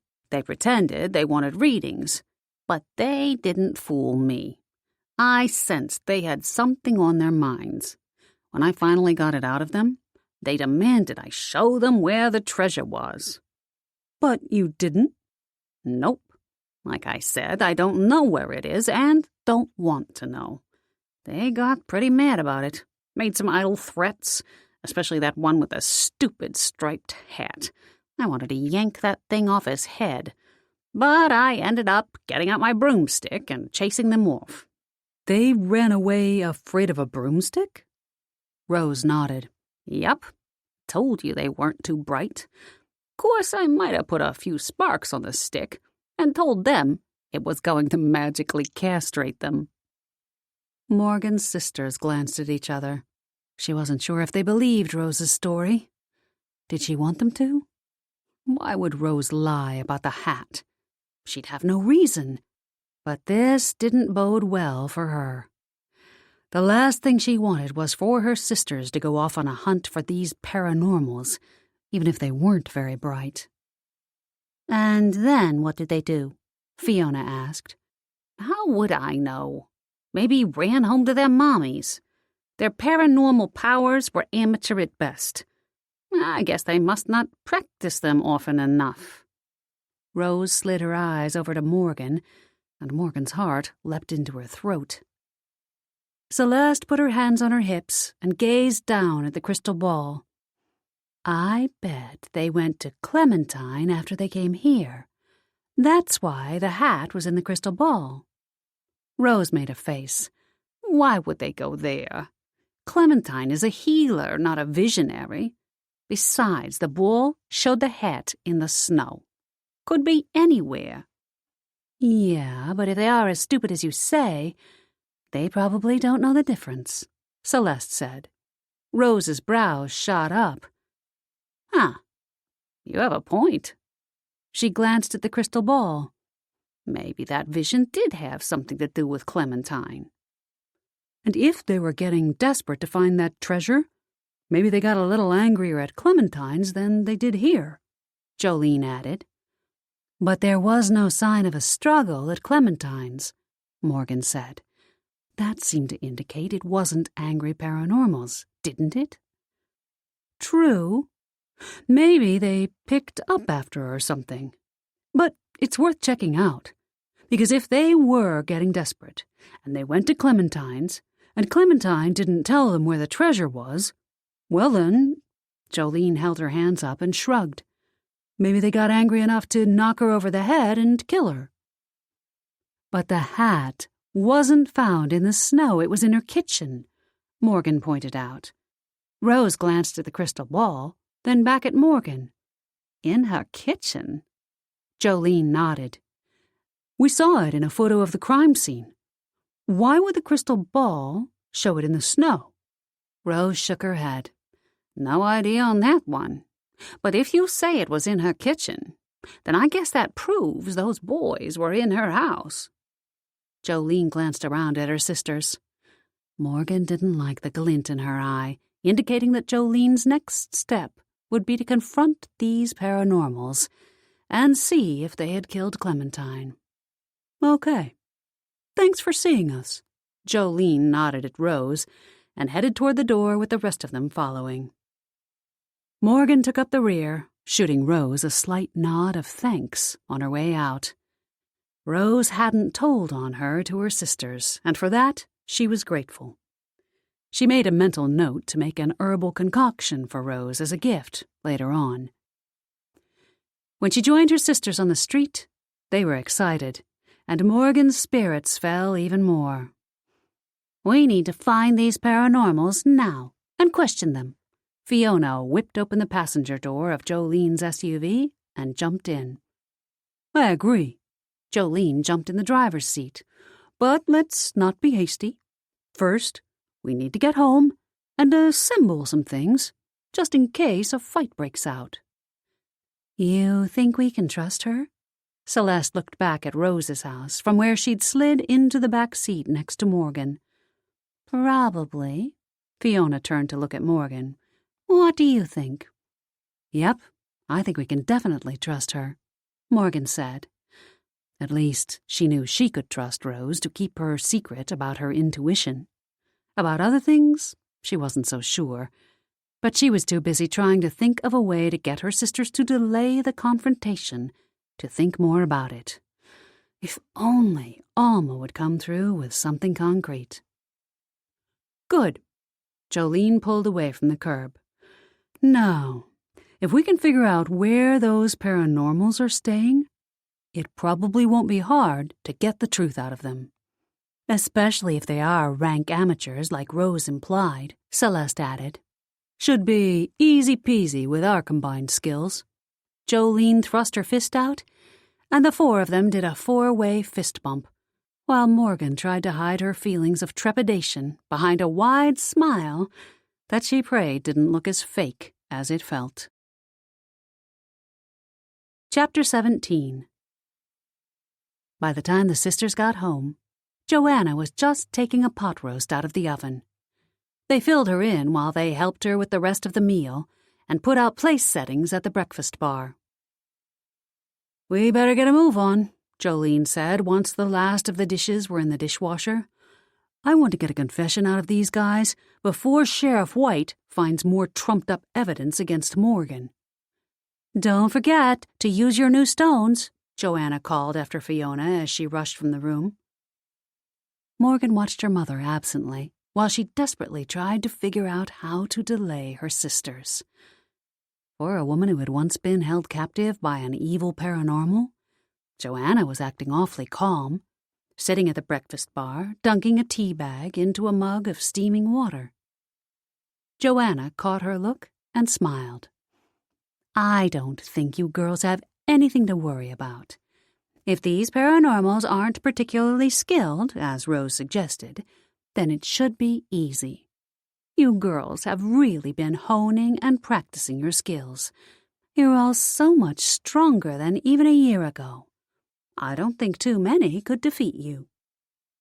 Morgan cringed inwardly. Honing and practicing? Maybe her sisters had been, but her loss of her gifts seemed to indicate that she hadn't been doing it nearly as much as she should have. Maybe she should try to get a meditation session in before her sisters insisted she head off to battle. Come to think of it, that would serve two purposes. It might help her intuition come back, and it would also delay them. Hopefully long enough for Alma to remember something suspicious about Benedict. Because more and more now, Morgan had the feeling that the killer was not the paranormals, but someone very human and very deadly. Jolene and Celeste were in the front parlor. The room, which was not often used, was furnished with Blackmoore family antiques, including carved rosewood furniture and brass and glass lighting, and completed with drippy crystals, stained glass windows, and gilt-framed paintings of long-dead ancestors. It had a certain old-world ambiance, and Jolene claimed the energy in the room always helped her replenish her gifts. Jolene was standing in the middle of the room, shoving a blue druzy geode into a big tote bag. "This is azurite. It has truthfulness energy. We might be able to aim it at the paranormals and get the truth out of them," Jolene said. Geodes were known for exuding high energy. Morgan knew from experience that one had to be careful when facing the open end that had all the crystals. She unconsciously clutched at the amulet around her neck. Fiona had fashioned them for her sisters from obsidian, because that helped intercept the energy and bounce it back at the perpetrator. Hopefully, Morgan wouldn't end up in front of the geode herself, or she'd have to make quick use of the amulet before she ended up spilling the truth about her lack of gifts to her sisters. "And I'm going to use some azurite to cast a truthfulness spell on them." Celeste tossed a few blue rocks into the air and caught them. "Speaking of which, I better get to the library. I need to meditate to clear my head so that I'm at the top of my game tonight." "Good idea," Morgan said. "I need a refresher meditation too. And besides, my intuition tells me we don't want to confront them until later, when the moon is out." Jolene stopped what she was doing and looked at Morgan. "Oh, really? Okay then, that's what we should do. We're always saying we need to trust your intuition more. We'll wait until later tonight." Racked with guilt over the lie about her intuition, Morgan climbed the stairs to her room. She really was going to meditate, but her main reason was to delay the confrontation with the paranormals. She wanted to buy time for Alma. She was hoping that if she stalled long enough, Alma would contact her with some proof about Benedict. If Benedict was the killer, there was no sense in getting into a fight with these paranormals.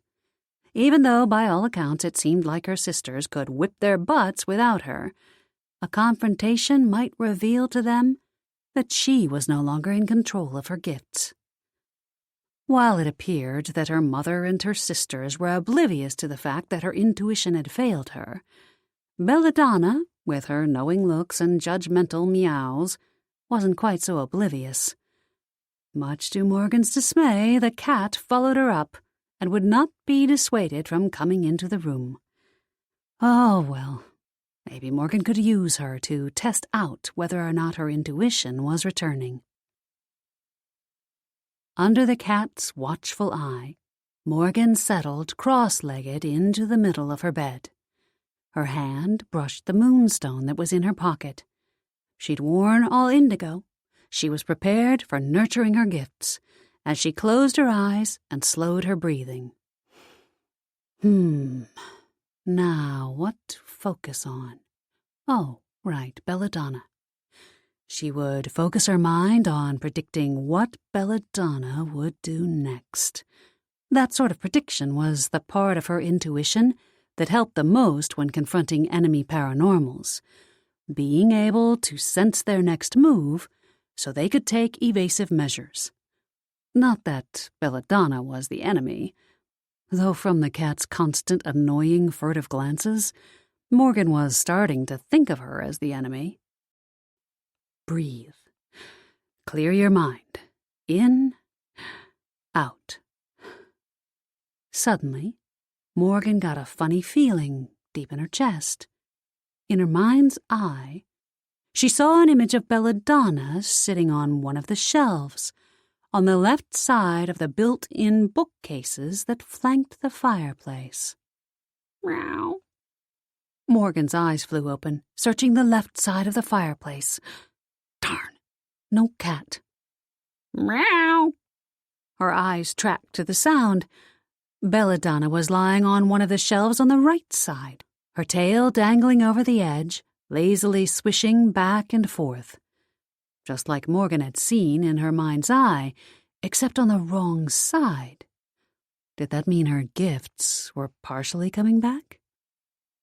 Ding! Morgan reached for her phone, her heart leaping when she saw it was a text from Alma. I remembered something about the day Clementine died. Please come right away. Chapter 18. Morgan had raced out of the house, using the excuse that she wanted to retrieve an herbal concoction that helped heighten her gifts at Sticks and Stones. The sisters were surprised, wondering why she'd never used that before. Morgan had lied once again, telling them it was something new that she was working on. Since they'd planned the confrontation for after the moon came up, she had about an hour. She pulled into Alma's driveway with a heavy heart, and the hope that tonight would be the last time she'd have to lie to her sisters. She didn't bother to hide her truck down the street. She didn't have time. And besides, so what if Alma recognized it now? She clearly had some evidence against Benedict. Alma seemed nervous and grim. She let Morgan in and made sure to lock the doors behind her. Was she afraid Benedict might come along and discover she was giving Morgan evidence against him? You said you remembered something? Morgan prompted, as Alma led her back to the kitchen. Morgan didn't want to push. She knew how hard it was for people to admit that a loved one had committed an unspeakable act. The last thing she wanted was for Alma to clam up. Best to let her tell it in her own time. Alma wrung her hands, the amethyst bracelet jangling. Oh, it's all so awful. She glanced out the window toward Clementine's house. Maybe if Morgan helped her along a bit. Did you remember something about Benedict that afternoon at the bake sale? The afternoon Clementine was killed? Alma looked at her sharply. Benny? Why do you say that? Morgan pressed her lips together. Why was Alma acting like she didn't know a thing about Benedict? Denial? She thought Alma had summoned her to give her some evidence about him. Was she going to protect him with a lie? Morgan didn't have time for that. She might as well poke the hornet's nest now and help Alma come to her senses. Yes, well, I'd heard a rumor. Morgan let her voice trail off to judge Alma's reaction. Alma gave her a sharp look. Morgan could see the anguish in her eyes. What do you mean? That maybe Benedict had eyes for Clementine? Alma scowled, but Morgan sensed a hesitation, as if Alma were warring with herself, trying to come to terms with Benedict's betrayal. Wait, could her intuition be returning? She'd sensed Alma's inner turmoil. That was a good thing, right? And perfect timing.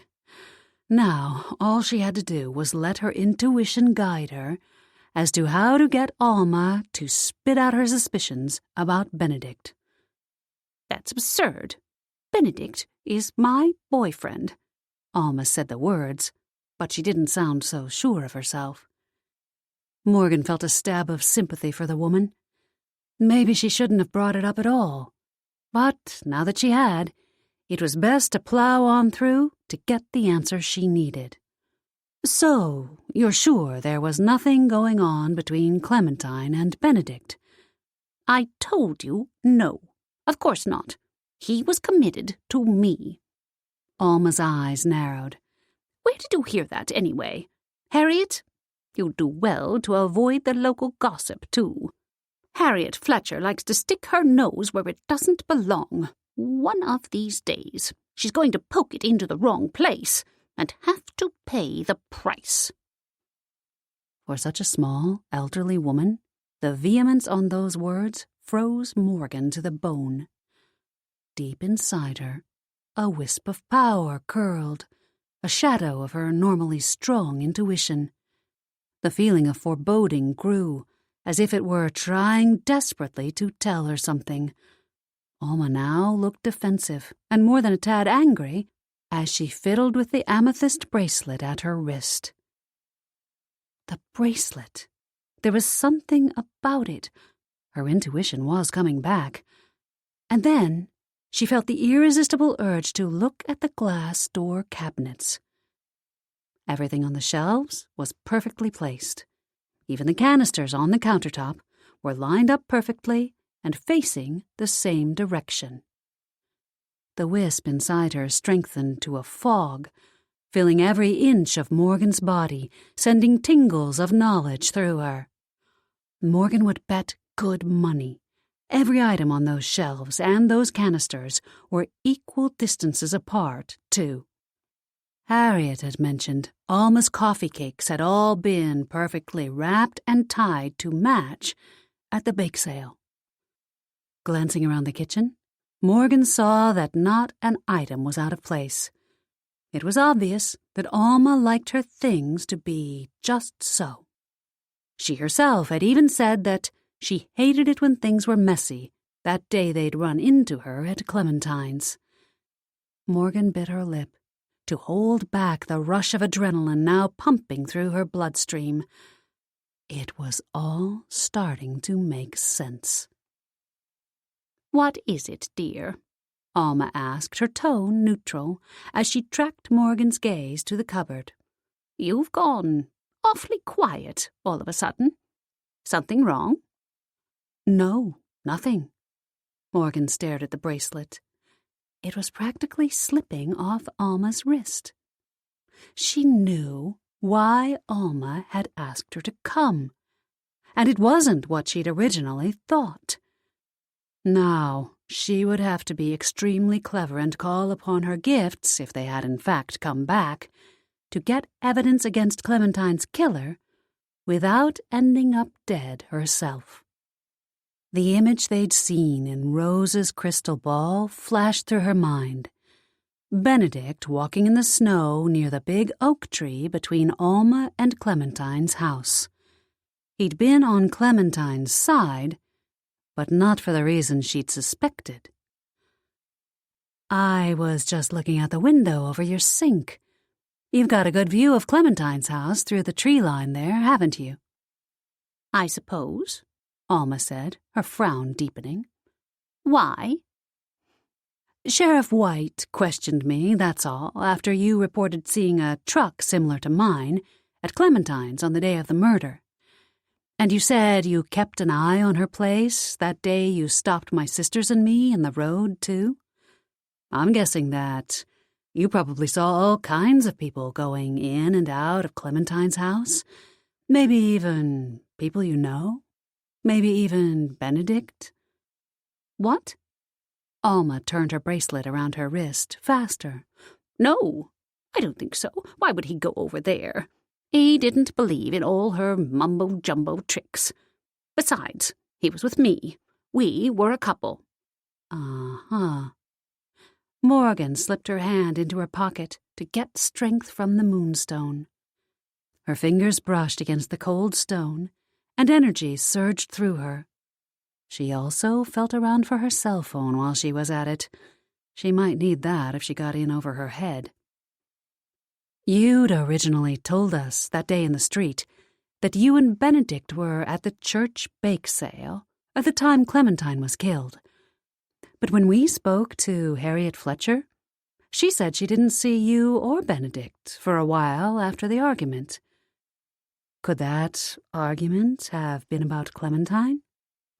I told you that there was nothing between my Benny and that woman. Alma pushed to her feet and stalked over to an ornately carved credenza and riffled through the drawer, the amethyst bracelet clanking against the edge. Oh, no? Then what about that bracelet? Benedict didn't want us to mention it to you. At first we thought it was because he was planning a surprise. But that wasn't it, was it? It was because the bracelet wasn't for you. It was for Clementine. As soon as the words were out, Morgan was sure she was right. She knew exactly what had happened the day Clementine died. The mark on Clementine's wrist wasn't from a paranormal. It had happened when the killer had ripped the bracelet off. And that killer was Alma. Alma spun around.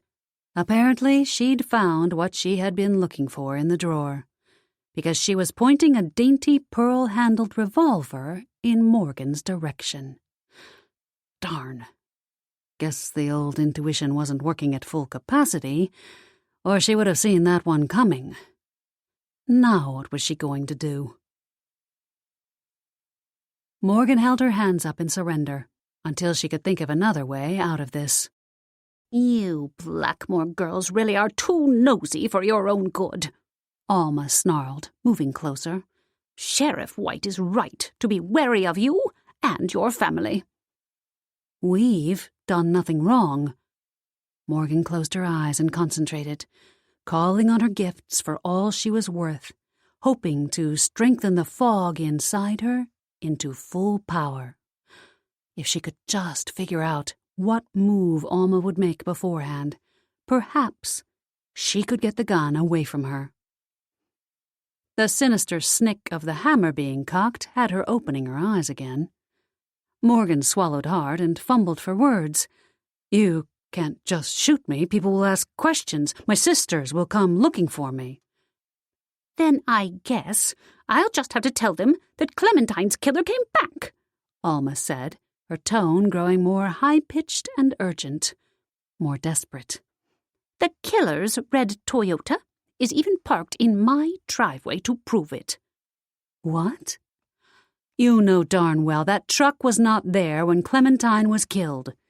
You were supposed to be at the bake sale, so how could you have even seen it? Morgan's eyes narrowed. Of course, you were purposely vague about the timing of when you saw it, weren't you? Alma smiled, but it wasn't pretty.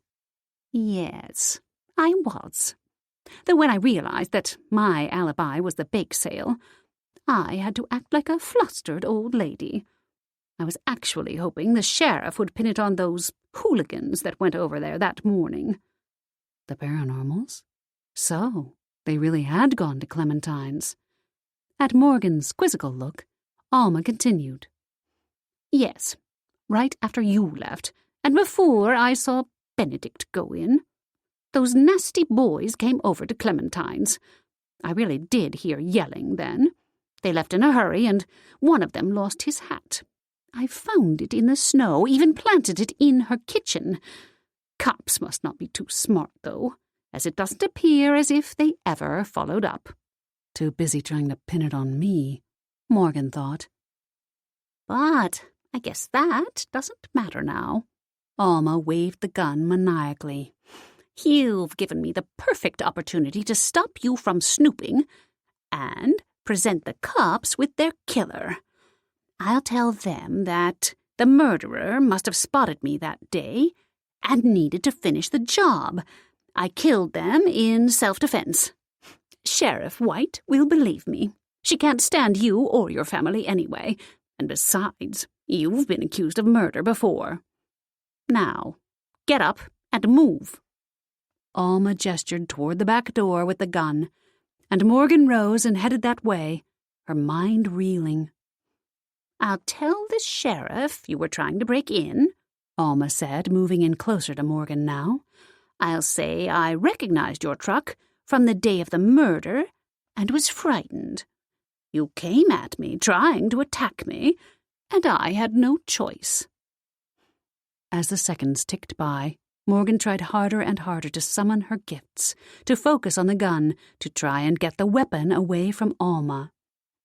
Rose's words from the other night echoed in her head.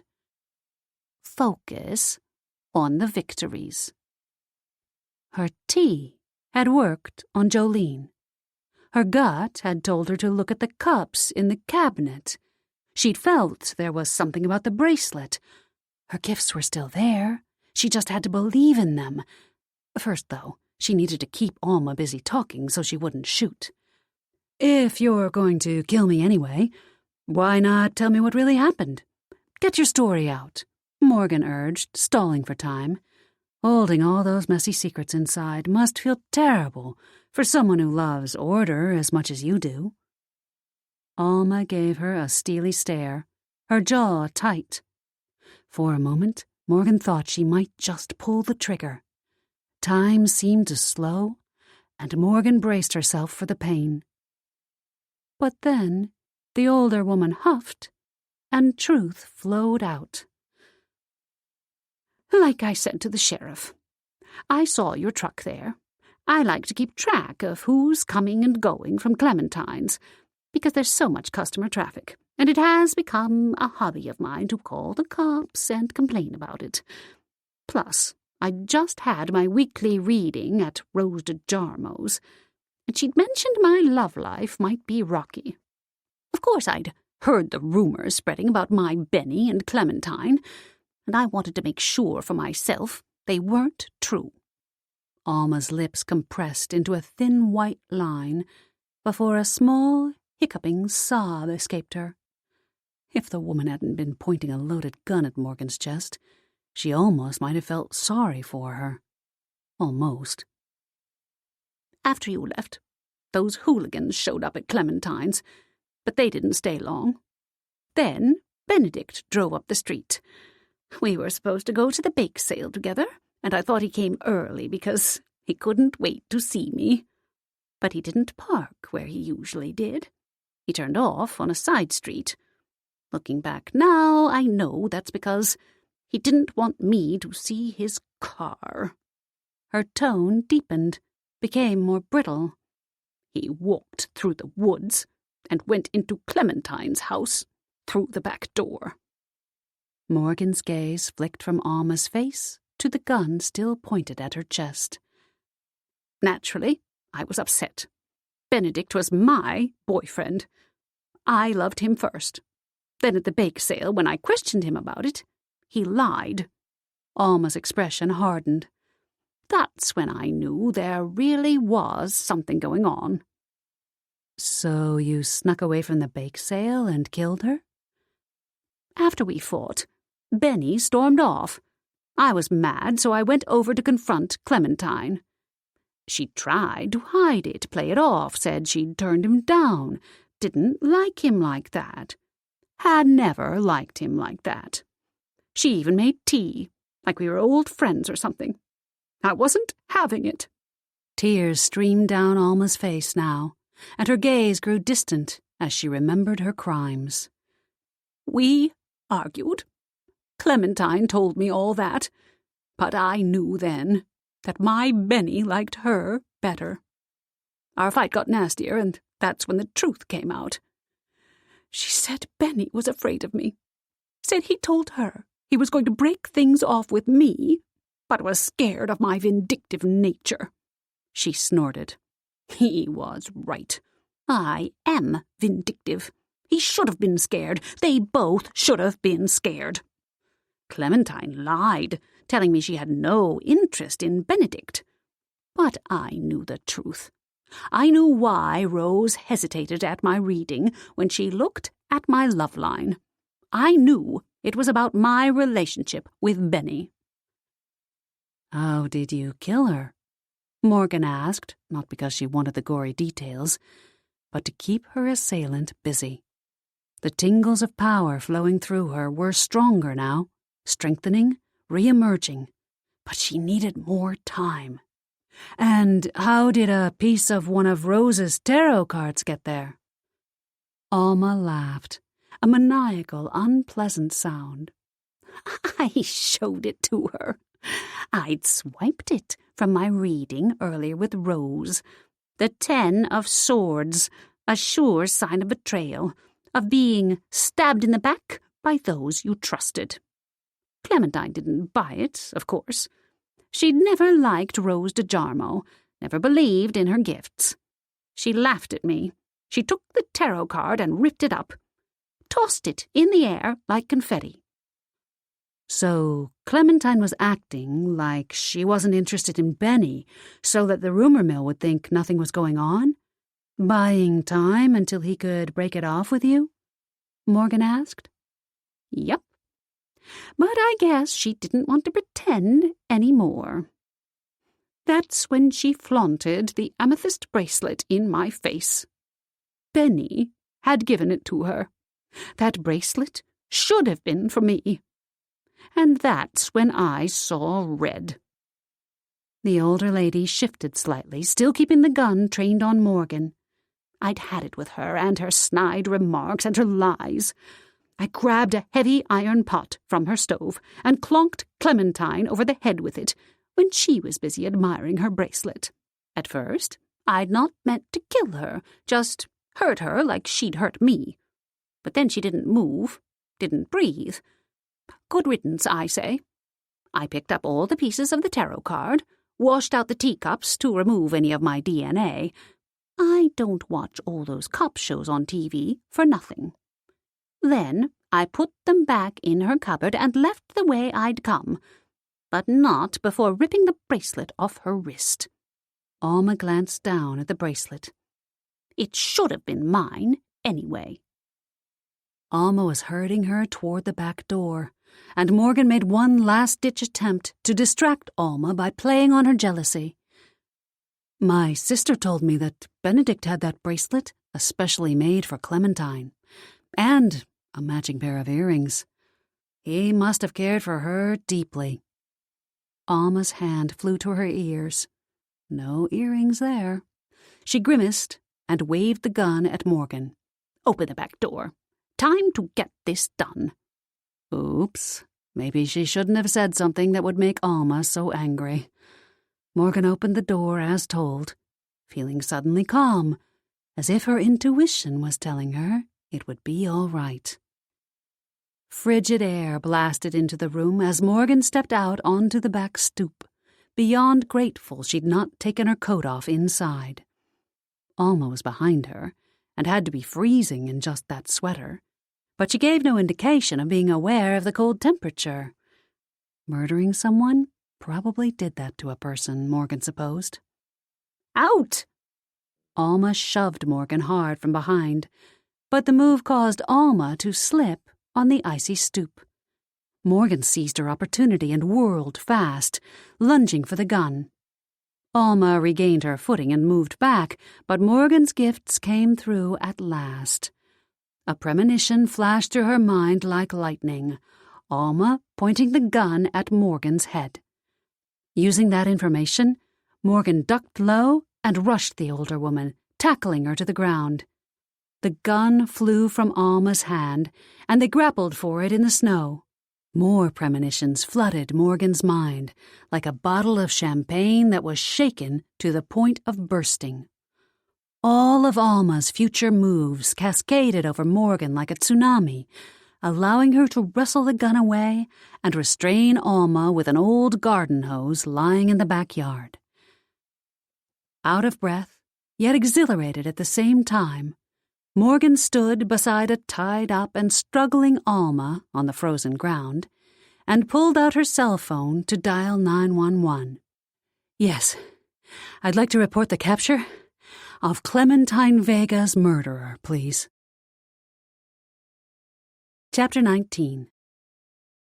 The next day, Morgan and her sisters were sitting at the house under their blankets before another roaring fire, with fresh hot cocoa in their mugs, while fluffy white flakes of snow swirled outside the window. Belladonna was once again curled up at Morgan's feet, but her usual accusing glare was gone, and she purred happily. It was as if the cat knew that her gifts were back and everything would be okay now. Or at least that she wasn't outwardly lying to her sisters anymore.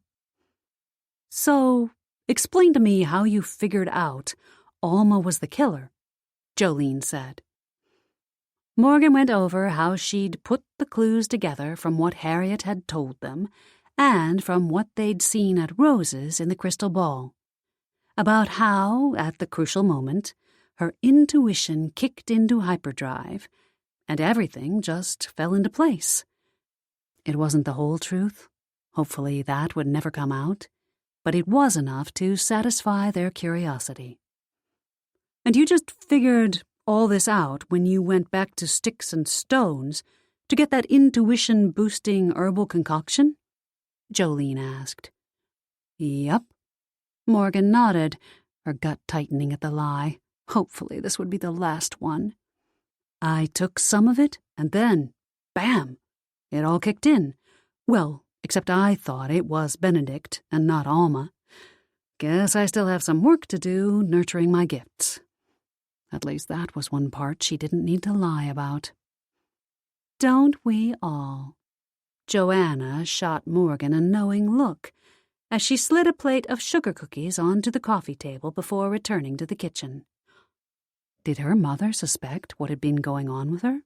She couldn't tell. And if her intuition knew, it wasn't signaling. "That was pretty dangerous, going there alone, sis. Even if you thought Benedict was the killer. Who's to say that Alma might not have tried to act in her man's best interest to protect him?" Fiona asked, giving her a disapproving look. "You should have called one of us.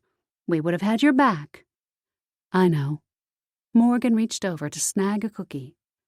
"I just wanted to go by her place on the way home, before we got into it with those paranormals, just to ask a few questions about Benedict, because I figured if I was right, then we didn't need to stir up trouble with the treasure seekers. By the time I realized the killer was really Alma, it was too late. I was already in her house, and she was right there. It wasn't like I could just pull up my phone casually to call for help. Plus, it was my vehicle Alma said she saw that day. And that's what got us all involved in this in the first place. I felt like it was my responsibility to get us out of it." "But you weren't there that day," Celeste said, watching her closely. "Right?" "Right. I guess there really is another Toyota, similar to mine." The lie was bitter on her tongue, and more guilt soon followed. But if she opened that can of worms, she'd have to come clean about all of it, and she didn't want to go there. Not now, when she finally had her powers back, or so it seemed. She wasn't exactly sure she could trust them to be back for good. Just to be on the safe side about that, she'd done another little experiment to be sure things were back to normal, in the form of a special herb added to the hot cocoa her sisters were drinking at the moment. Belladonna turned to her with an admonishing glare. Oops, Liar. Morgan frowned. Yeah, that almost sounded like she was hearing the cat's thoughts. She narrowed her gaze on the feline and concentrated, but nothing else came. Probably just her guilty conscience. But maybe she should file that away for future reference. Even though her gifts had returned, she planned to stick with Rose's advice to avoid the same problems in the future. And if new gifts were also emerging, like animal telepathy, perhaps, she wanted to be prepared. She tuned back into the conversation around her and found her sisters were still rehashing all the clues they'd had in the case. Fiona chuckled and winked at Morgan. Bet Sheriff White wasn't too happy about finding out she'd been pursuing the wrong suspect all this time. Nope. Morgan grinned. Not much she can do, though, since Alma made a full confession. We'll have to watch our backs in the future, though. She's turning out to be every bit as bad as Overton. I heard through the grapevine at the yoga studio that poor Benedict is quite upset, Celeste said. Harriet said it turned out he really did love Clementine and didn't know what to do when she was killed. He never dreamed it was Alma who murdered her. I still wonder about those 2 paranormal energies I sensed at Clementine's that day, though, Jolene said. And the energy down at the beach. I mean, I guess they aren't involved in what happened to poor Clementine, but still, that's weird. Biting her lip, Morgan stared down into her cocoa. She'd been worried Mateo might have confessed to Jolene about them going to Clementine's house that day. But apparently he hadn't. Good. They'd keep each other's secrets. For now, anyway. She focused on the beach energy instead to distract her sister. I agree. That whole thing with the dig site by the shore is strange. We should keep an eye on that. Definitely, Jolene agreed. That treasure might be more important than we think if there's a relic included in the treasure. Several times in the past year, the sisters had been called upon by the government agency that Luke worked for to retrieve certain paranormally infused relics that were important to world peace, or at least the government's version of it. If Jolene's speculation was correct, their next assignment might be very close to home. And that was fine with Morgan, especially now that her gifts were back, and there was no way she was going to let them slip away again. Excuse me a minute, Fiona said, tossing aside her blanket. Potty break. Oh, me too, Celeste said, following close on her heels. You take the powder room down here. I'll use the one upstairs. And that leaves me with the bathroom over by the library. Jolene set her cocoa aside and stood. You need to go too, sis? No, you guys go on ahead. I'm good. Morgan waited until her youngest sister had left the room before breaking into a full grin. Looked like the herbal concoction she'd slipped into the cocoa had worked. She had her gifts back. Meow. She looked down to see Belladonna frowning up at her, recrimination radiating from her ice-blue eyes. Morgan scooped the cat up and put her in her lap, stroking her soft fur. Morgan leaned down and whispered in her ear, You be quiet. You can keep a secret for me, can't you? Belladonna stared at her for a few seconds. Then Morgan swore the cat nodded ever so slightly, before turning in a circle and curling up in her lap. Morgan smiled as she relaxed back in the chair, soothed by the cat's purring vibrations. Yep, things were good again. Belladonna was on her side. Mateo had kept their pact. Her gifts were back. And her sisters never had to know she'd almost lost them. This has been Hidden Secrets, Blackmoore Sisters Cozy Mystery Series, Book 9. Written by Leighann Dobbs. Narrated by Hollis McCarthy. Copyright 2019 by Leighann Dobbs. Production copyright 2019 by Leighann Dobbs. Edited by Sean Toole.